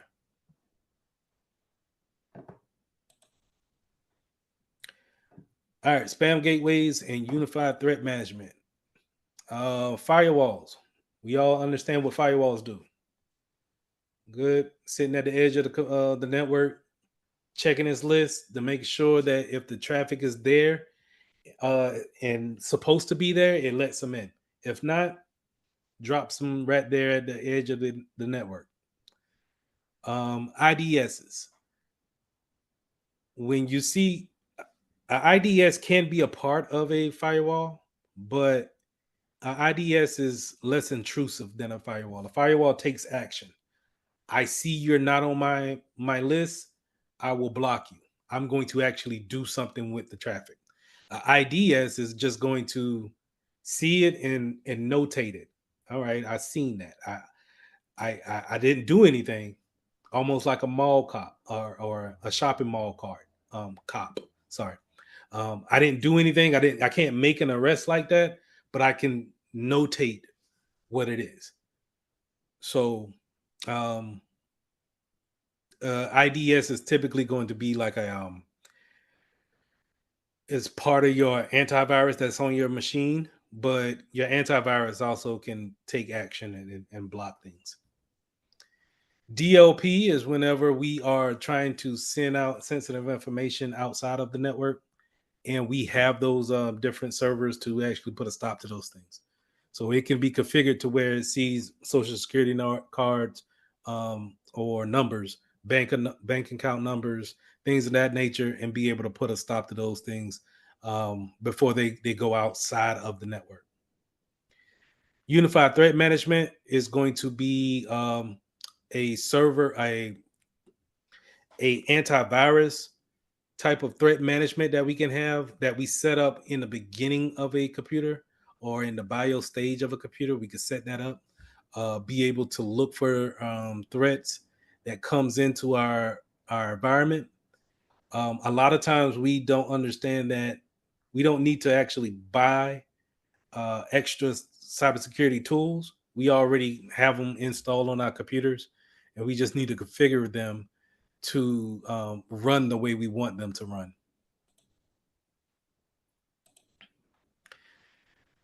Load balancers. Load balancers are going to be servers that takes on traffic, heavy loads of traffic, and distribute them to different servers, all giving the same information. So if we look here at the picture, all of these are the same web server. You see they got different IP addresses, right? But they all probably have the same content. And if we get a ton of people coming in to try to view the content on these three servers, that load balancer is going to receive the information and just delegate to whoever it needs to delegate to. Hey, there's not a lot of people here at O3. I'm going to send it down here. Okay, O3 is getting a little bit weighed down. Let's go to O1. Okay, O1 is getting weighed down. Let's go O2. All right, O3 is back free. We can go ahead this way. Now, sometimes you just get overwhelmed by the amount of people that you get. I don't know if you guys watched the Jake Paul Mike Tyson fight last year, but that was a good example of them not having either enough resources or enough like load balancers to actually handle all the traffic that came in that night. Netflix was jacked up that night to where and you could see it where it got closer to the fight and the buffering became more intrusive. It became more noticeable. And so, but if Netflix had more load balancers and more servers to give out that fight feed, then the more people that came in, that no load balance will be working overload or overtime, but it'll be able to keep a smooth picture for everyone. Was that also like what happened with Ticketmaster when they had that crash where everybody got on and bought the Beyonce tickets and crashed the system? When you hear things like that, when they say, "Hey, everybody hit it at the same time," either you don't have enough servers, you don't have enough. Going back to what we learned, right? We don't have enough. Maybe our computers ain't got enough RAM to handle all that, enough storage space to handle all that. Maybe we don't have enough servers all together just to kind of give that information out. And we just, because a computer is built to do one thing, answer one request at a time, each one. And so if you just all of a sudden have 1 million people come in and hit this server at one time, that's a denial of service attack. More than likely, if it can't handle it, it will just crash. It's not malicious, but that's what happened. And so the IT department, they need to have meetings before they do big events like that to make sure that their network can handle that amount of people coming there at one time. Same thing with gaming networks too. Like everybody trying to get up there and game at the same time and just bring down the gaming servers. Too much. All right. Legacy systems. If you have a legacy system, is no longer supported by the vendor. Therefore, security wise, it's probably going to be out of date. And so those security patches and updates that we normally get every month is going to be severely behind. And in a business environment, you don't want that to be the case because it just opens you up to more vulnerabilities as time goes on. Typically, if we have to keep a legacy system in our environment, so that'll be anything from like Windows 10 on back to XP, Windows 2000. If you're talking about stuff like that, it either we need to come up with a different way to run the software or the appliance, or we need to make sure that the appliance, that legacy system, doesn't get on the internet. Is not we just won't have it on the internet at all. It won't get an IP address or anything. It'll just be a what we call a standalone computer. Typically in the IT realm, we don't like legacy systems. All right, embedded systems and SCADA systems. So when we're talking about embedded systems, smartwatches, doorbells, smart doorbells, these smart devices that they have enough computers chip in it to maybe get an IP address, maybe do some features on it, but they can't really hold any like special applications. And then SCADA, on the other hand, stands for supervisory control and data acquisitions. These are going to be your old school computers that's running your city water or the water treatment plant or the whatever plant that you may have in your city. They typically can't upgrade these machines. These machines are probably going to be your legacy machines if you ever run across them.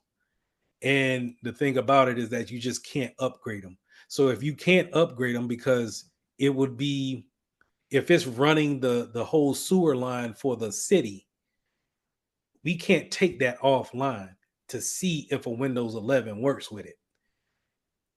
And if that's the case, and we can't create a virtual environment to see if it works either. So if that's the case, then we take those things offline and we don't keep them online and we don't try to upgrade them. Because Lord knows if you do leave them online and someone hacks into a SCADA system, and now it was a case, I want to say it was about 7 years ago now, where hackers got into a sewer line computer and opened all of the sewer lines up to waste everything into the streets. That type of stuff happens. And so we basically don't want that. Another realm that this lives in is kind of like our Teslas and airplanes.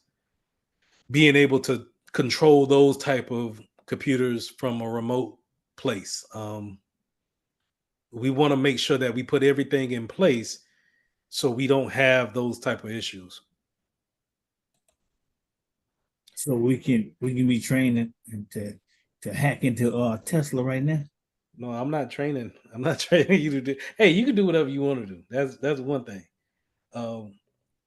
But don't attach me to it. I know. I'm telling you, and I would always preference if I'm showing you something and I don't feel comfortable showing you, but I know I need to show you, I'm gonna just give you my preference that hey, you could do this, but it would behoove you not to, because it's probably going to be recorded by somebody. Remember, your computer is recording everything that you're doing, not necessarily like a video, but we just talked about the logs. The logs is here. It's going to show that. So, all right. Internet of Things. things. um, it kind of plays off of the embedded systems too. Internet of Things are, again, anything that connects to our internet, but it just doesn't have the functionality on that device. Nowadays, they use in conjunction an app that's conjunction with the device. So the one thing that I seen here that sparked my interest was I have a Google speaker in each room, um, and it's constantly listening. But that's the best thing that it could do is just listen for commands. But it's not, it's not built to where it can actually use AI right now, but it kind of uses like a low grade AI. But anyway, um, but you get more functionality out of those type of speakers or devices by using the app. All right, last session here. We got C6, troubleshooting the network. So if we ever come into a place where we need to, someone says the network is slow, or maybe it's your network that's slow, there's several things that we can do. The first thing that I would always say is, if you're going to be looking at, if someone says the network is slow, look at the local computer first before we go racing to the router and reset. Um, Look to see if they are running patches. Um, if we go to our start menu and go update, these patches here, and we seen this a couple of days ago. These patches can be pretty big and they can take up a lot of resources whenever you're trying to download them. If you're trying to download a major one that may take 2 reboots, it's going to slow down the production on the computer significantly. So see if someone is running updates first before we go and start checking the NIC card, the patch panel. That the odds of these things breaking are slim. They can happen, but they're slim. So before we check those, the odds of you running patches is probably going to be way greater, and that may be your issue right there. Um, Now you can check the cable. The cable will be the next thing that, if they're not running any type of patch, maybe the cable or the connection to the Wi-Fi is not as solid as you would like it. If you can move them to the access point or try out another cable that you know is working, that'll work too.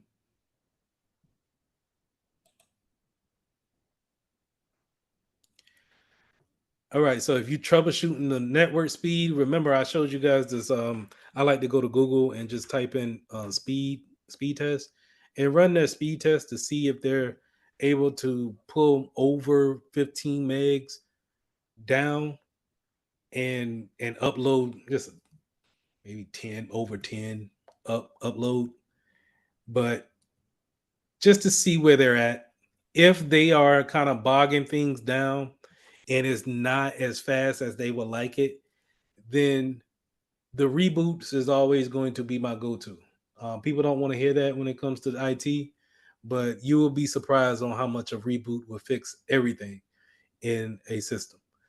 And it just does. And it's going to be my go-to every time, especially when if I just hit a wall or I need to think about things a little bit more, I just tell them go ahead and close out everything and let's go ahead and do a reboot. Now, if you're gonna also help with, if it helps with the speed, make sure we look at the Wi-Fi. Where is the box sitting at? Is it sitting around things? Remember that that Wi-Fi signal can be degraded by other appliances, and so we want to make sure that it's out in the open and we getting a good signal. If it's Ethernet connected, make sure we have good connection on that.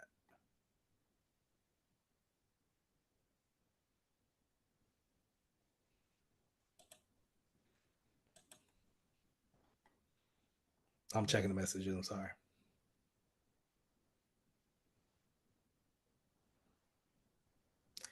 My bad. Let me jump back on this question. So the question was, do certain companies check the capacity of the server? And I'm assuming we talking about the load balancers piece, before they actually get it out there and perform different things.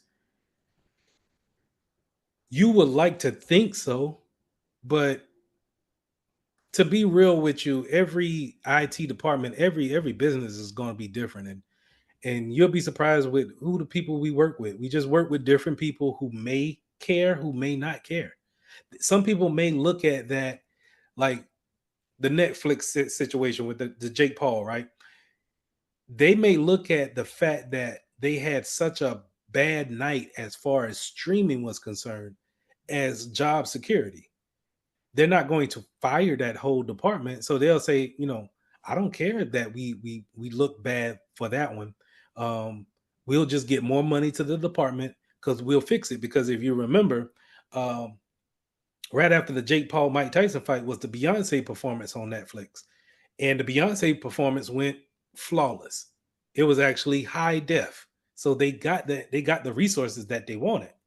So will they check it? It's a roll of the dice. You would think so. You would think if you had an audit team and you had a high speed team that meets every maybe twice a week, that we're probably talking about, hey, let's test it out. We got there's a possibility we get maybe 200 maybe 20 million people between the time of 8 o'clock at night to 10. Let's make sure that we good to go and we're not buffering.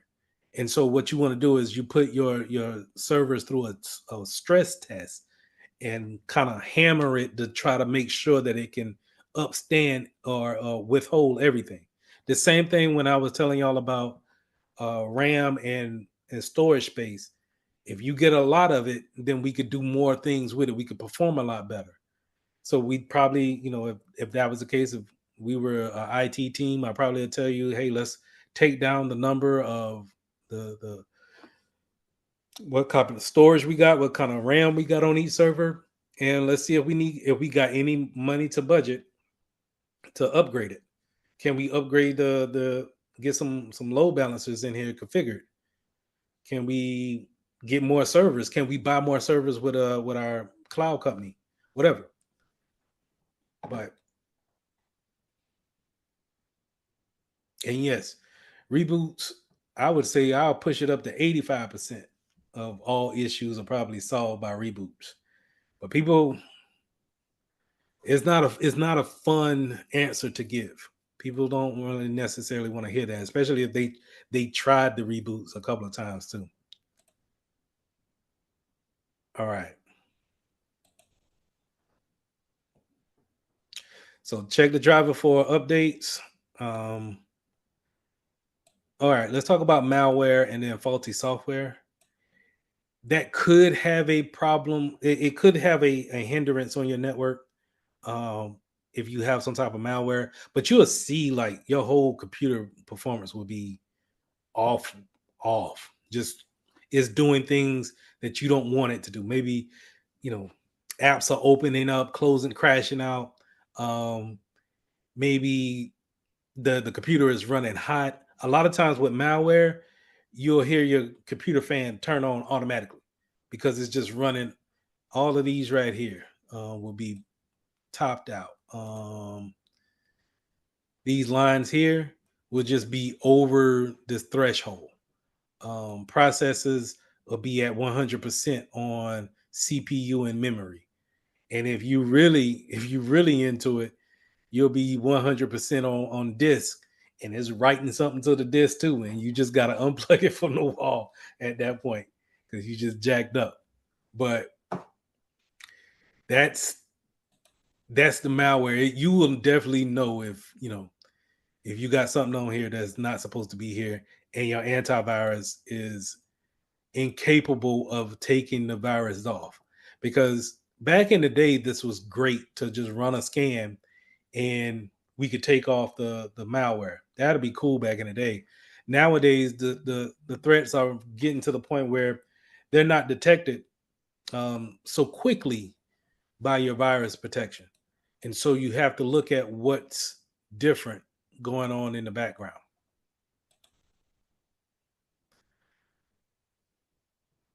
All right, last thing here. Another way that we could troubleshoot wireless is double checking our SSID. That'll be our wireless name. What are we connected to? Remember, these are your SSIDs. We could change this in our default gateway to whatever name we want to change them to. We can make these not visible too. That's another security step we can do.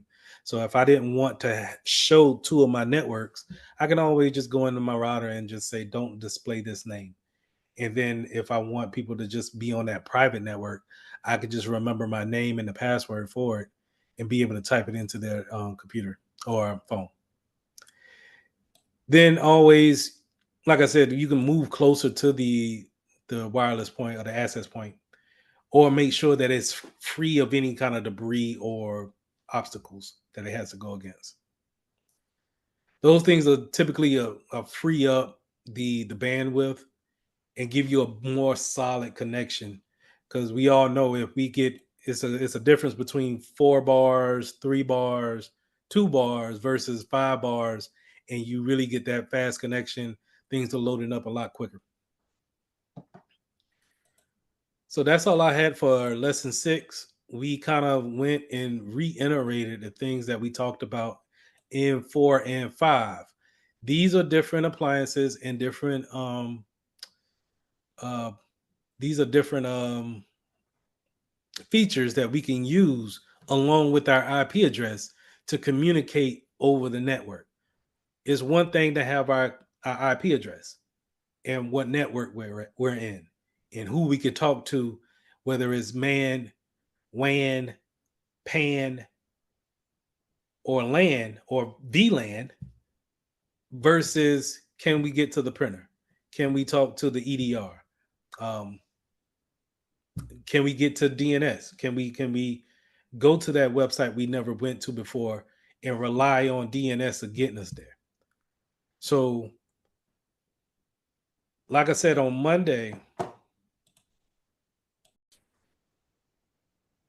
all right, going to the labs, we're going to configure a Soho router. So small office, home office, router. Open up in a new window.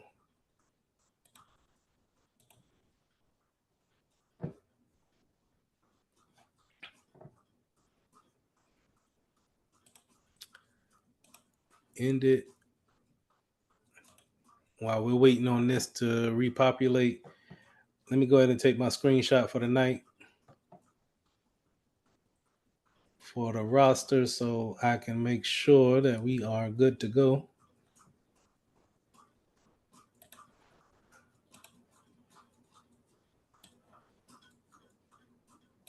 Thank you.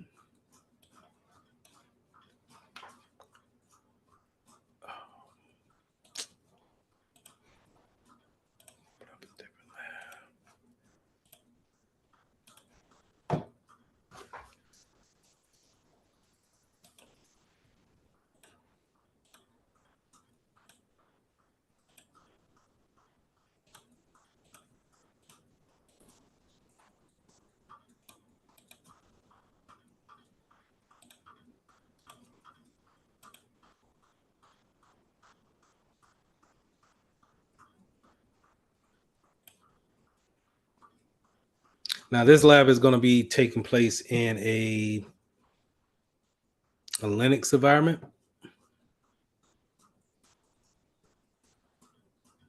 So it may look a little bit different. I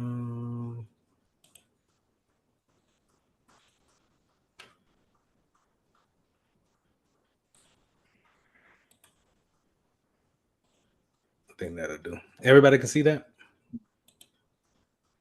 All right.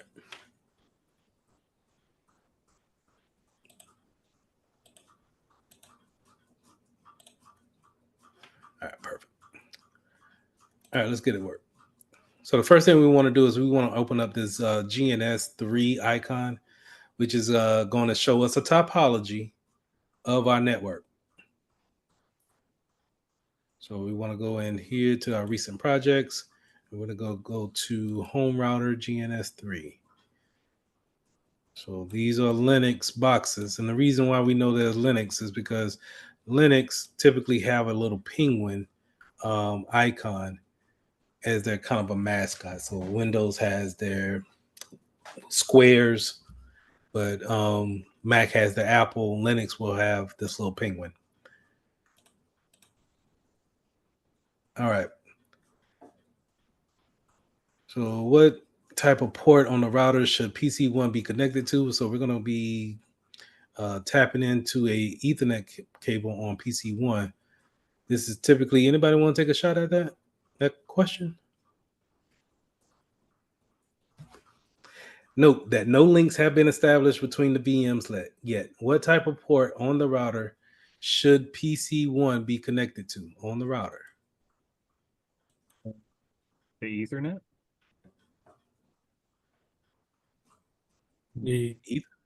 That's what you said, right? You can say either one. You're going to do a local area network, or you can do the wide area network. Either one. Would it be the landline? Well, it would be. What type of ports on the router? So we're going to be, should be connected to, okay, ports. The landline, right? Yeah. The LAN. Yeah, it should be LAN. The reason why we want to go LAN is because remember when we're talking about wide or we're going from city to city, right? Or from building to building, we're going to typically have that cloud in the way, right? And then we're going to go outside the cloud for that wide area network. Yeah, we should. Well, if we're doing it that way, we're going city to city. It would be the WAN. It's going to be the LAN. So this will all be in because we're operating on this side of the network. Okay. We're not going anything on the outside of the network will be public, but right now we're keeping it private here. So everything is inside of the network, this local area. Yep. No different than when I was doing the two buildings, and I had those two Macs connected up to the router. All right. In the GNS3 app, let's select the Ethernet cable, and then what we want to do? Select PC1, the node. Also, sometimes they call endpoints nodes. I'm going to connect it to the Ethernet 0, and then let's move the cursor to the router. And then now let's pick LAN 1. Now, with these type of software here, these red dots means that there's no connections, more than likely because the devices are not on. But soon as those connections, those little blocks turn green, we have connection. Data is going back and forth, right? But for right now, it's not connected. Right click on PC1 and let's select start. Cool. So we have data coming on PC1 right now for, you see that turn into a green dot. Right click on the PC1 and select console. So let's go into the console here. And this will typically, sometimes it may come up as a CMD type of window, but this is going to come up as a whole nother VM, right? So it has its own desktop look to it. Okay. All right.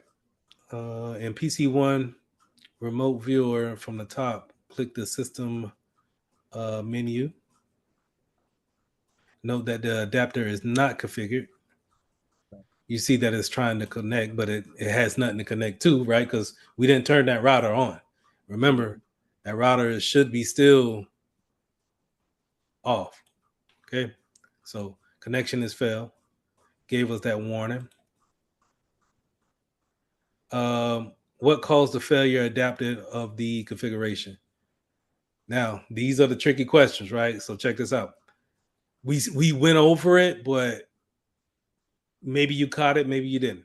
All right, what's the cause of the failure adapted configuration? No DNS server available.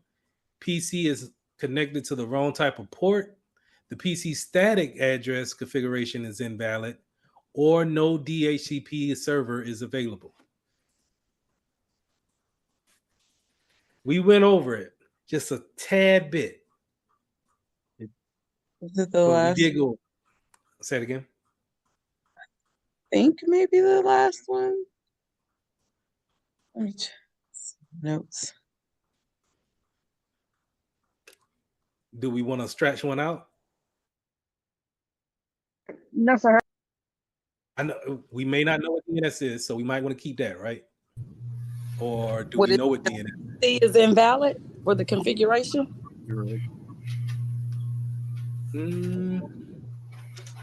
The static IP. Well, we didn't configure anything. We just kind of just threw it in there. So the PC thing static, about PC static address configuration is invalid. No, because we didn't. Okay, I got you yeah, now. we didn't configure anything in our router for that static IP. We have to tell the router, hey, keep me with this static IP. I want this every time I connect. I have to tell that router that. We didn't do that. So we could scratch that out. PC is connected to the wrong type port.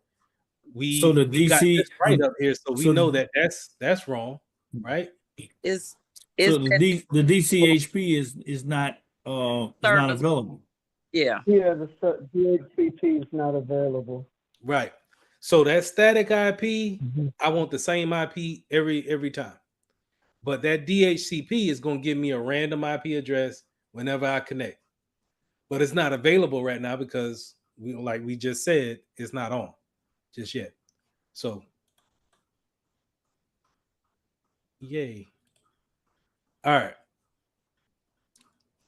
Let's go to the router and select start. So I'm gonna select start here. And what I like about it is that you can look at the console and you can look at the actual router do its thing. That's pretty cool.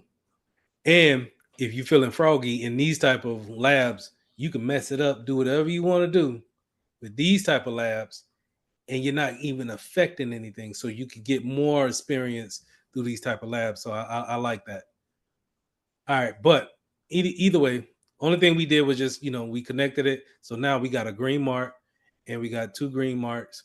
So we good to go on our connection. All right, let's go back to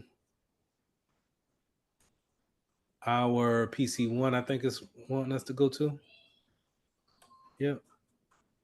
All right, from the select the system, wired connection, and then wired.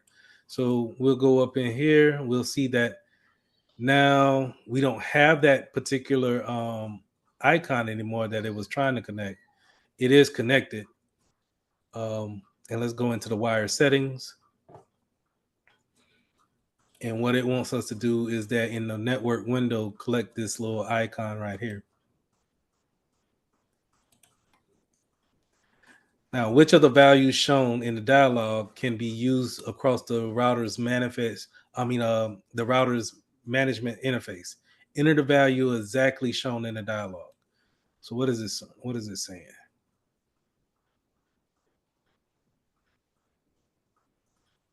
It's saying enter the hardware address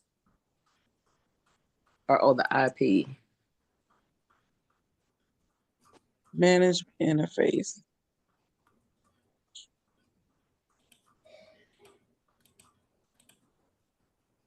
It's a configuration. It's a call item. So would it it would have to, I don't remember. The only one I've seen is the hardware address. So it'll be the DC. Yeah, the physical IP. Yeah, the It's the MAC address, right? There we go. Yeah. Okay, man. I'm seeing who talking. Which of the values shown in the dialog box can be used to access the router's management interface. Enter the exact value shown in the dialog. Okay. Let's go. Hardware box address. We all agree? We willing to put that? Yeah. Yes. All right. Yes. Meter connection has data limits or can incur charges as well. So it's basically I'm sorry, I'm just reading here. What's on my screen here? Zero, zero. Zero, zero. What we got? Oh. It's got to be capitalized all the same, don't it? Got to exactly match. Or Try no? again. Remember that the router acts as a default gateway. So is it room. case sensitive? Yeah, that's what I was wondering. Because it says exactly as it's shown in the dialogue. So it has to be capitalized. Mm-hmm. Okay. So, is that right? So going back. So I'm got a capital C. Okay. I need a capital B and an F. Should be good. Remember, try again. Remember that the router acts as a default gateway, default route.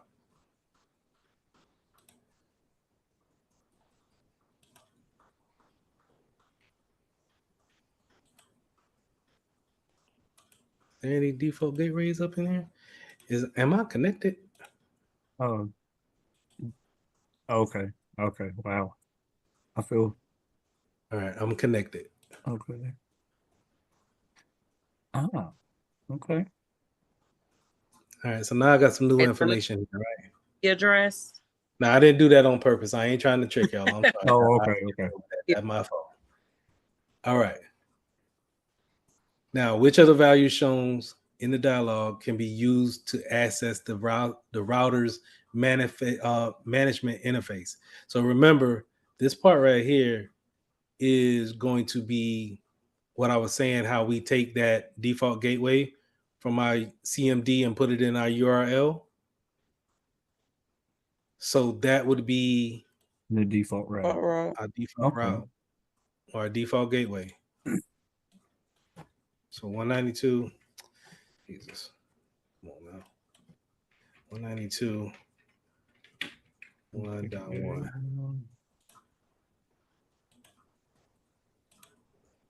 Okay. Which is also our default, our DNS, but we won't get into that. All right. Select cancel and then close the settings.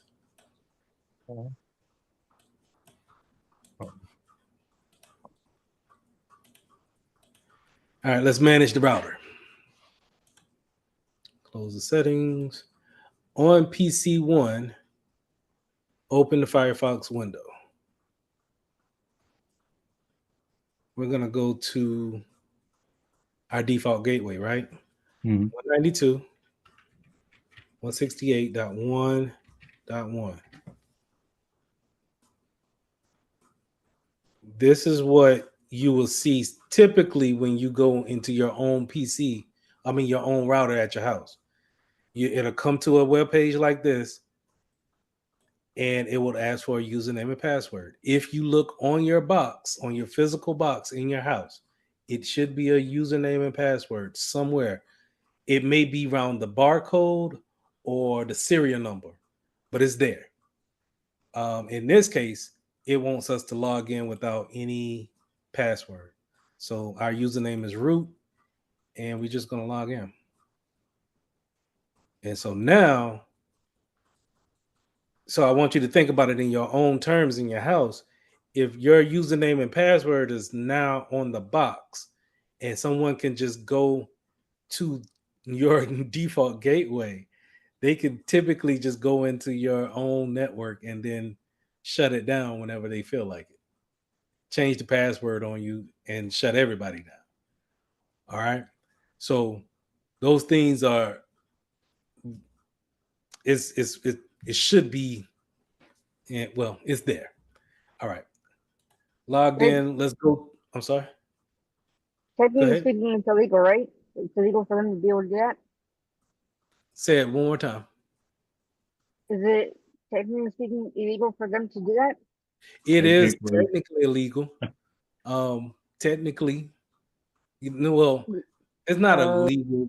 But it's not morally right. Right? You wouldn't want nobody to go on there and log I into the wouldn't do that to admin anybody else. But that's I wouldn't do that to anybody either. that's the reality that we're in. Yes. Unfortunately, there's the cases where I think overheard a rumor among my mom and her friends Mm-hmm. that someone had actually done that, and then when they couldn't get around, they actually went to the person's house and cut the cable for the internet and satellite. People will do some things now. Yeah. All right. Select system. So we selected system and then administration. So in this router, we're going to go ahead and change the password. And this is what I would suggest you guys do to your home router. At least go in there and change that default password to a password that you know. And you don't have to share it with the telephone company. It's just they can get in if they need to. But at least you can have a peace of mind that you changed it. All right, so let's go ahead and type the new password in, which is a bad password, but whatever.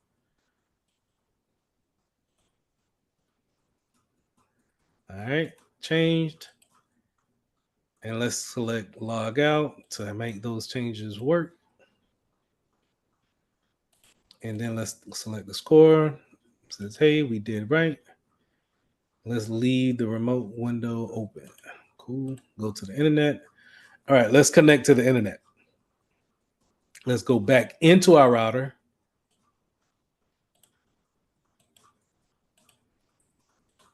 And then we're going to go to network and interfaces.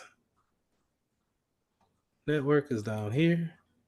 Interfaces. And what I'm doing now, this is typically what I do at work too, where I'm following directions, or if I'm used to a software, I'm just going through different configurations and making changes.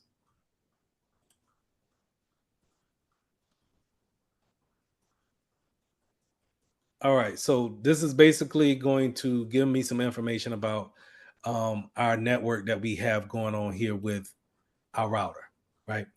So what it wants me to do now is to go back to GNS3, add a link, select the link icon and connect to the WAN.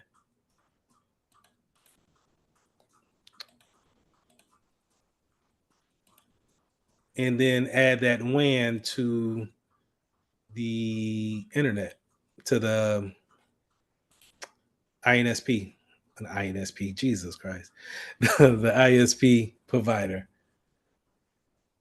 right? So once we added that to our internet provider, instantly we didn't have to turn anything on. We instantly got green marks. We're talking to the outside network. So that's good to go. Let's switch back to PC1. And now we should see something in the WAN as far as the uptime. I'm going to refresh this page.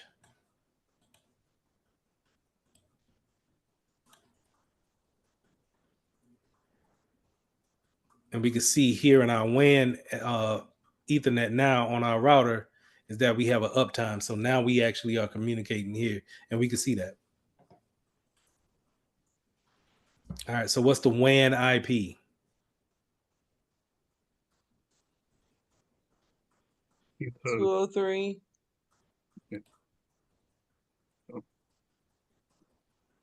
Bonus points. Do I include that /29? No. Why not? Yes. Yeah, I don't know. I'm lost on that one. I ain't gonna lie. Part of a configuration that you're not actually doing just yet. But the IPv4, the /29, I think you have to actually add everything as is, because the last time we tried to do it without it being as is. For this particular one, you would just have to add the IP address. I threw it in as a bonus, but the /29 is more of it's a configuration of how many addresses you can have in this network. And it's not indicative. That's the wrong word. It's not a part of the IP address. It is, but it's not the it's not an identifier of that IP address in this case. So it's just one of the several that you're allowed to have on that. router. You can have in this case a /29. You can have, I want to say, hundreds, if not high hundreds, if not thousands of IP addresses coming off this address. Okay. So instead of the 203, you might keep the 203.0, and these might go all the way up from 113 to 255, and then start back over with the 3, go up to 255. So it's a ton of addresses that goes along with that in that network. We'll go over that later. But for now, I was just trying to be a nuisance. Curveball. Yeah.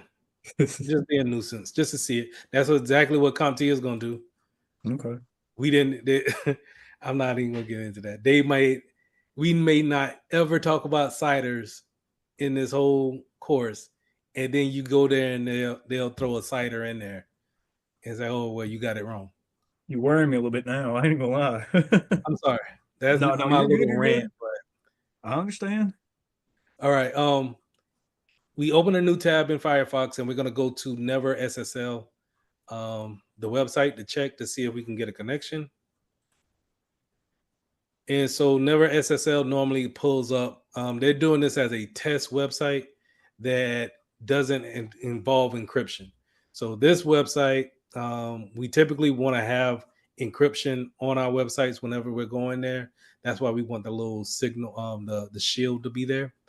But this website doesn't use that, so it's able to pull up. We use this in this example to say, you know what, we are able to get out to the internet because we connected this particular LAN, this Ethernet cable up to our internet provider. All right, we can close that tab. And then let's connect PC2 and the network and do the SSL check over there. So I'm going to go to my link, plugging in the Ethernet 0. I'm going to go with, it doesn't matter, but I'm going to just go in order and go to LAN 2 here.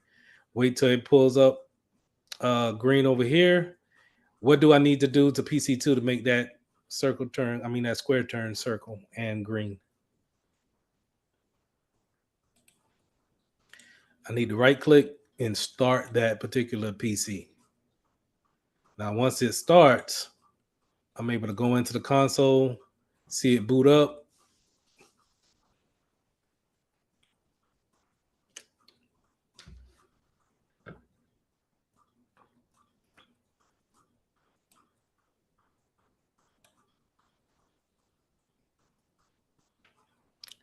All right.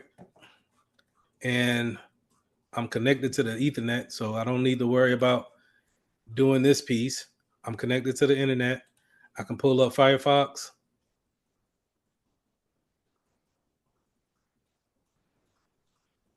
And I can go to the website. Awesome. Score it up. Good to go. All right, last thing here. Let's go ahead and let's go back to our router and let's configure DHCP. Let's go back to PC1. And in the status, click Overview.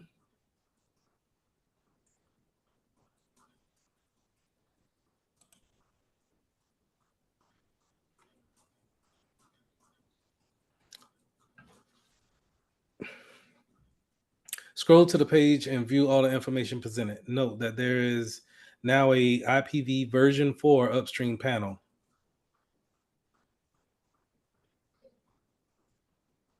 So we have active DHCP leases. This is where our router is giving out IP addresses. This is how long they can lease those things for 11 hours, and then it gets another one, right?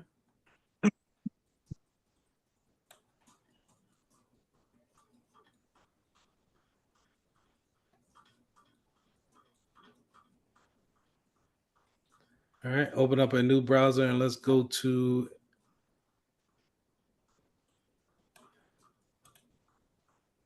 browser tab. Then let's go to this website here. And this is going to display a public IP address. So let's put in that public IP address here. 47, 101, 124.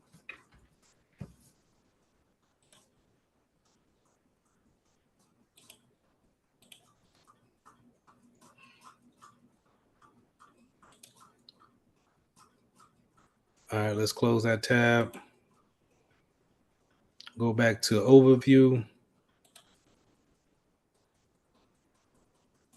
All right, on the status overview page under active DHCP,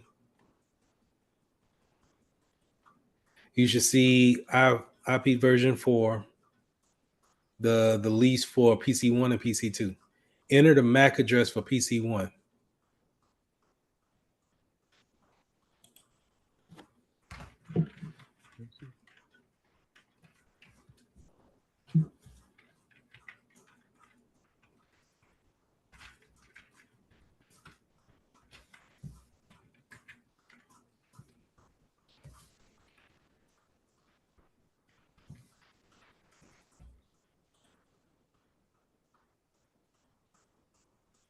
Oh, So it is case sensitive?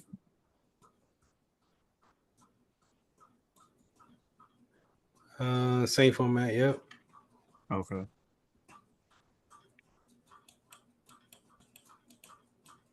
So keep that in mind. Okay.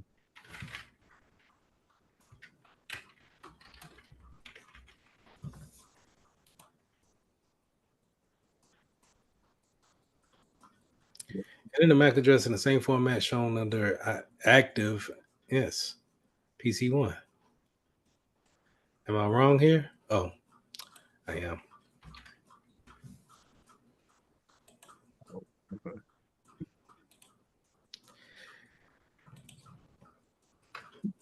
All right, enter the IP version 4 address for PC1, which is 192.168.1.166. Score that up.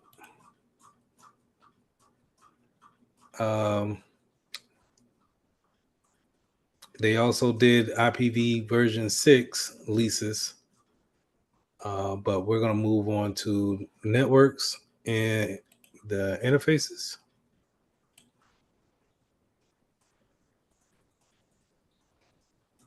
Within the LAN interface panel, click the edit button. All right. Now on the general tab setting, note that the gateway default router is the interface of the IP address of the WAN interface. Yes.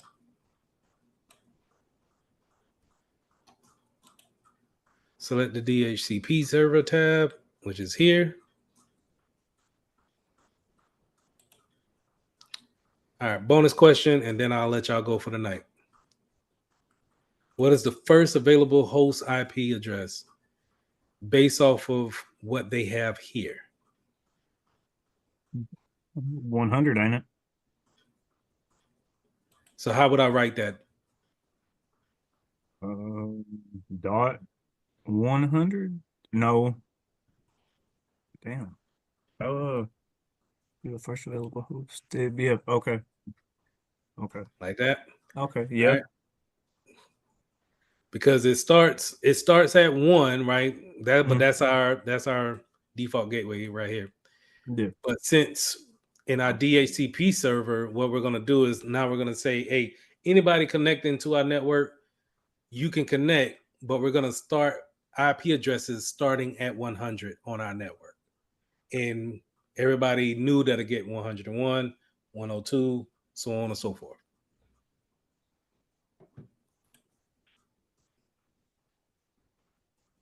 All right. I know it was a lot. I know it's late. But, all right, lesson 4, compare local networking and hardware. This is going to be a section where if you like networking, then I'm going to be talking about some topics that you like, right? If you don't really like that networking, and it could get complicated sometimes because it's its own field, it's its own beast of a field, really, where people can just specialize in just networking, period. And that's not a bad route to go either.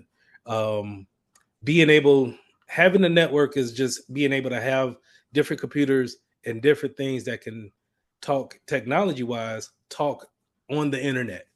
So we're talking anything from TVs to phones to um, pacemakers, anything, not just your computer. So it all entails on the network. So the first thing we want to go over is LANs and WANs.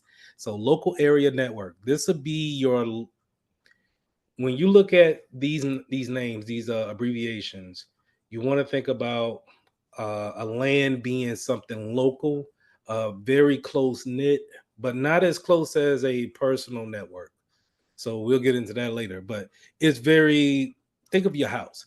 Your house is a LAN. It starts with your router or your modem, and then whatever connects to it would be the local area network. Um, so I'm going to be jumping back and forth to my whiteboard a lot. Let me go ahead and put that. Let me grab this real quick. Bear with me. Throw that over here. So my LAN will be, never mind these, right? So I'm going to group these, put them out here. My LAN will be something like this. It'll come, actually, ungroup.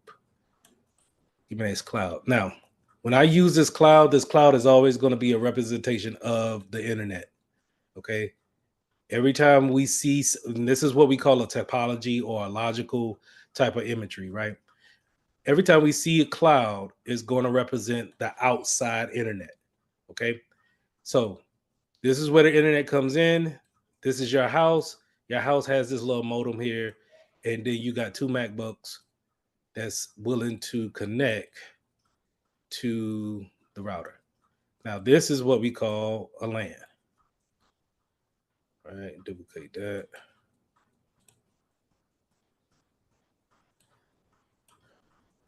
This is technically a LAN, right? And then we say one more, and just to make it all together. All right. That's going to be anything else that joins in, whether it be a phone,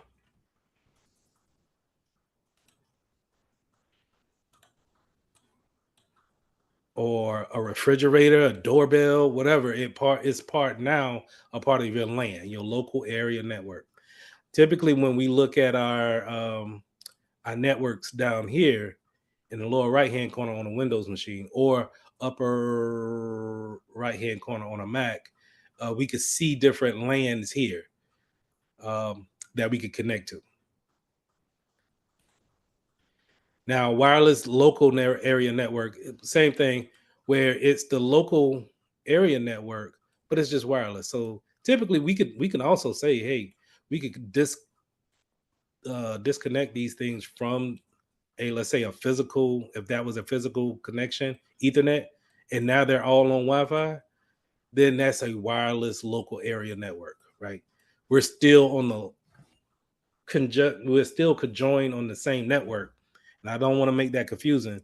We're still on the Mitchell router or the Mitchell main underscore 5G, right? So whenever you're looking at your computer and you see whatever Wi-Fi you name your internet to be, or whatever Time Warner or whoever set it up, whatever they named it to be, that's your local area network. But for the wireless part, we're not connected. But on these modems, nine times out of 10, they probably have some type of Ethernet connection that you could connect to. All right. So these are also known as 802.11. That's the standard for Wi-Fi. You're probably going to see that again. So keep that in mind. It's also known as 802.11. Now, wide area network, WAN, is going to be where we can take this cloud and we could take multiple. Did I duplicate it? All right. We could take multiple buildings and we could connect them together, right? So what does that look like? Is kind of like this. So we could say this is in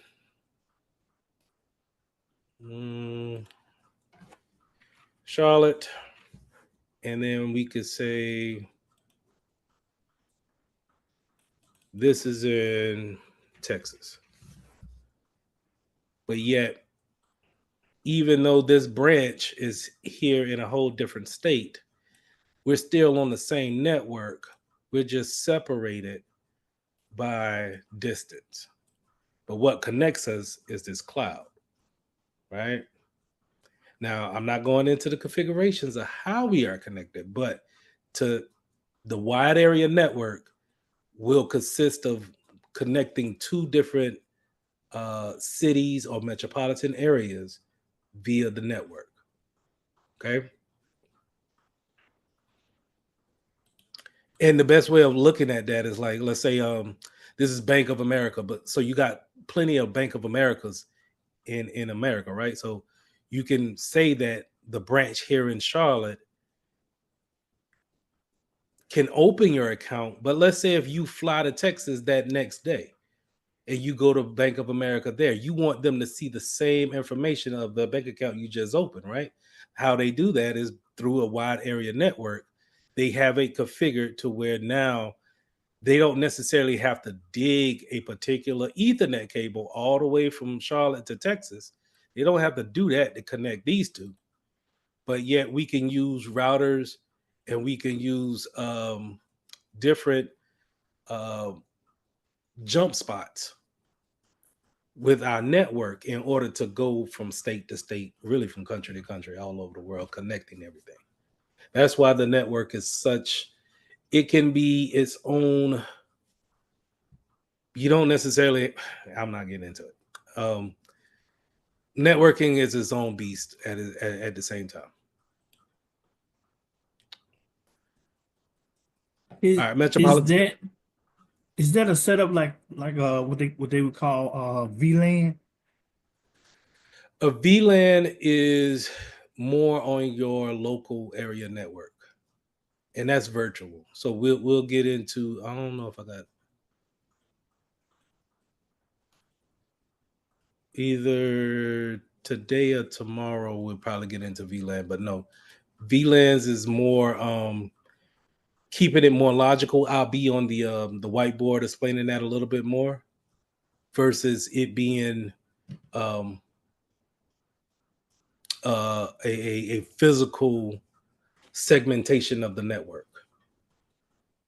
All right. So just like with wide area network, metropolitan network would fall under that category of connecting two cities. But the wide area network, not only can they connect the two cities, let's say if we wanted to say this is one campus, a school campus, and this is the library and this is the academic building. While we don't have to necessarily dig a cable all across the campus to try to connect everybody, we can use our cloud to connect everybody through the network. Okay. So whenever you see the word Soho, it's going to be a short term for small office, home office.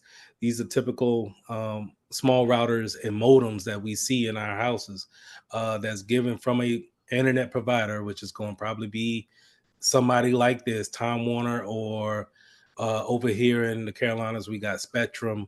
I have a small telephone company called Corporeum that they are the one that provides the internet via their telephone system. Sometimes they come in with a coax cable and they want to, offer a bundle. Not only, hey, don't just get internet, please get the phone and the TV package as well. And that's mainly coming off of that coaxial cable that they go in there to actually install that network connection. So whenever you're looking at something like this is exactly what I'm talking about as far as on my whiteboard. These are logical imageries. And so it's kind of, we like to have these drawn out to kind of give like a high level overview of what's going on. And this is exactly what I've said, right? You see our cloud, and that cloud can also be represented by a globe, right? There's nothing crazy. My bad, I thought y'all couldn't see it. It's nothing crazy. But this is typically outside of the network, right? This is public. This is why it's shaded in blue, right? So this is a public network. Now, whenever it goes into this router and we're working inside of our business or our homes, we typically have a private network. Now, our private network typically is going to have a different IP address than a public network. So, show of hands, do we know what do we know about IP addresses? Show of hands, like does anybody care to talk on an IP address?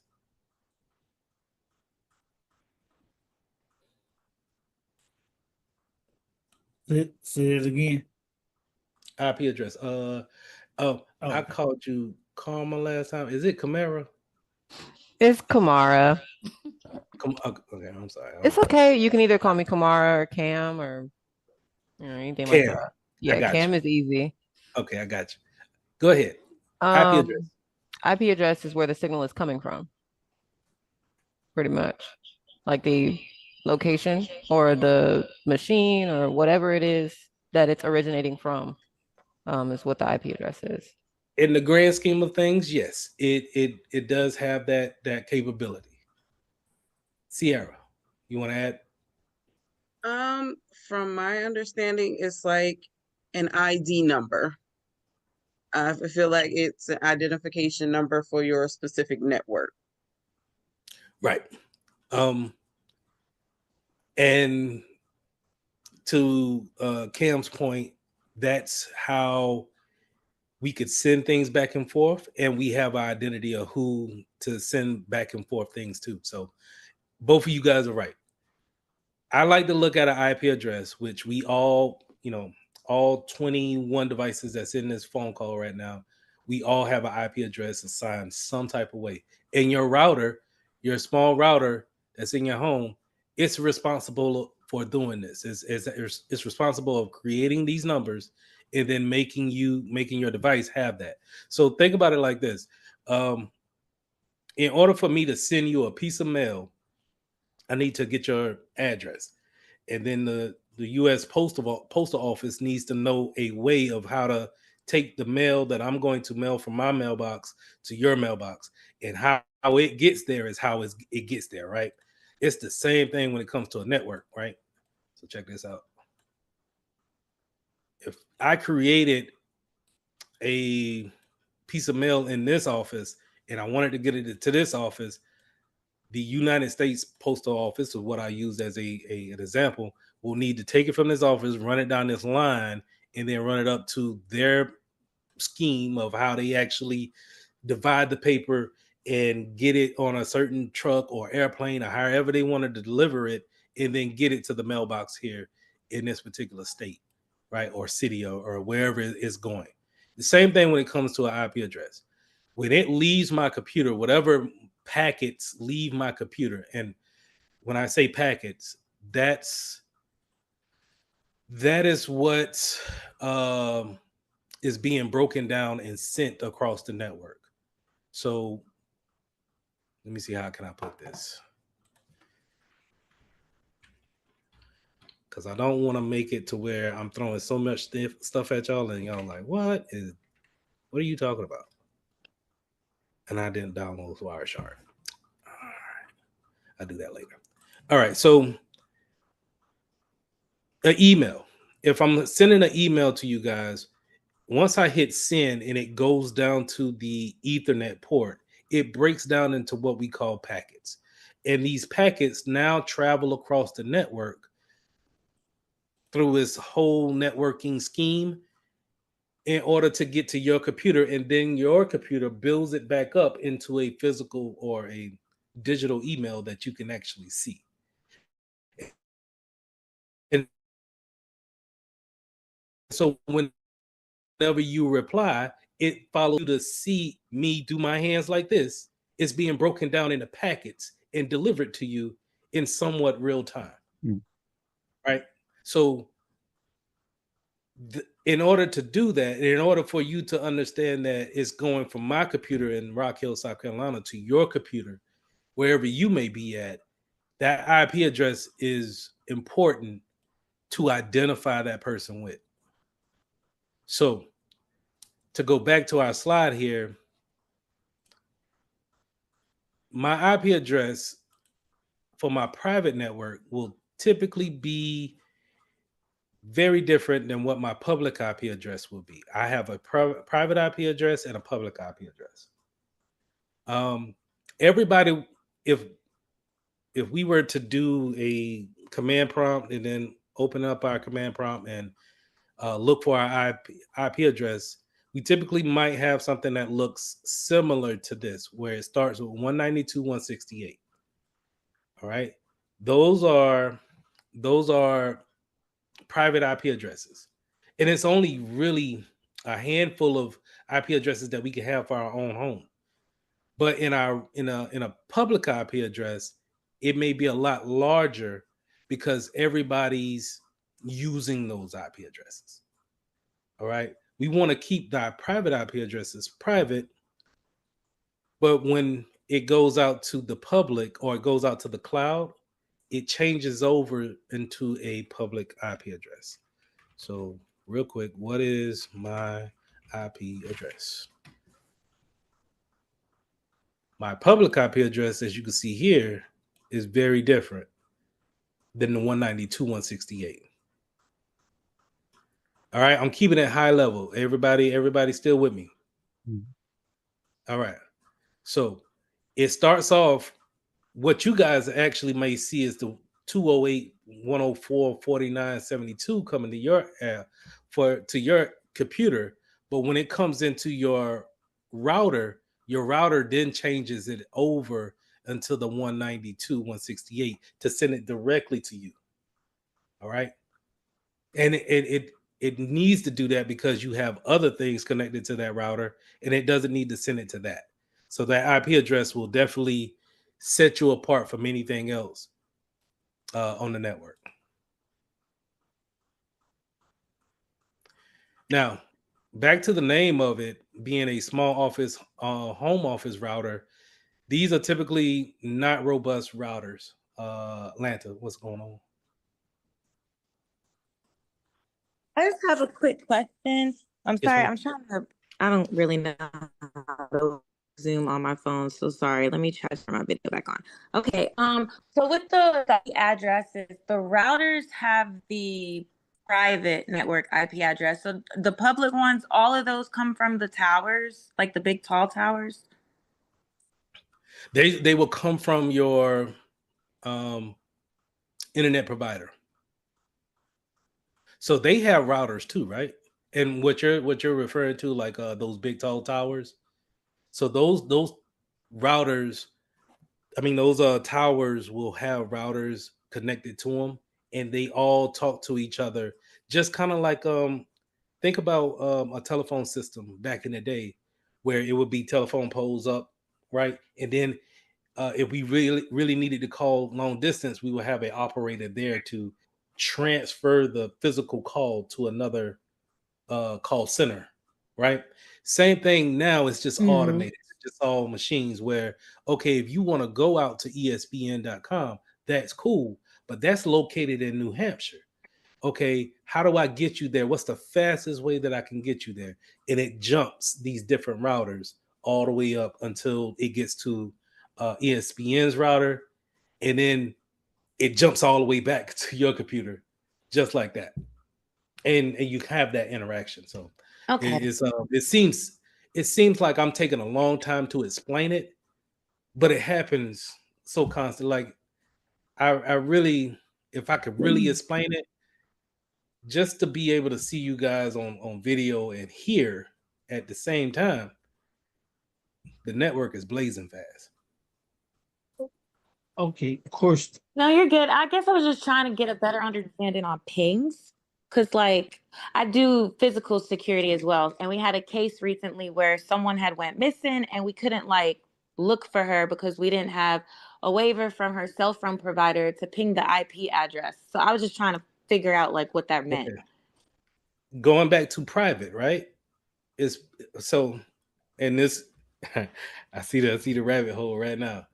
This is where, when we get into cybersecurity and we get into privacy, this is where this comes into play at. When this comes to a private network, it is your IP address, and it's not necessarily something that everybody should have the right to look into or know. So it's illegal for me to hack into Anthony's network and to see his IP address or his IP address of his phone. Yeah, that's the equivalent of me going into his house without me asking and just walking in there and sitting down. That's the equivalent of it. So to your point of saying we didn't have the private IP address in order to ping her address, that's a privacy type of statement that you're dealing with. If it's almost like you need consent to let that information out. And so in order for that to happen, who will get in trouble? The ISP is going to get in trouble if they leak that information out. That's why I feel like it's a lot of I could bring up all these things of, hey, somebody got ransomware, somebody did this hacking. People are always doing all this crime on the internet. Nobody's going to jail for it. Because if we really put the money and time and effort to try to retrace everything back, we will have a bunch of problems with our internet providers giving that information away. So only when we're talking about true forensic type of cybersecurity investigations, maybe you might can get that information like that. But you're gonna have tough cases like that where it's just the information is unattainable. We haven't figured that part out. It's kind of like the Wild Wild West, in so many words. Of we haven't created a standard yet. That was gonna be my question too. Is that, like she was just saying, it should be some type of standard procedure to, whereas in the event of an emergency, that you're able to tap into a person's what's called, because and I know that I don't know if if y'all had to do it, what is it, Iana, where I've seen people, they've had to get court orders to break into these people's phones.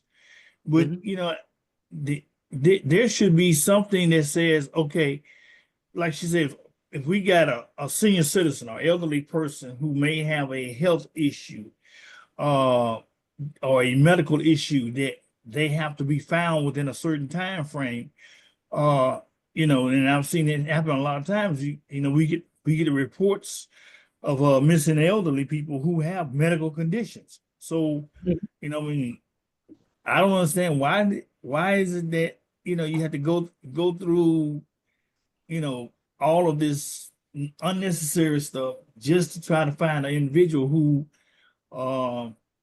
may or may not be where knowing where they are or anything.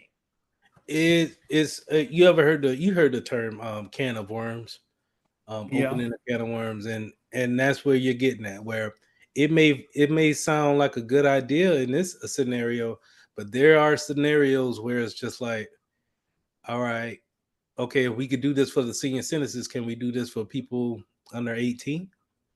Do we really want to, I mean, we all, I'm assuming everybody in this class has been past 18 for a while now, right? So we know what type of teenagers we were, and I don't even know what type of teenagers we would have been with the internet, but we didn't have it like that. But what I'm getting at is that, do you take away that privacy piece of it and say, you know what, I have suspicions of this, that, and the third, I'm going to open your phone and see what's in there? And that's why I think I said it last week, that if our job is not to cybersecurity, is not to put anybody in behind bars or anything like that. if you see something and you know, hey, this is going to go straight to a court case, leave it alone, get your hands out of it quick, fast, in a hurry, because it gets messy after that. Yeah, but then why do we have all these wonderful apps on our phones? Because if I set me a policy up and tell you, hey, don't do this on my network, then I can say, all right, I told you something and you signed it. So now I can take proper actions. But if you just pop up and say, hey, go into this person's phone, I don't know that person from, I can't do that. Yep. But we have these tracking apps on our phones. That's what I'm wondering is, we do the family 360 thing and all of that stuff, so we can try to keep up. Privacy notice on that. I'm pretty sure they covering themselves now. Hey, you tracking somebody? Hey, all right. Go ahead, Sierra. I'm sorry. Go ahead. Oh no, you fine. But like for that kind of thing, you would have to have so many steps in place because you don't know if that person is it may be someone else trying to find them and they shouldn't be looking for them. So it kind of opens up so many possibilities of abuse. And I think more or less they would just rather avoid it. It's a wild, wild west. We haven't really figured it out just yet to where, because as soon as you put it in play, somebody's going to say, oh, that's nice. I'm going to figure out how to make that do what I wanted it to do. Crazy exes. Man, like it would be insane. Y'all laugh. Yo, it's true though. It's true. I already know. I've been there. But y'all see right here, I remember teaching one of my first classes, and I pulled this up to show them, GPS tracking, and Google had a whole timeline on me for a good 3 years. Yep. Tracking me everywhere I go. You got to go in and turn all that stuff off. It's sad. And you don't think about it. You just get in and you keep rolling. Yep. They don't tell you nothing what I'm about saying it. is that when we talking about hacking, it ain't too much that you got to do, really. You want to just, if you really, what is your motive? What you trying to do? Trying to find where somebody at? That's what we talking about? Yep. All right, the only thing they probably ain't turned this off. How many of us got locations on our phones now just so the app will work? The app constantly tell you, hey, I'm not going to work unless you turn on your local sharing or you gotta turn on your location. Locations. Yep. So, yes. I have one more question. Go ahead. So how does that relate to like VPNs and regions? Because like I know with VPNs, you can, I guess, mask your location, but I'm a little confused because, for example, I own a business, so sometimes I have to buy wholesale. So some of my vendors, they're not in America, and the websites might be restricted, and my vendor will be like, oh, we'll just use a VPN. Or if it's an app and it's not in my region, I just change my region to like China, and then all of a sudden I can download the app, but I'll still have problems. So how does that relate to like the IP addresses?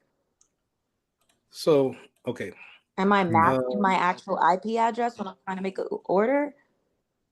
No, you're just using a different router or route.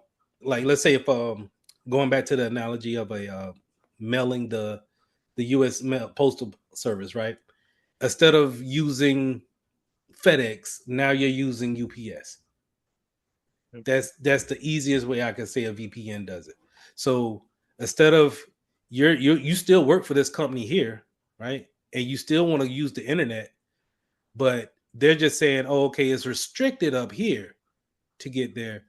Only thing we're gonna do is we're just say, hey, come here, use the VPN, and now you can use this purple cloud, and now you don't have to go through the normal traffic there and get blocked. You could come here, and now instead of it saying that you're coming from Atlanta to go into Charlotte, you're coming through Tallahassee, and you just took a different route. That's not restricted. Region. and it adds a security benefit because now it has SSL encryption on it, to where if anybody is snooping the network, and we'll go over that maybe this week, where they're snooping the network, they won't be able to see that network. It'll be gibberish to them. So I'm guessing we're gonna learn a little bit about Wireshark. Yeah, that's why I tried to show it, pull it up, but I didn't have it downloaded on this computer. But I definitely have it tomorrow. Okay. But sniffing the network is definitely going to be something. This is the gateway into the dark web. Like, the dark web is just going to be different proxies and different routing ways of going to a part of the internet that's not advertised as much. It's part of the internet. It's just not as advertised, and you gotta know somebody that knows somebody that knows somebody, kind of like a backdoor that knows somebody else. So, go ahead, Jonathan. Okay, thank you So for the clarification. Because I was confused. I thought VPNs were another IP address themselves. So thank you. Oh no. They are. Whenever you think deep VPN, just think about. I want you to think about tunnels, a secure tunnel. That's a keyword that you're going to see on the exam, but it's a secure tunnel to the secret type of different routing, but still going to your different still going to your same address or destination, and your destination is going to send it back through that VPN, long as you stay connected. Thank you. Mm-hmm. Now, the other question that I had before we went off into the wild world of privacy, when you talk about the switching of the IP addresses, will we talk about at some point when we using like the 8-port hubs and stuff like that, the mini hubs or something of that effect? CompTIA doesn't bring up hubs as much. They just want you to know that when we do use hubs, they are kind of repeaters, but they don't necessarily, we are not looking at them as being smart switches or things that we can take control of and then be able to direct traffic. Chat. Now, if you don't need to be on, you ain't got to be on the camera if you're driving now. It throws me off. I'm sorry. I just don't want to, I got you. All right. Because when we plug the cable from the internet box into a switch and then run those cords from there to our computers and everything, is going to give out a different IP address one. On a hub? Yeah, see, if when we use the hubs where we might have 2 or 3 computers sitting here. I might have my laptop here and might have my desktop, and stuff and everything. So I'm plugging in both the laptop and the computer into the hub rather than directly into the box, because the box may or may not have more than one port. But if that hub talks back to the router, to the modem, the modem is responsible for giving out those different IP addresses. We'll go over that tonight with DHCP, and I might talk about static IP addresses. But all right, let's keep it moving. Good conversation though. This is a topology of a business setup where we have our internet providers, right? We just talked about VPNs, right? A lot of times these big businesses, we all seen it with COVID, right? Everybody had to go home, and then they had to get right with their VPN and remote access to bring people from home back into the office virtually. So this is where we want to set up our VPNs, right? Now, going back to what we were talking about, it's not necessarily saying that it's a bad way of doing anything, but business wise, we could set up our VPN and keep our workers home, but yet we're just making them be anywhere that they want to be because this VPN sits directly on their PCs. But we also have kind of like a what we call a VPN concentrator here at the business that talks to each other. So whenever someone is working from home, they connect in with the VPN, has that secure tunnel, and they go and talk directly to the VPN concentrator here at work. And now they can access the things that they would if they were in the office. It doesn't matter where they're at in the world, long as they have some type of internet connection, they can always seem as if they're on the network at the building. So that's a great thing to have. But things coming in from the internet, you got your internet service providers, and then we could go out into a DMZ or a VPN. A DMZ is more of a public facing entity, so something that maybe our customers need to get in contact directly to us, but not necessarily into our internal network. So we may give them a DMZ to actually talk to. An example of that would be if you're ever dealing with a bank and you got to give them some paperwork and you need to fax it in or email it to them directly. It might, instead of you putting it directly into the network, they may want you to go to a DMZ router or a jump box, what they call, and put the paperwork there, and then they go and grab it from them, from that. All right, your core distribution will be where your routers and your switches are, and these all work together. So these four parts, these routers, and then your switches is gonna go out to your access points or your patch panels. Um, Now your patch panels is where, if you're thinking about a business environment or a cubicle environment, your patch panels is going to be like on every floor, but your end users will, plug up at their desk, and that wire runs back to a patch panel. That patch panel is kind of like what Jonathan was saying to me. This is how I look at a hub. A patch panel is just going to relay that signal down to the switches. Now, the switches are a little bit more smarter to where they can create those VLANs that you were talking about, to where if we wanted to, well, I'm not getting to that. But anyway, they're a little bit more smarter to tell networks where to go, what to do.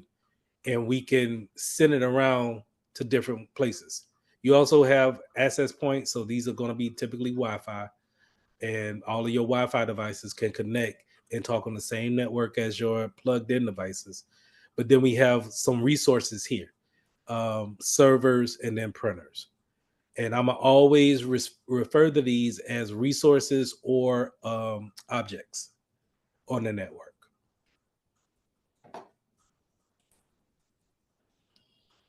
Data centers are we familiar with data centers, or have we seen data centers before, like a legit data center? They typically are going to look like this. Some of these are a little extreme, like that's extreme, but not really. Like the data center for Google is something like this. The bank that I worked for in Columbia, South Carolina, it was similar to this, where you have servers and routers and switches just kind of taking up a warehouse spot, and you wouldn't believe how important airflow is for this particular building. Um, you wouldn't believe that airflow is probably going to be one of our topics in Security Plus, because we need to make sure that if you're running all these servers at the same time, 24/7, and what's the main thing we talked about in the first couple of lessons? Heat, right? All of these things are going to be generating so much heat to where you need tons and tons of just airflow to try to get these computers, these servers, to cool down. So your air conditioner bill is going to be typically sky high on a big data center like this, right? So these are places where, and mind you, networking is going to be point of emphasis. The power, making sure that we don't lose. Epiphany, I'm sorry. Go ahead. I didn't mean to interrupt. You could have finished. I was just looking at the just adding to your point with the data center. I was in one in Brentwood, and the very first one I ever went to in Brentwood, and how cold it was in there. Like normally, like in hours, like I work for the legislature, and typically ours is much smaller, our server room, but you have to be cold. But when I actually went to the data center that was in actual Brentwood, like that was my very first time of going inside, and they were stacked just like that in the black. And the building was actually a data center that hosts about, I think he said about 15 different companies in there that they had. And I was just blown away by it, because it actually, the one that you had beforehand, it looked kind of like that one with all the gray ones, but just how cold it was in there and all the wires, because I was like thinking I'm doing something in our server room until I pull up on a data center, and I was like, damn, like, nah, it really ain't doing nothing. No, it's just it's a network, right? And that's what I'm saying. Networking itself can be just its own beast, to where, I know cybersecurity is the hot new thing, but them networking engineers, whenever I talk to them, I don't move no type of anything with them. They just they set in their ways, and I get it, and we kind of battle for the company and the network which they build, but it's up to me to make sure it's secure. But these are just, this is what makes the information attainable. This is what where we can create the data, but this is what makes it available for people to actually get to and use it. So when something goes down, now imagine when we were talking about the RAID system, this is where this is, OD RAID system, but it's the same thing. What I'm trying to say is that when something or a drive goes down, we want to get those alerts so we can go in there and make sure we change them out, and so nobody sees anything that's going on in the background. That's why SolarWinds is kind of very important to have. Yeah, have those alerts always. Mm-hmm. Now, Sierra, to your question, is it bad for the environment? I think anything is bad for the environment, but yeah. Yeah. Did you see that data center in Charleston? Let me pull it up again. But Sierra must be in Memphis, because we've been fussing about this here in Memphis with the Elon Musk one that he put down here in Memphis. In Louisiana, and there's been talk about getting one here. So, and there have certain people that are like, no. Where you? That it brings, man, shoot. Wait, where are you, Sierra? Louisiana. I'm in the Baton Rouge area. Oh, okay. Yeah, well, Musk just put one, the XAI or AXI, something like that, is here in Memphis, but they've been fussing about the wind turbines and stuff that they got out there.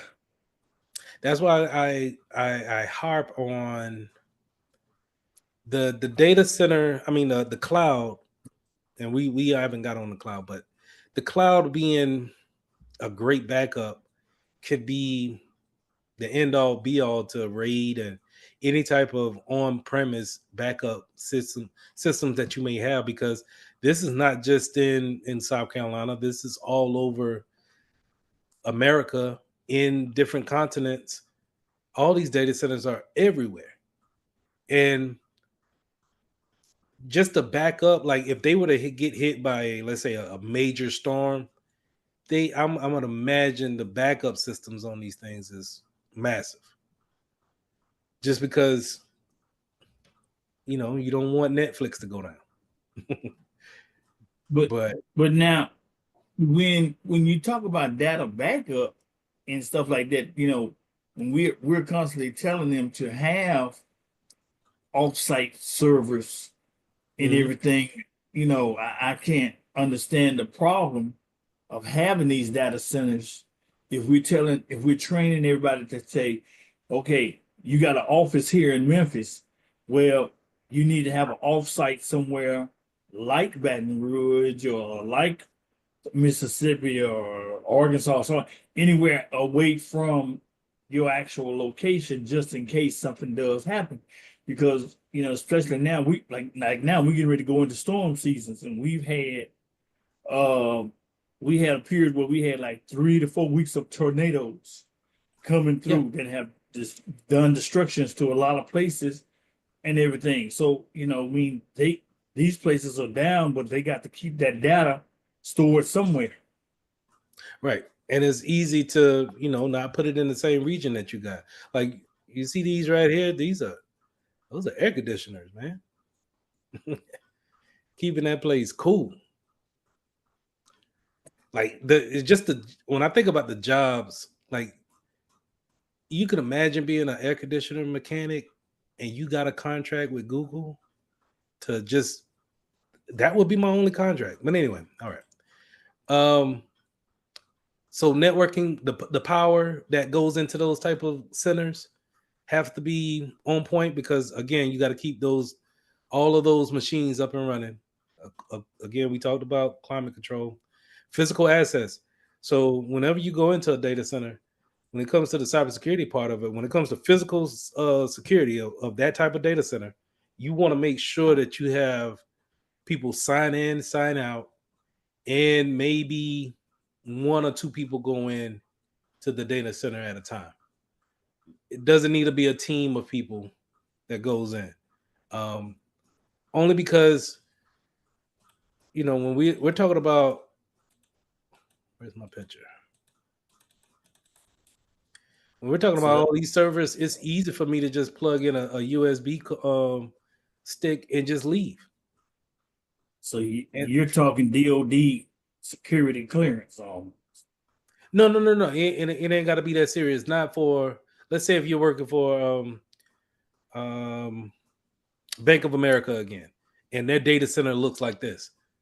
You don't have to, just make sure we got one vendor that's coming in. You pair up with that vendor, you go into the data center, you make sure that they don't do anything that they shouldn't be doing, and then they leave. Because it's easy to just plug in a USB stick that's going to then run a code later, and nobody's checking for it because it's such a large space. Who's really going to go and check these every night? So the physical assets control of it is very important. We kind of hinted at the SAN area network where we're talking about storage, where we're talking about backups and being able to. This is literally what the cloud is. It's just data centers. So wonderful places to keep those types of backups that we need. All right. Now, I hinted at personal area networks back up in slide 3, where we're talking about local area networks, but personal area networks, PAN, is where we have very close networks to ourselves, our persons. So think of this as a hotspot on your phone. They're typically going to be just networks that we probably can't connect to outside of 3 to 5 feet. Right. Then it kind of, degrades the connection and we're not able to, get that type of connection. Internet of things could be in that type of category, but I'm looking at Internet of things as probably being something that can connect to a personal network and be able to be something great to wear. Then we all know what Internet of things could be: smartwatches, the smart stove that we got, or the doorbell, the smart doorbell, or I seen a smart washing machine. All of those things, pretty much anything that can talk to the internet, but it's not necessarily. It doesn't have a full motherboard like a computer would, and it's limited to only certain type of features. All right, so let's 4B. Let's compare the network and hardware. Network interface cards. So our NIC card. This is where we talked about Ethernet hookups. This is where we talked about that Ethernet cable is going to plug into here. They're not becoming a thing of the past, but I've seen a lot of new laptops.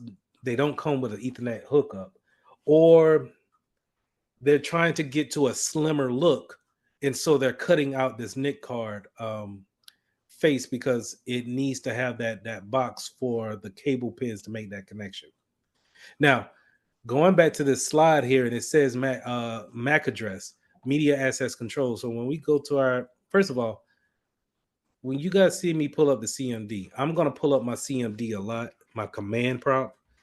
You can pull up yours too if you want. That's going to your start menu, typing in CMD, and the application that comes up should be command prompt. Now, in your command prompt, this is typically, and I'm gonna give away some hints right now. This is typically where I want you to go at to find your IP address. And how you find your IP address is by typing in the command ipconfig and hitting enter. Hold on, because my drive is gonna pop up in a minute. Oh, all right, popped over there. Now, when it pops, when you hit enter, it's going to come back with some information.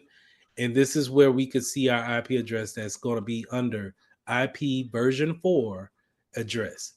This is typically where we're going to see our 192.168 address. Now, if we go back to our command and type in ipconfig space / all, we will get a lot more information. So let's go back up here, right? And I'm only looking at Ethernet adapter 2. This is where that NIC card is at. So I still get my 192.168.56.1. This is my address here. But I'm also able to see, hold on, never mind.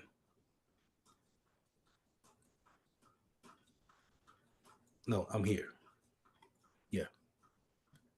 Make sure. No, 56.1.